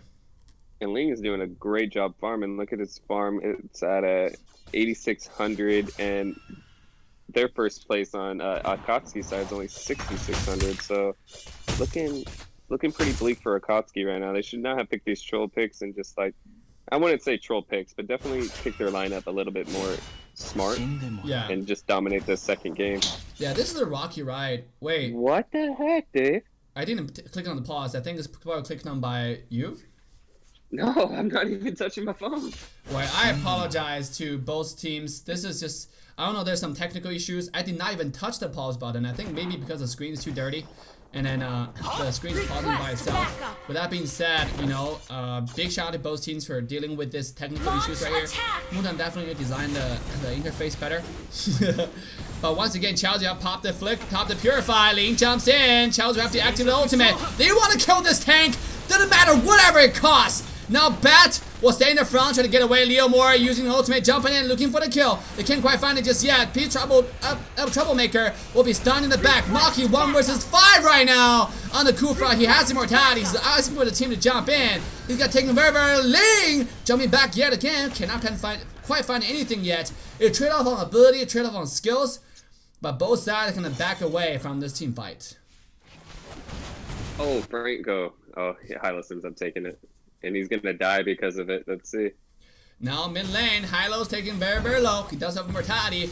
Combat might just die again. Leomore with a beautiful ult onto 2 people right here. Is Waffle taking very low. Have to pop the purify. Try to stay alive. Kufra 1 versus 4 yet again. Find himself shredded alone. Where's your teammate? Says Wolf. Says Maki. Nope. He will be slain as Team Akasuki will take a free kill away from AVL. Turn the whole tide around to their favor. Yeah, I'm glad that Hylos. Oh yeah. Looking to jump in right here down on Leomord. Oh, the combo connects and Ling. Bad idea. Oh, he gets away though. Whoo! Thanks to the fact he's Ling mobile enough to dash away just in time. That was a close call. Yeah, I'm glad that Hylos decided to go back instead of recall, pop that revitalize, keep their team in the fight, and end up winning that team fight. It looked like. Look at that invade. Look at that engage. Blue bomb. Here's the Apple Troublemaker. You've already found the kill on the Nana. That in 1 versus 4, not gonna do anything right now, my friend. He's trying to run away, but it's not gonna happen. The slow comes in, the horse come out, and Ling just stay in the base right now. So we can have a little bit issue to recover the energy. Top lane stun, Kanatsu Uranus, but they're not gonna find a kill. The flame shot will go wide. Chelsea once again pop that purify just to get away. Jawhead still on the run. Wobble goes Jawhead. Finally being daggered on. He'll be taken out. Yeah. The immortality is not gonna save him this time, and Gushin will find 1 more kill. Yeah, if Franco was gonna land a hook, it was definitely right there. He's totally missed. Lord resurrecting. AVL went from an 8,000 gold to a 4,000 gold lead. I mean, Oh, the hook once again connecting to Kufra, but no follow-up this time. They're still in the lead though. Remember, despite the victory that Akasuki is having temporarily, this is still AVL in the lead. Kufra looking to go in? Like 1 versus 5 yet again. Akasuki just like, let's not fight the Lord anymore. Just screw the Lord. Let's go for the kill. And they got a kill on the Kufra. Maki just wondering what the heck what the heck went down over there. Now the Lord will be given to Akasuki for free, as Akasuki is making pressing forward to AVL space. Yeah, see on the player's side, they see like a dark screen, they have to supply vision, so I think Cooper was trying to supply vision, trying to see how low the Lord was, so yeah, it ended up not turning out in his favor because it was still full health. Yeah, now Ling standing on the wall looking for the backline flip, but he cannot find anything because this game, Akasuki didn't even go any marksman. So nothing for him to flank. You know, if you want to flank, you only flank someone like Leo, you can flank someone like Gushin, but still that's too risky. Now they're missing people who can clear wave. Kufa once again just jumping every time to suicide. Chelsea taking every damage possible. Oh, nice 3-man knockout from Maki right here. They already find a kill on the high-lows. Now the hook connecting to Kufa, who will be taken very, very low, but he's very, very tanky to stay alive despite 3 people chasing this guy. He stayed alive, and now it's the Apple Peacemaker in the front line taking a lot of damage. Trying to find a kill from AVL, not gonna connect just yet. Troublemaker already taking the high ground tower down the mid lane, connect the combo, but stunned up and knocked up by this Cooper right here. Shutdown comes in for Akatsuki's mid laner as AVL will hold their line and they will defend off the aggression from Akatsuki.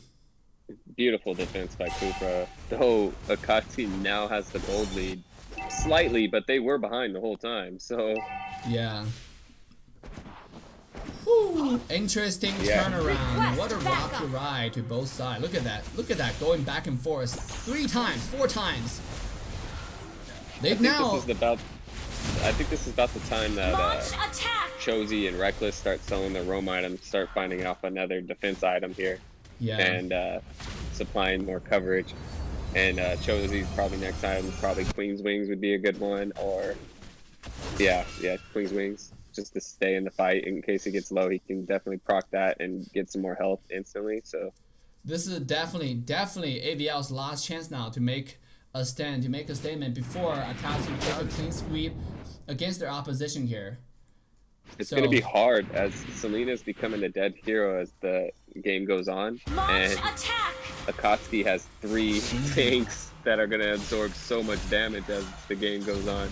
So they're kind of making it hard on this lane to hyper carry the game with these 3 tanks the later the game goes on. Yeah, now you can see on the bottom side, it is Akasuki looking to start things off. Kufra staying in the front yet again. Apple Peace Lover to stay in the back. We can find a hook. Oh, Bad will be connected onto the dagger. Will have to dash away. The stun yet went wide. The top lane, Chelsea continue to put the map pressure onto the AVL's base. As Courage will have to clean away. Bottom lane.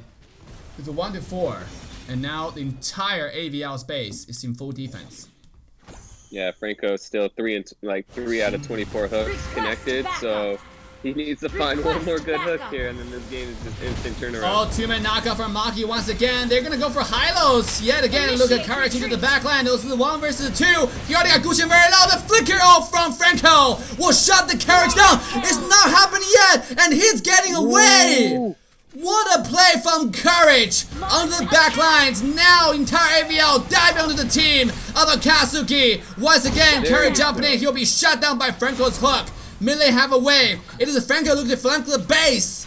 And AVL will have to go back and defend their base from going down.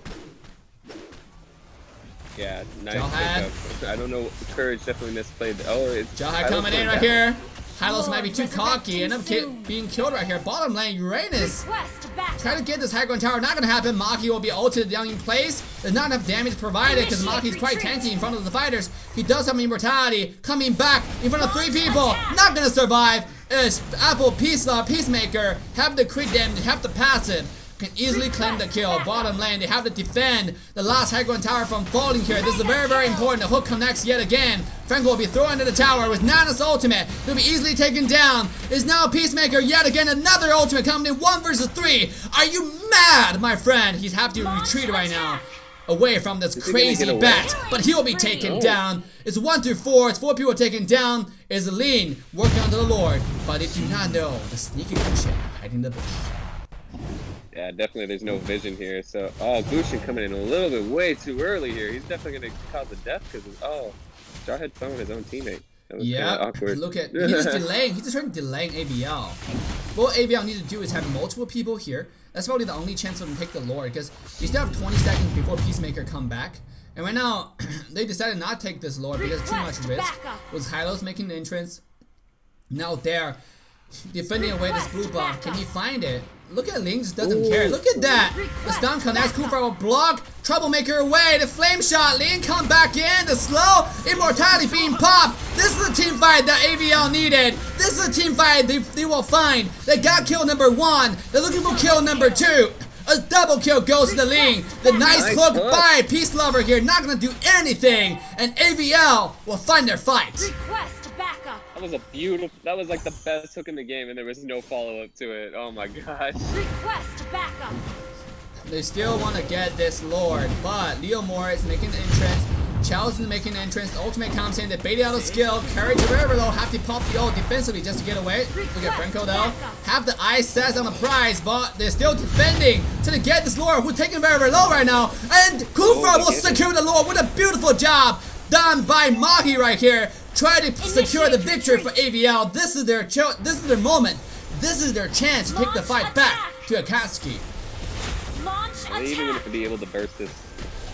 Chelsea a little bit too cocky. He'll be taken down and taken out from the map. A 5 versus 4 right now with Lord charging into the base of Akasuki. Despite losing all their high ground towers, AVL is not backing down. And it looks like the curse of Leo for Akatsuki is still happening, no matter who has him. They end up losing with Leo, but I don't want to speak too soon. Not too soon, for sure. The hook connects. Beautiful hook once again. Bad will be the target. A nice engage on the Kufra. A beautiful combo from Nana. Already shut down the mid laner. Now Celine coming in to finish this fight off. 2 being taken down. Unstoppable goes to Selena. The stun connects on the Peacemaker. He had to pop the Purify just to get away. Lord is still coming in. Lee had to wave down mid lane. And AVL, they took this fight. They're going to the base of Akasuki. Yeah, Akatsuki just needs to be able to defend this. If they can defend this and get a kill, they can definitely reverse sweep them here and end up. There, will be taking out shut down, but the wave is ready. Ling tried to get the tower right here. He's 1 HP, and it's not gonna happen. He'll be taking out. The defense from Apple Peacemaker will secure their base for now. Double kill to Uranus. Waffle is on the run. He does have immortality. He had the flame shot to save himself for now, but can Reckless pop the ultimate in the last second? Look at that. Manila right here save herself for now. The waves coming in down mid lane. 3 people defending from Team AVL. A little bit too rushed from Team AVL there. They had a win. Mahi jumped in, tried to clear the wave. 1 versus 3 might be too risky, my friend. Does Mahi have to be running away right now? What a game! Oh, Leo, looking for what he's doing. He's clearing wave. Nothing else, just clearing wave. Nana's damage on line. Look at that! Hylos already been taken down. Reckless going back to the base. Now Mahi jumping in, looking for the entrance. Nana is the target. Waffle will have to do damage right now. The Manila comes in. People, Apple Peacemaker will have to go away. There's another wave coming in, but there is already alive as AVL hold their line. Dude, Jawhead did a great job defending that right there. Oh my gosh, he did so much damage. He even threw them up and stunned them all in the same position that they were standing at. Jeez, what is this Jawhead building? He has Endless Battle. He has Rose Gold Meteor, Blade of Hepacy, which just got a recent buff, and he has Blade of Despair. So he is actually packing a lot of damage. Yeah, I mean, this is a late game for Ling. Oh, engage on the Gushan! Did not see the Kufra over there. Bye-bye, my friend. Now, it's Leomor's turn. It will be taken down as Leo will be slain. The disaster spell for the side of Akasuki. There's nothing they can do standing in front of AVL. They're basing the shatters. And AVL, they run into the base. They run into the crystal. They have the minion wave. There's nothing they can do to stop them right now. The minion wave is outside the crystal. As AVL is not paying attention to this just yet. They have to clean, they have to push the wave in, but still 5 people alive with 3 people down. Halos cannot do anything against a 5-man push right now. Ladies and gentlemen, AVL even up the game. Yeah, Chozi should have been able to just cut around and stop the next minion wave while being towards maybe like where the second inhibitor turret would be, and that would have been able to stall the game out long enough for the rest of his team to come alive. But this Franco, oh my goodness, definitely, I don't know. Bad choice. I'm out of breath here. I need a break. This game was crazy. There were too many fights going back and forth. Now, my phone's completely frozen. 34-16 is the final score. So yeah, this one was an underdogs match. 23 minutes, underdogs being 28 minutes. Anybody could have took it at any point with this crucial team fight. What a performance by both sides right here. You know, taking the game to each other here. This is the last game between AVL and Akasuki. Again, if AVL takes this game, this entire Group West can be a completely different situation. This is what I mean by competition. This is why North America Open Season Championship cannot be better. I'm so happy to be here at this moment. That's how you feeling right now? I'm feeling good. I hate to say it, Akatsuki, but the Leo curse still remains. Every time you guys have the Leo, no matter how much it dominates, it ended up doing 100,000 damage. And it tanked 19%, and 19% was 200,000 damage. Just 19%. So the curse continues, Akatsuki. I'm sorry. Just don't pick Leo anymore in this tournament if you guys want to win. Exactly. The win rate is not so high. So with that, guys, we're going to take a short 5-minute break so I can rest my throat. If you enjoyed the tournament, make sure to like, subscribe, turn that bell on so you do not miss the game-changing third match between Akasuki and AVL. With that, we'll see you guys in 5 minutes.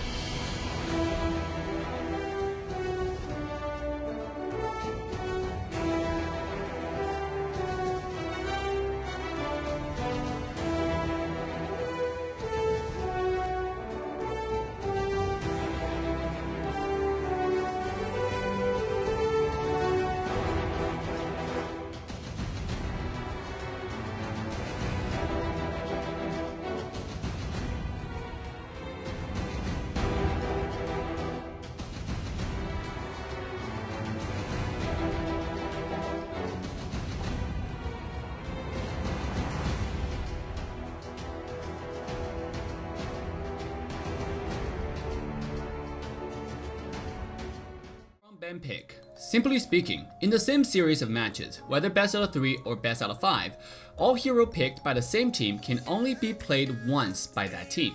For example, in a scenario of best out of 3 series with Team A and Team B.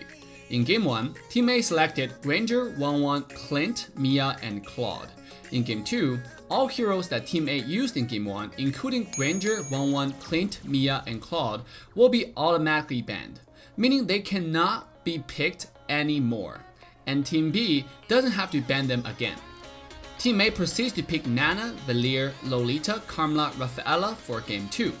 When we come to Game 3, all heroes team used in previous matches, including Granger, 1-1, Clint, Mia, Claude, Nana, Valier, Lolita, Carmela, Rafaela, will then be automatically banned, and Team B doesn't have to ban them again. Same ban pick rules applies to Team B as well. Why all-round ban pick? In MOBA, where we see a limited depth of laning phase, hero microcontrol, it is very important to design a tournament putting consideration of diversity first. More heroes, meta or non-meta, should have the chance to stage themselves in order to create a more intense and competitive gaming environment. All-around ban pick encourage players to diversify their hero pool, teams to diversify their strategy, and come up with more combos. All-round ban pick also provides viewers the brand new exciting tournament viewing experience. Every game is fresh and every game is a surprise.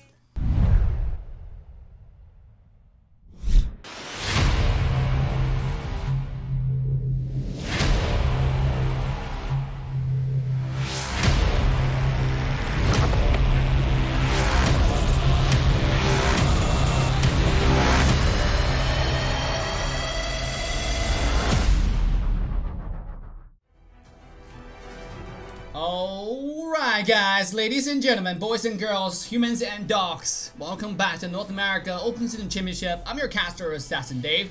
Welcome back to the Game 3 between Eternal and Akasuki. How are you doing, Us? I'm doing good as always. Kind of upset that Akasuki decided to troll Game 2. I don't know if it was a troll 100%, but it seemed like that to me with that Franco going, what, 2-8, I think it was, not landing a hook when it was needed, and when he got the most beautiful hook in the game, hooking that Ling and flickering back, he ended up giving it away. Yeah, now the third game is interesting. You have Grok and Carry all open, so Grok was taken by Team Akasuki here, leaving Valier and Lolita open also. So you see Export, now it's ABL's chance to pick. They still have Thamos available. Thamos is also available for Team Akasuki, so this might be a chance for them to grab it before the enemy team either ban it or take it away. Grab the Badang. Let's see a Badang gameplay this game, you know? I want to see more showcase of the Badang. I think he has like the most comeback material of any hero just because of how his ult works, you know, based around his HP and killing everybody all at once. So I kind of want to see a Badang gameplay, bait out the X-Borg and then kill him with the Badang. So pretty interesting. Yeah, I'm surprised the teams who picked Granger, we didn't see a Thamus. I mean, not a Thamus, Charizla, because Charizla is so tanky the lower his HP goes, making a marksman kind of hard to kill him. So. Ooh, a little bit block happening, I think. Yeah, I'll go ahead and check in on that. Yeah, to make sure that what are they picking. We have a little bit of issue. Ban pick right here is they're not actually picking and banning the right heroes. So I think they're safe until the last second. We need to find out exactly what they picked here. That wasn't a pool pick, I figured.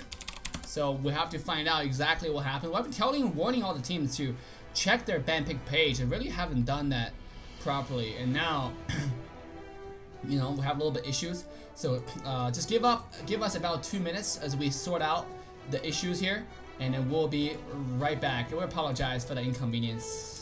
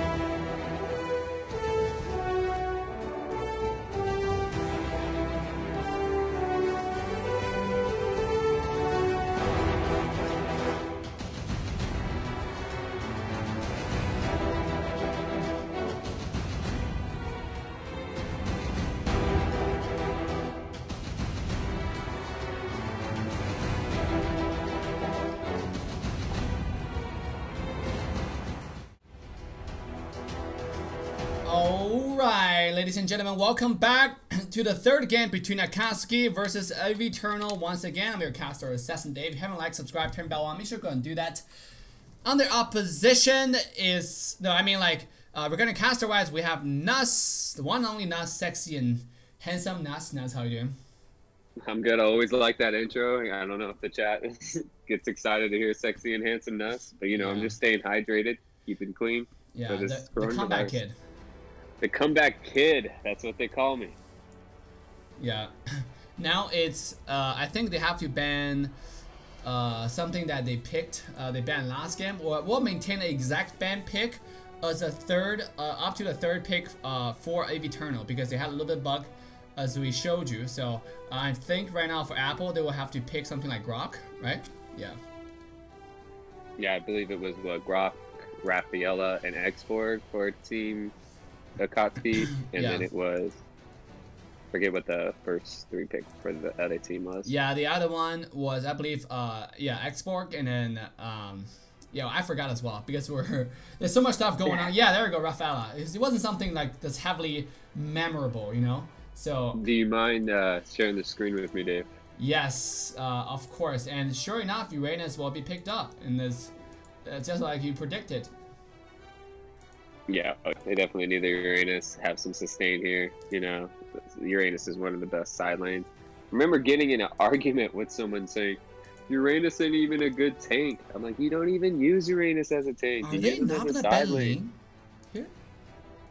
They don't ban lane? Maybe. They didn't ban lane. They left it open. This is a suicide match. Do you want lane with the Rafaela? He already Why not? Because this is the last game. If you look at the compositions right here, Valeria and Lois are definitely not going to stop a lane. You know, in fact, Ling is literally Valeria is literally the prey for like for a huge predator like Ling. It's like squishy to hero to kill. Like you probably don't even need to use your ultimate. You come down with a second skill, one more second skill, and an auto attack. This Valeria is dead. You know, instant deletion.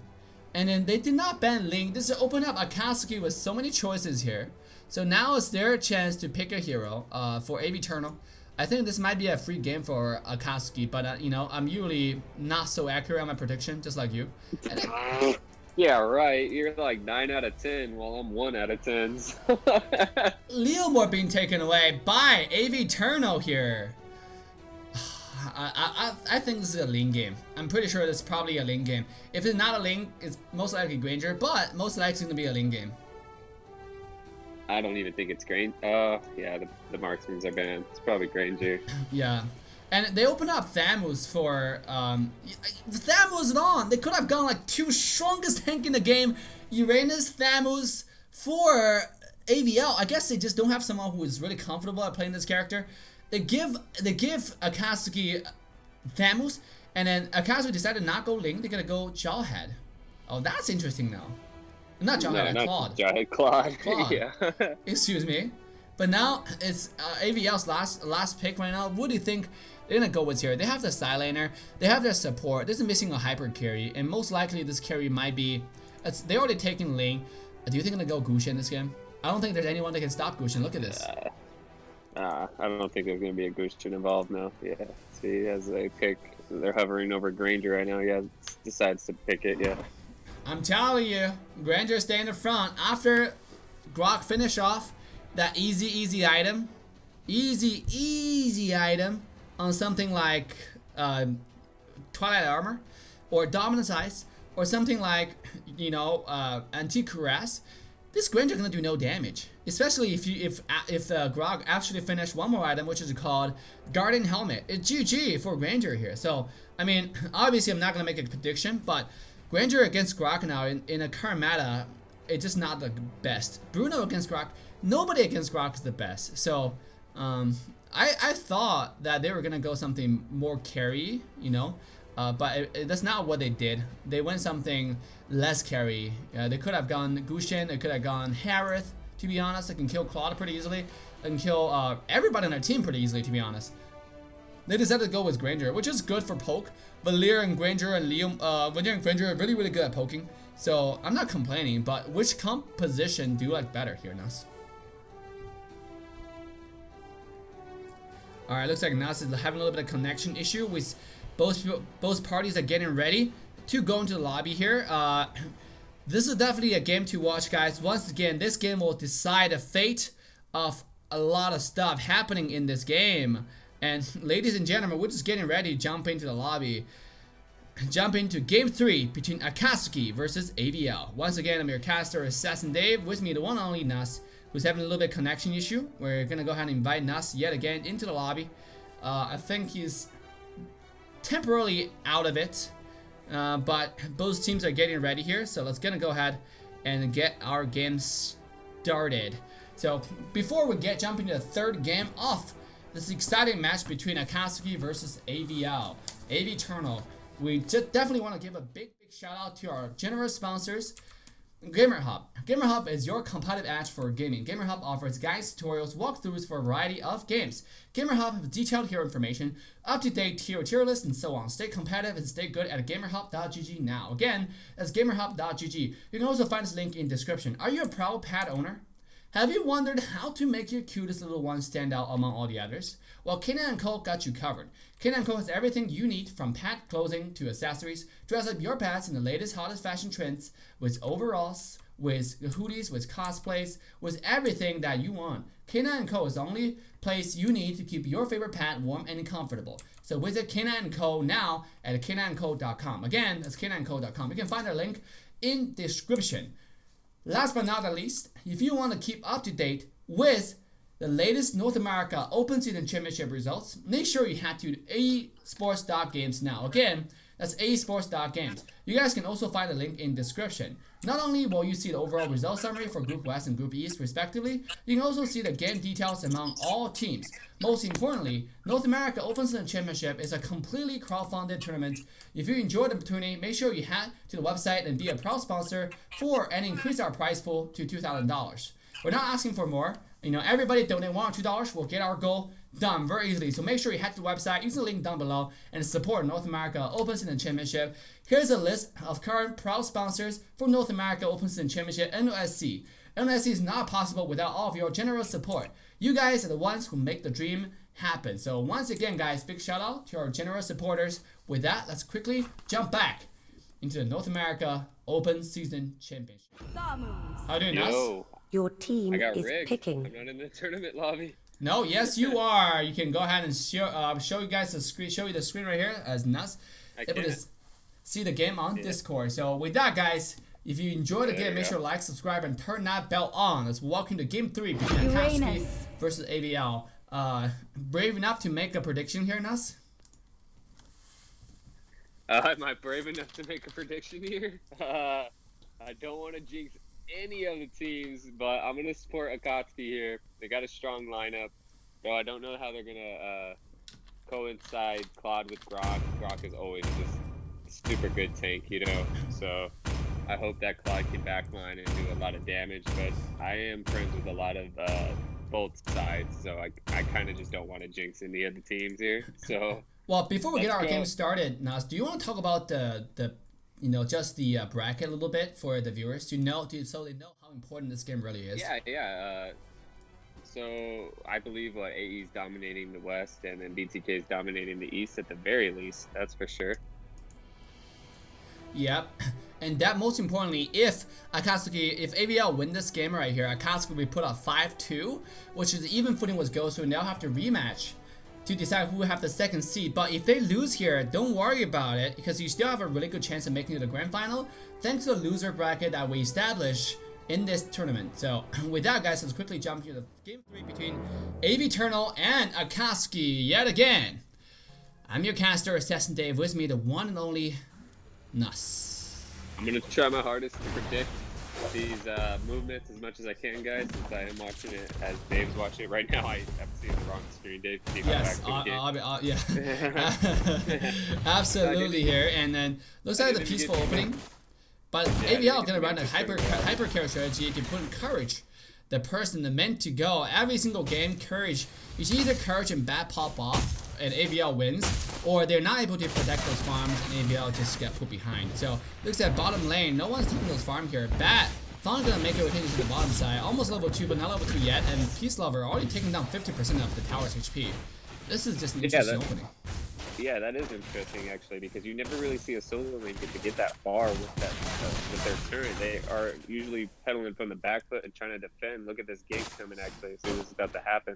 Yeah, 4 people on the bottom side. We have a little bit mirror action on the top side. Mahi, the cannon is already 1 HP. It looks like he's successful defending that push. Bottom side, Thamus also find the same rotation against their opponent here. Now Thamus gonna make a really aggressive positioning, try to clear the wave before he does the 2-man tower dive here. A little bit poke coming in, not gonna find a kill. Both are gonna walk away. So we're very peaceful opening so far. Yeah, I think it was a bad position on AVL's side right there. They could have definitely pinched Thamus instead of letting them be able to clear the lane, and they all 4 went and cut the lane. I guess they're just trying to farm up this Granger instead of play aggressive. Yeah. They definitely could have probably capitalized the Thamus kill right there. I don't know why they didn't want to. Yeah, bottom lane, Granger looking for find a little bit poke here, jumping in with an extra bullet. But like we said, Granger's nearly not as strong as before now. Bottom lane, Leomore is level 4, looking to engage. Samu is finding a position. This Apple Peacemaker had to pop that flicker just to get away. Lolita gonna engage on the tower here. Take a little bit of beating under the tower. And Lolita, despite the flicker, not gonna happen. First blood goes to the Akasuki. Beautiful counter engage from Raphael over there. Save himself. And also find a kill in return. Now it's the entire AVL in retreat. Yeah, it's Raphael picking up that kill, definitely not the person you want to give it to, but, get the kills where you want it. Is there something happening on top lane? Not really. Top lane will have a little bit peaceful trading. Monty doesn't want to go steal a little bit of wave here. Turtle resurrecting rotate back to mid. I think Maki rotated a little bit too early without clearing top lane wave. So definitely, now he's stuck to go back to top again. Look, the wave is just crashing on the top side. And Maki just cleared mid, and he has to go top. But Turtle has spawned on the bottom lane. So he's putting a dilemma right here. He looks a little bit confused here. He looked like he started the heel crab, then gave vision, then gave away the heel crab. Oh, he steals it! Yep. Flame shot. That's how you do it. He had it all planned out. He's like, no, you don't even know what I'm talking about, dude. I had this planned out for this moment this whole time.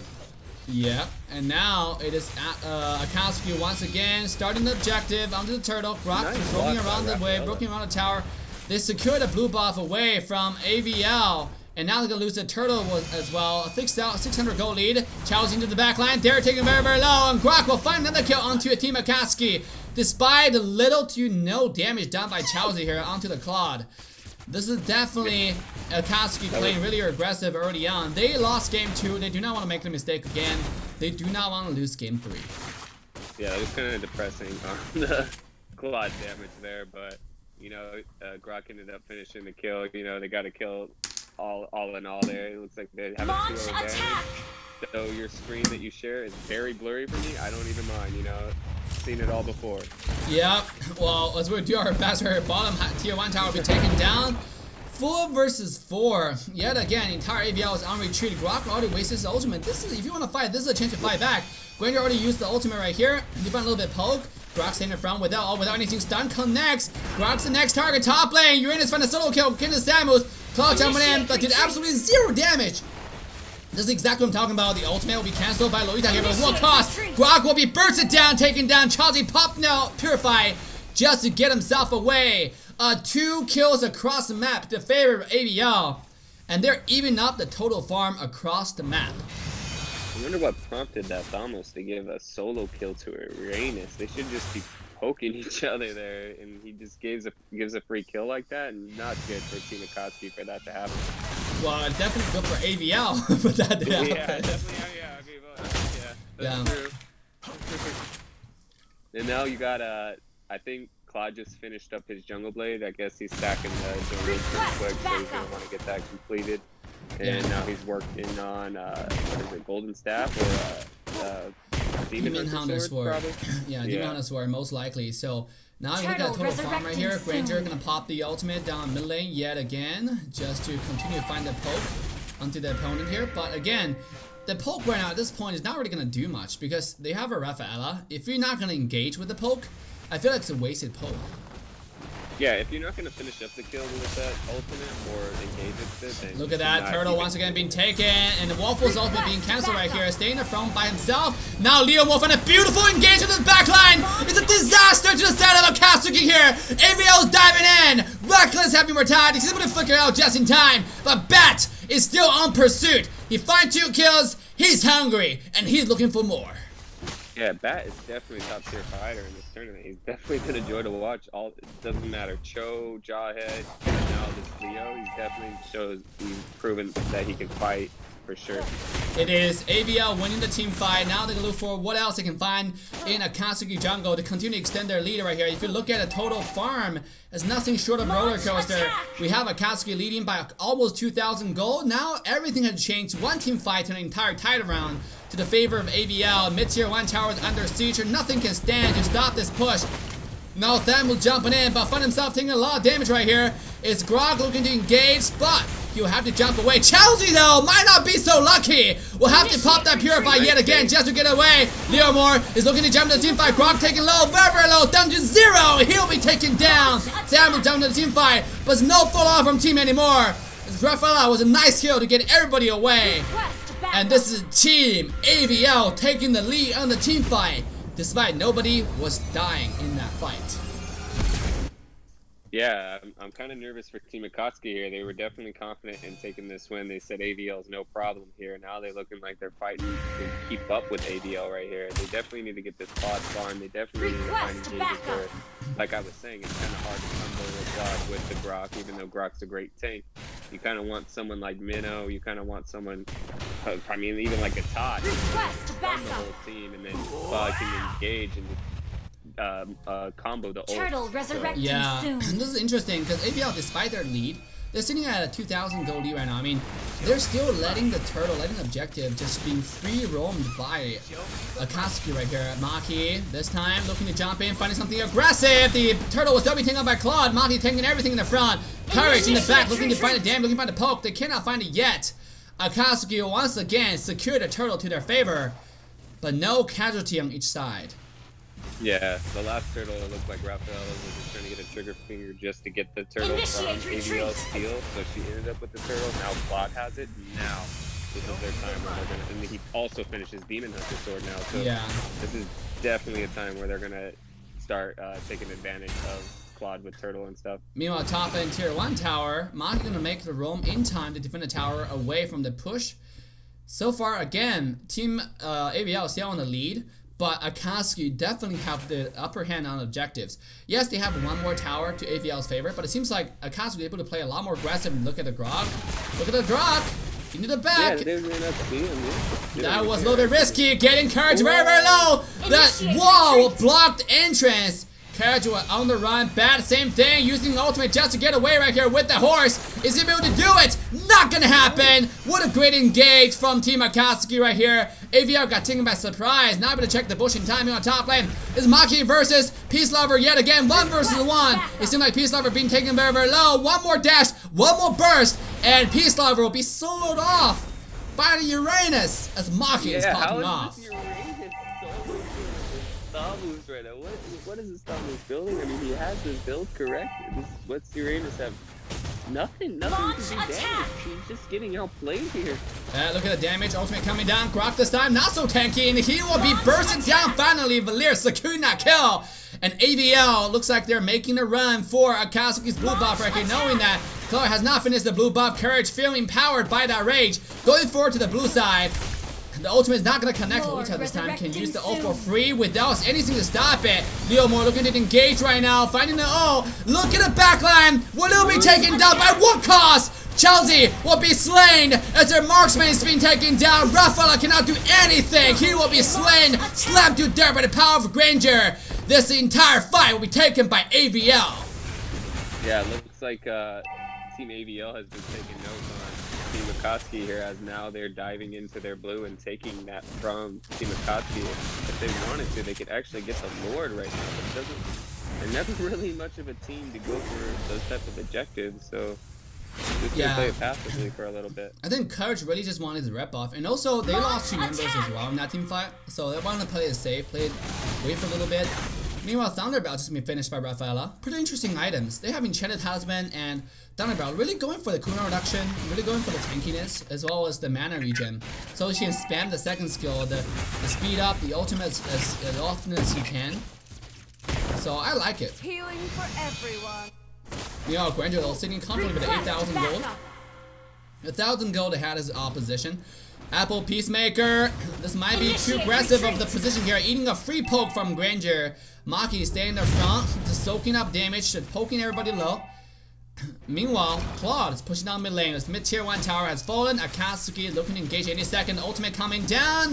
Not gonna find too much of a poke. Apple Peacemaker will heal everybody back up and they run away from the team fight. Yeah, I'm a little bit confused on. Oh, it looks like they're going in for another. Oh, this is once again AVL looking to engage. What a beautiful ultimate from EG Bad right here. Getting everybody low, but he's been taken to 1 HP. He's still alive on top lane. Thamus still split pushing right here. Grok's 1 HP. 4 Bruce still alive. It's 1-to-1 trade. Rafaela will have to go home. Double kill as he'll be burned alive. And AVL take this team fight. They're gonna move on to the Lord right now, but they have to answer the top lane rotation. Samus is not gonna stop until somebody comes. Yeah, I honestly want to see this Rafaela get Nicholas of Durance next because it'll stop the regen from Uranus. You know, possibly stop this Granger from basic hitting and getting some health. So it's definitely a good item to have as Claude just build, what is it, that Wind of Nature, I believe he just got. So yeah, it's definitely going to be able to engage safely without taking damage, mostly from that Leo that's been messing him up most of the time. Now looking at a mid lane again. The team AVL looking at poke, looking to get everybody low right here. Claude has been taken to 1 HP, able to survive. Look at Bat, just get a little riding the horse in the back. They know Charles is low. They know they lost their damage dealer. So this is AVL making a rotation to the turtle. Brock staying in the front, taking all the damage here. There's Maki trying to soak up everything. Can they get this Lord? Yes, indeed. And now this Maki taking very, very low. Have to pop the ultimate just to get away. Charles making an interesting team fight. They're taking him to 1 HP. Not yet dead yet. Not yet down on the battlefield. Have to throw all the damage. Waffle is staying in the front, taking everything. He has immortality. Million Tower has been taken down by Thamus. Uranus on the chase. And Granger is not going to save his teammates right here. Finally using the ult just to push him back. But nothing else going to happen. The Peace Lover is finding the objective over and over again on the map. Bat on the bottom side though will be taken down as well. Despite they got the Lord, at what cost though? AVL has been shattered all across the map. Yeah, the moment AVL starts separating from their team, like that Loletta dying, they start to get picked off 1 by 1. I don't really know how this Thamus is really having trouble with this Uranus. No one really has much trouble with Uranus as much as Uranus doesn't have trouble with anyone doing damage to him. So it's just like, it's kind of funny to see this just getting torn apart from Uranus right now. Wow. I mean, yeah, I also don't like how AVL doesn't like to keep continuing to capitalize on kills after they get one. Like once they have the number advantage, like right now, like should be. Yeah, this run away. I feel like this one drop now, taking a lot of damage. Same as Maki here. Not tanky enough. Staying in the front. Be stand up. Could run away. Leomore looking to jump in the team fight. Lolita looking for a big stun. Export jumping in. Granger Charles taking low. This is AVL on the run. Waffle being taken very, very low, down to 0. He'll be taken out. Granger there will try to defend the high ground tower push away from Akasuki, but it doesn't seem like it's gonna happen. It doesn't seem like Akasuki is gonna stop. Courage gonna find one more kill from Akasuki right here, but they're not capitalizing on the game. They're not pursuing their opponents. They just, after they get a kill, it seems like they're pretty content with that kill, and they're just gonna let it go.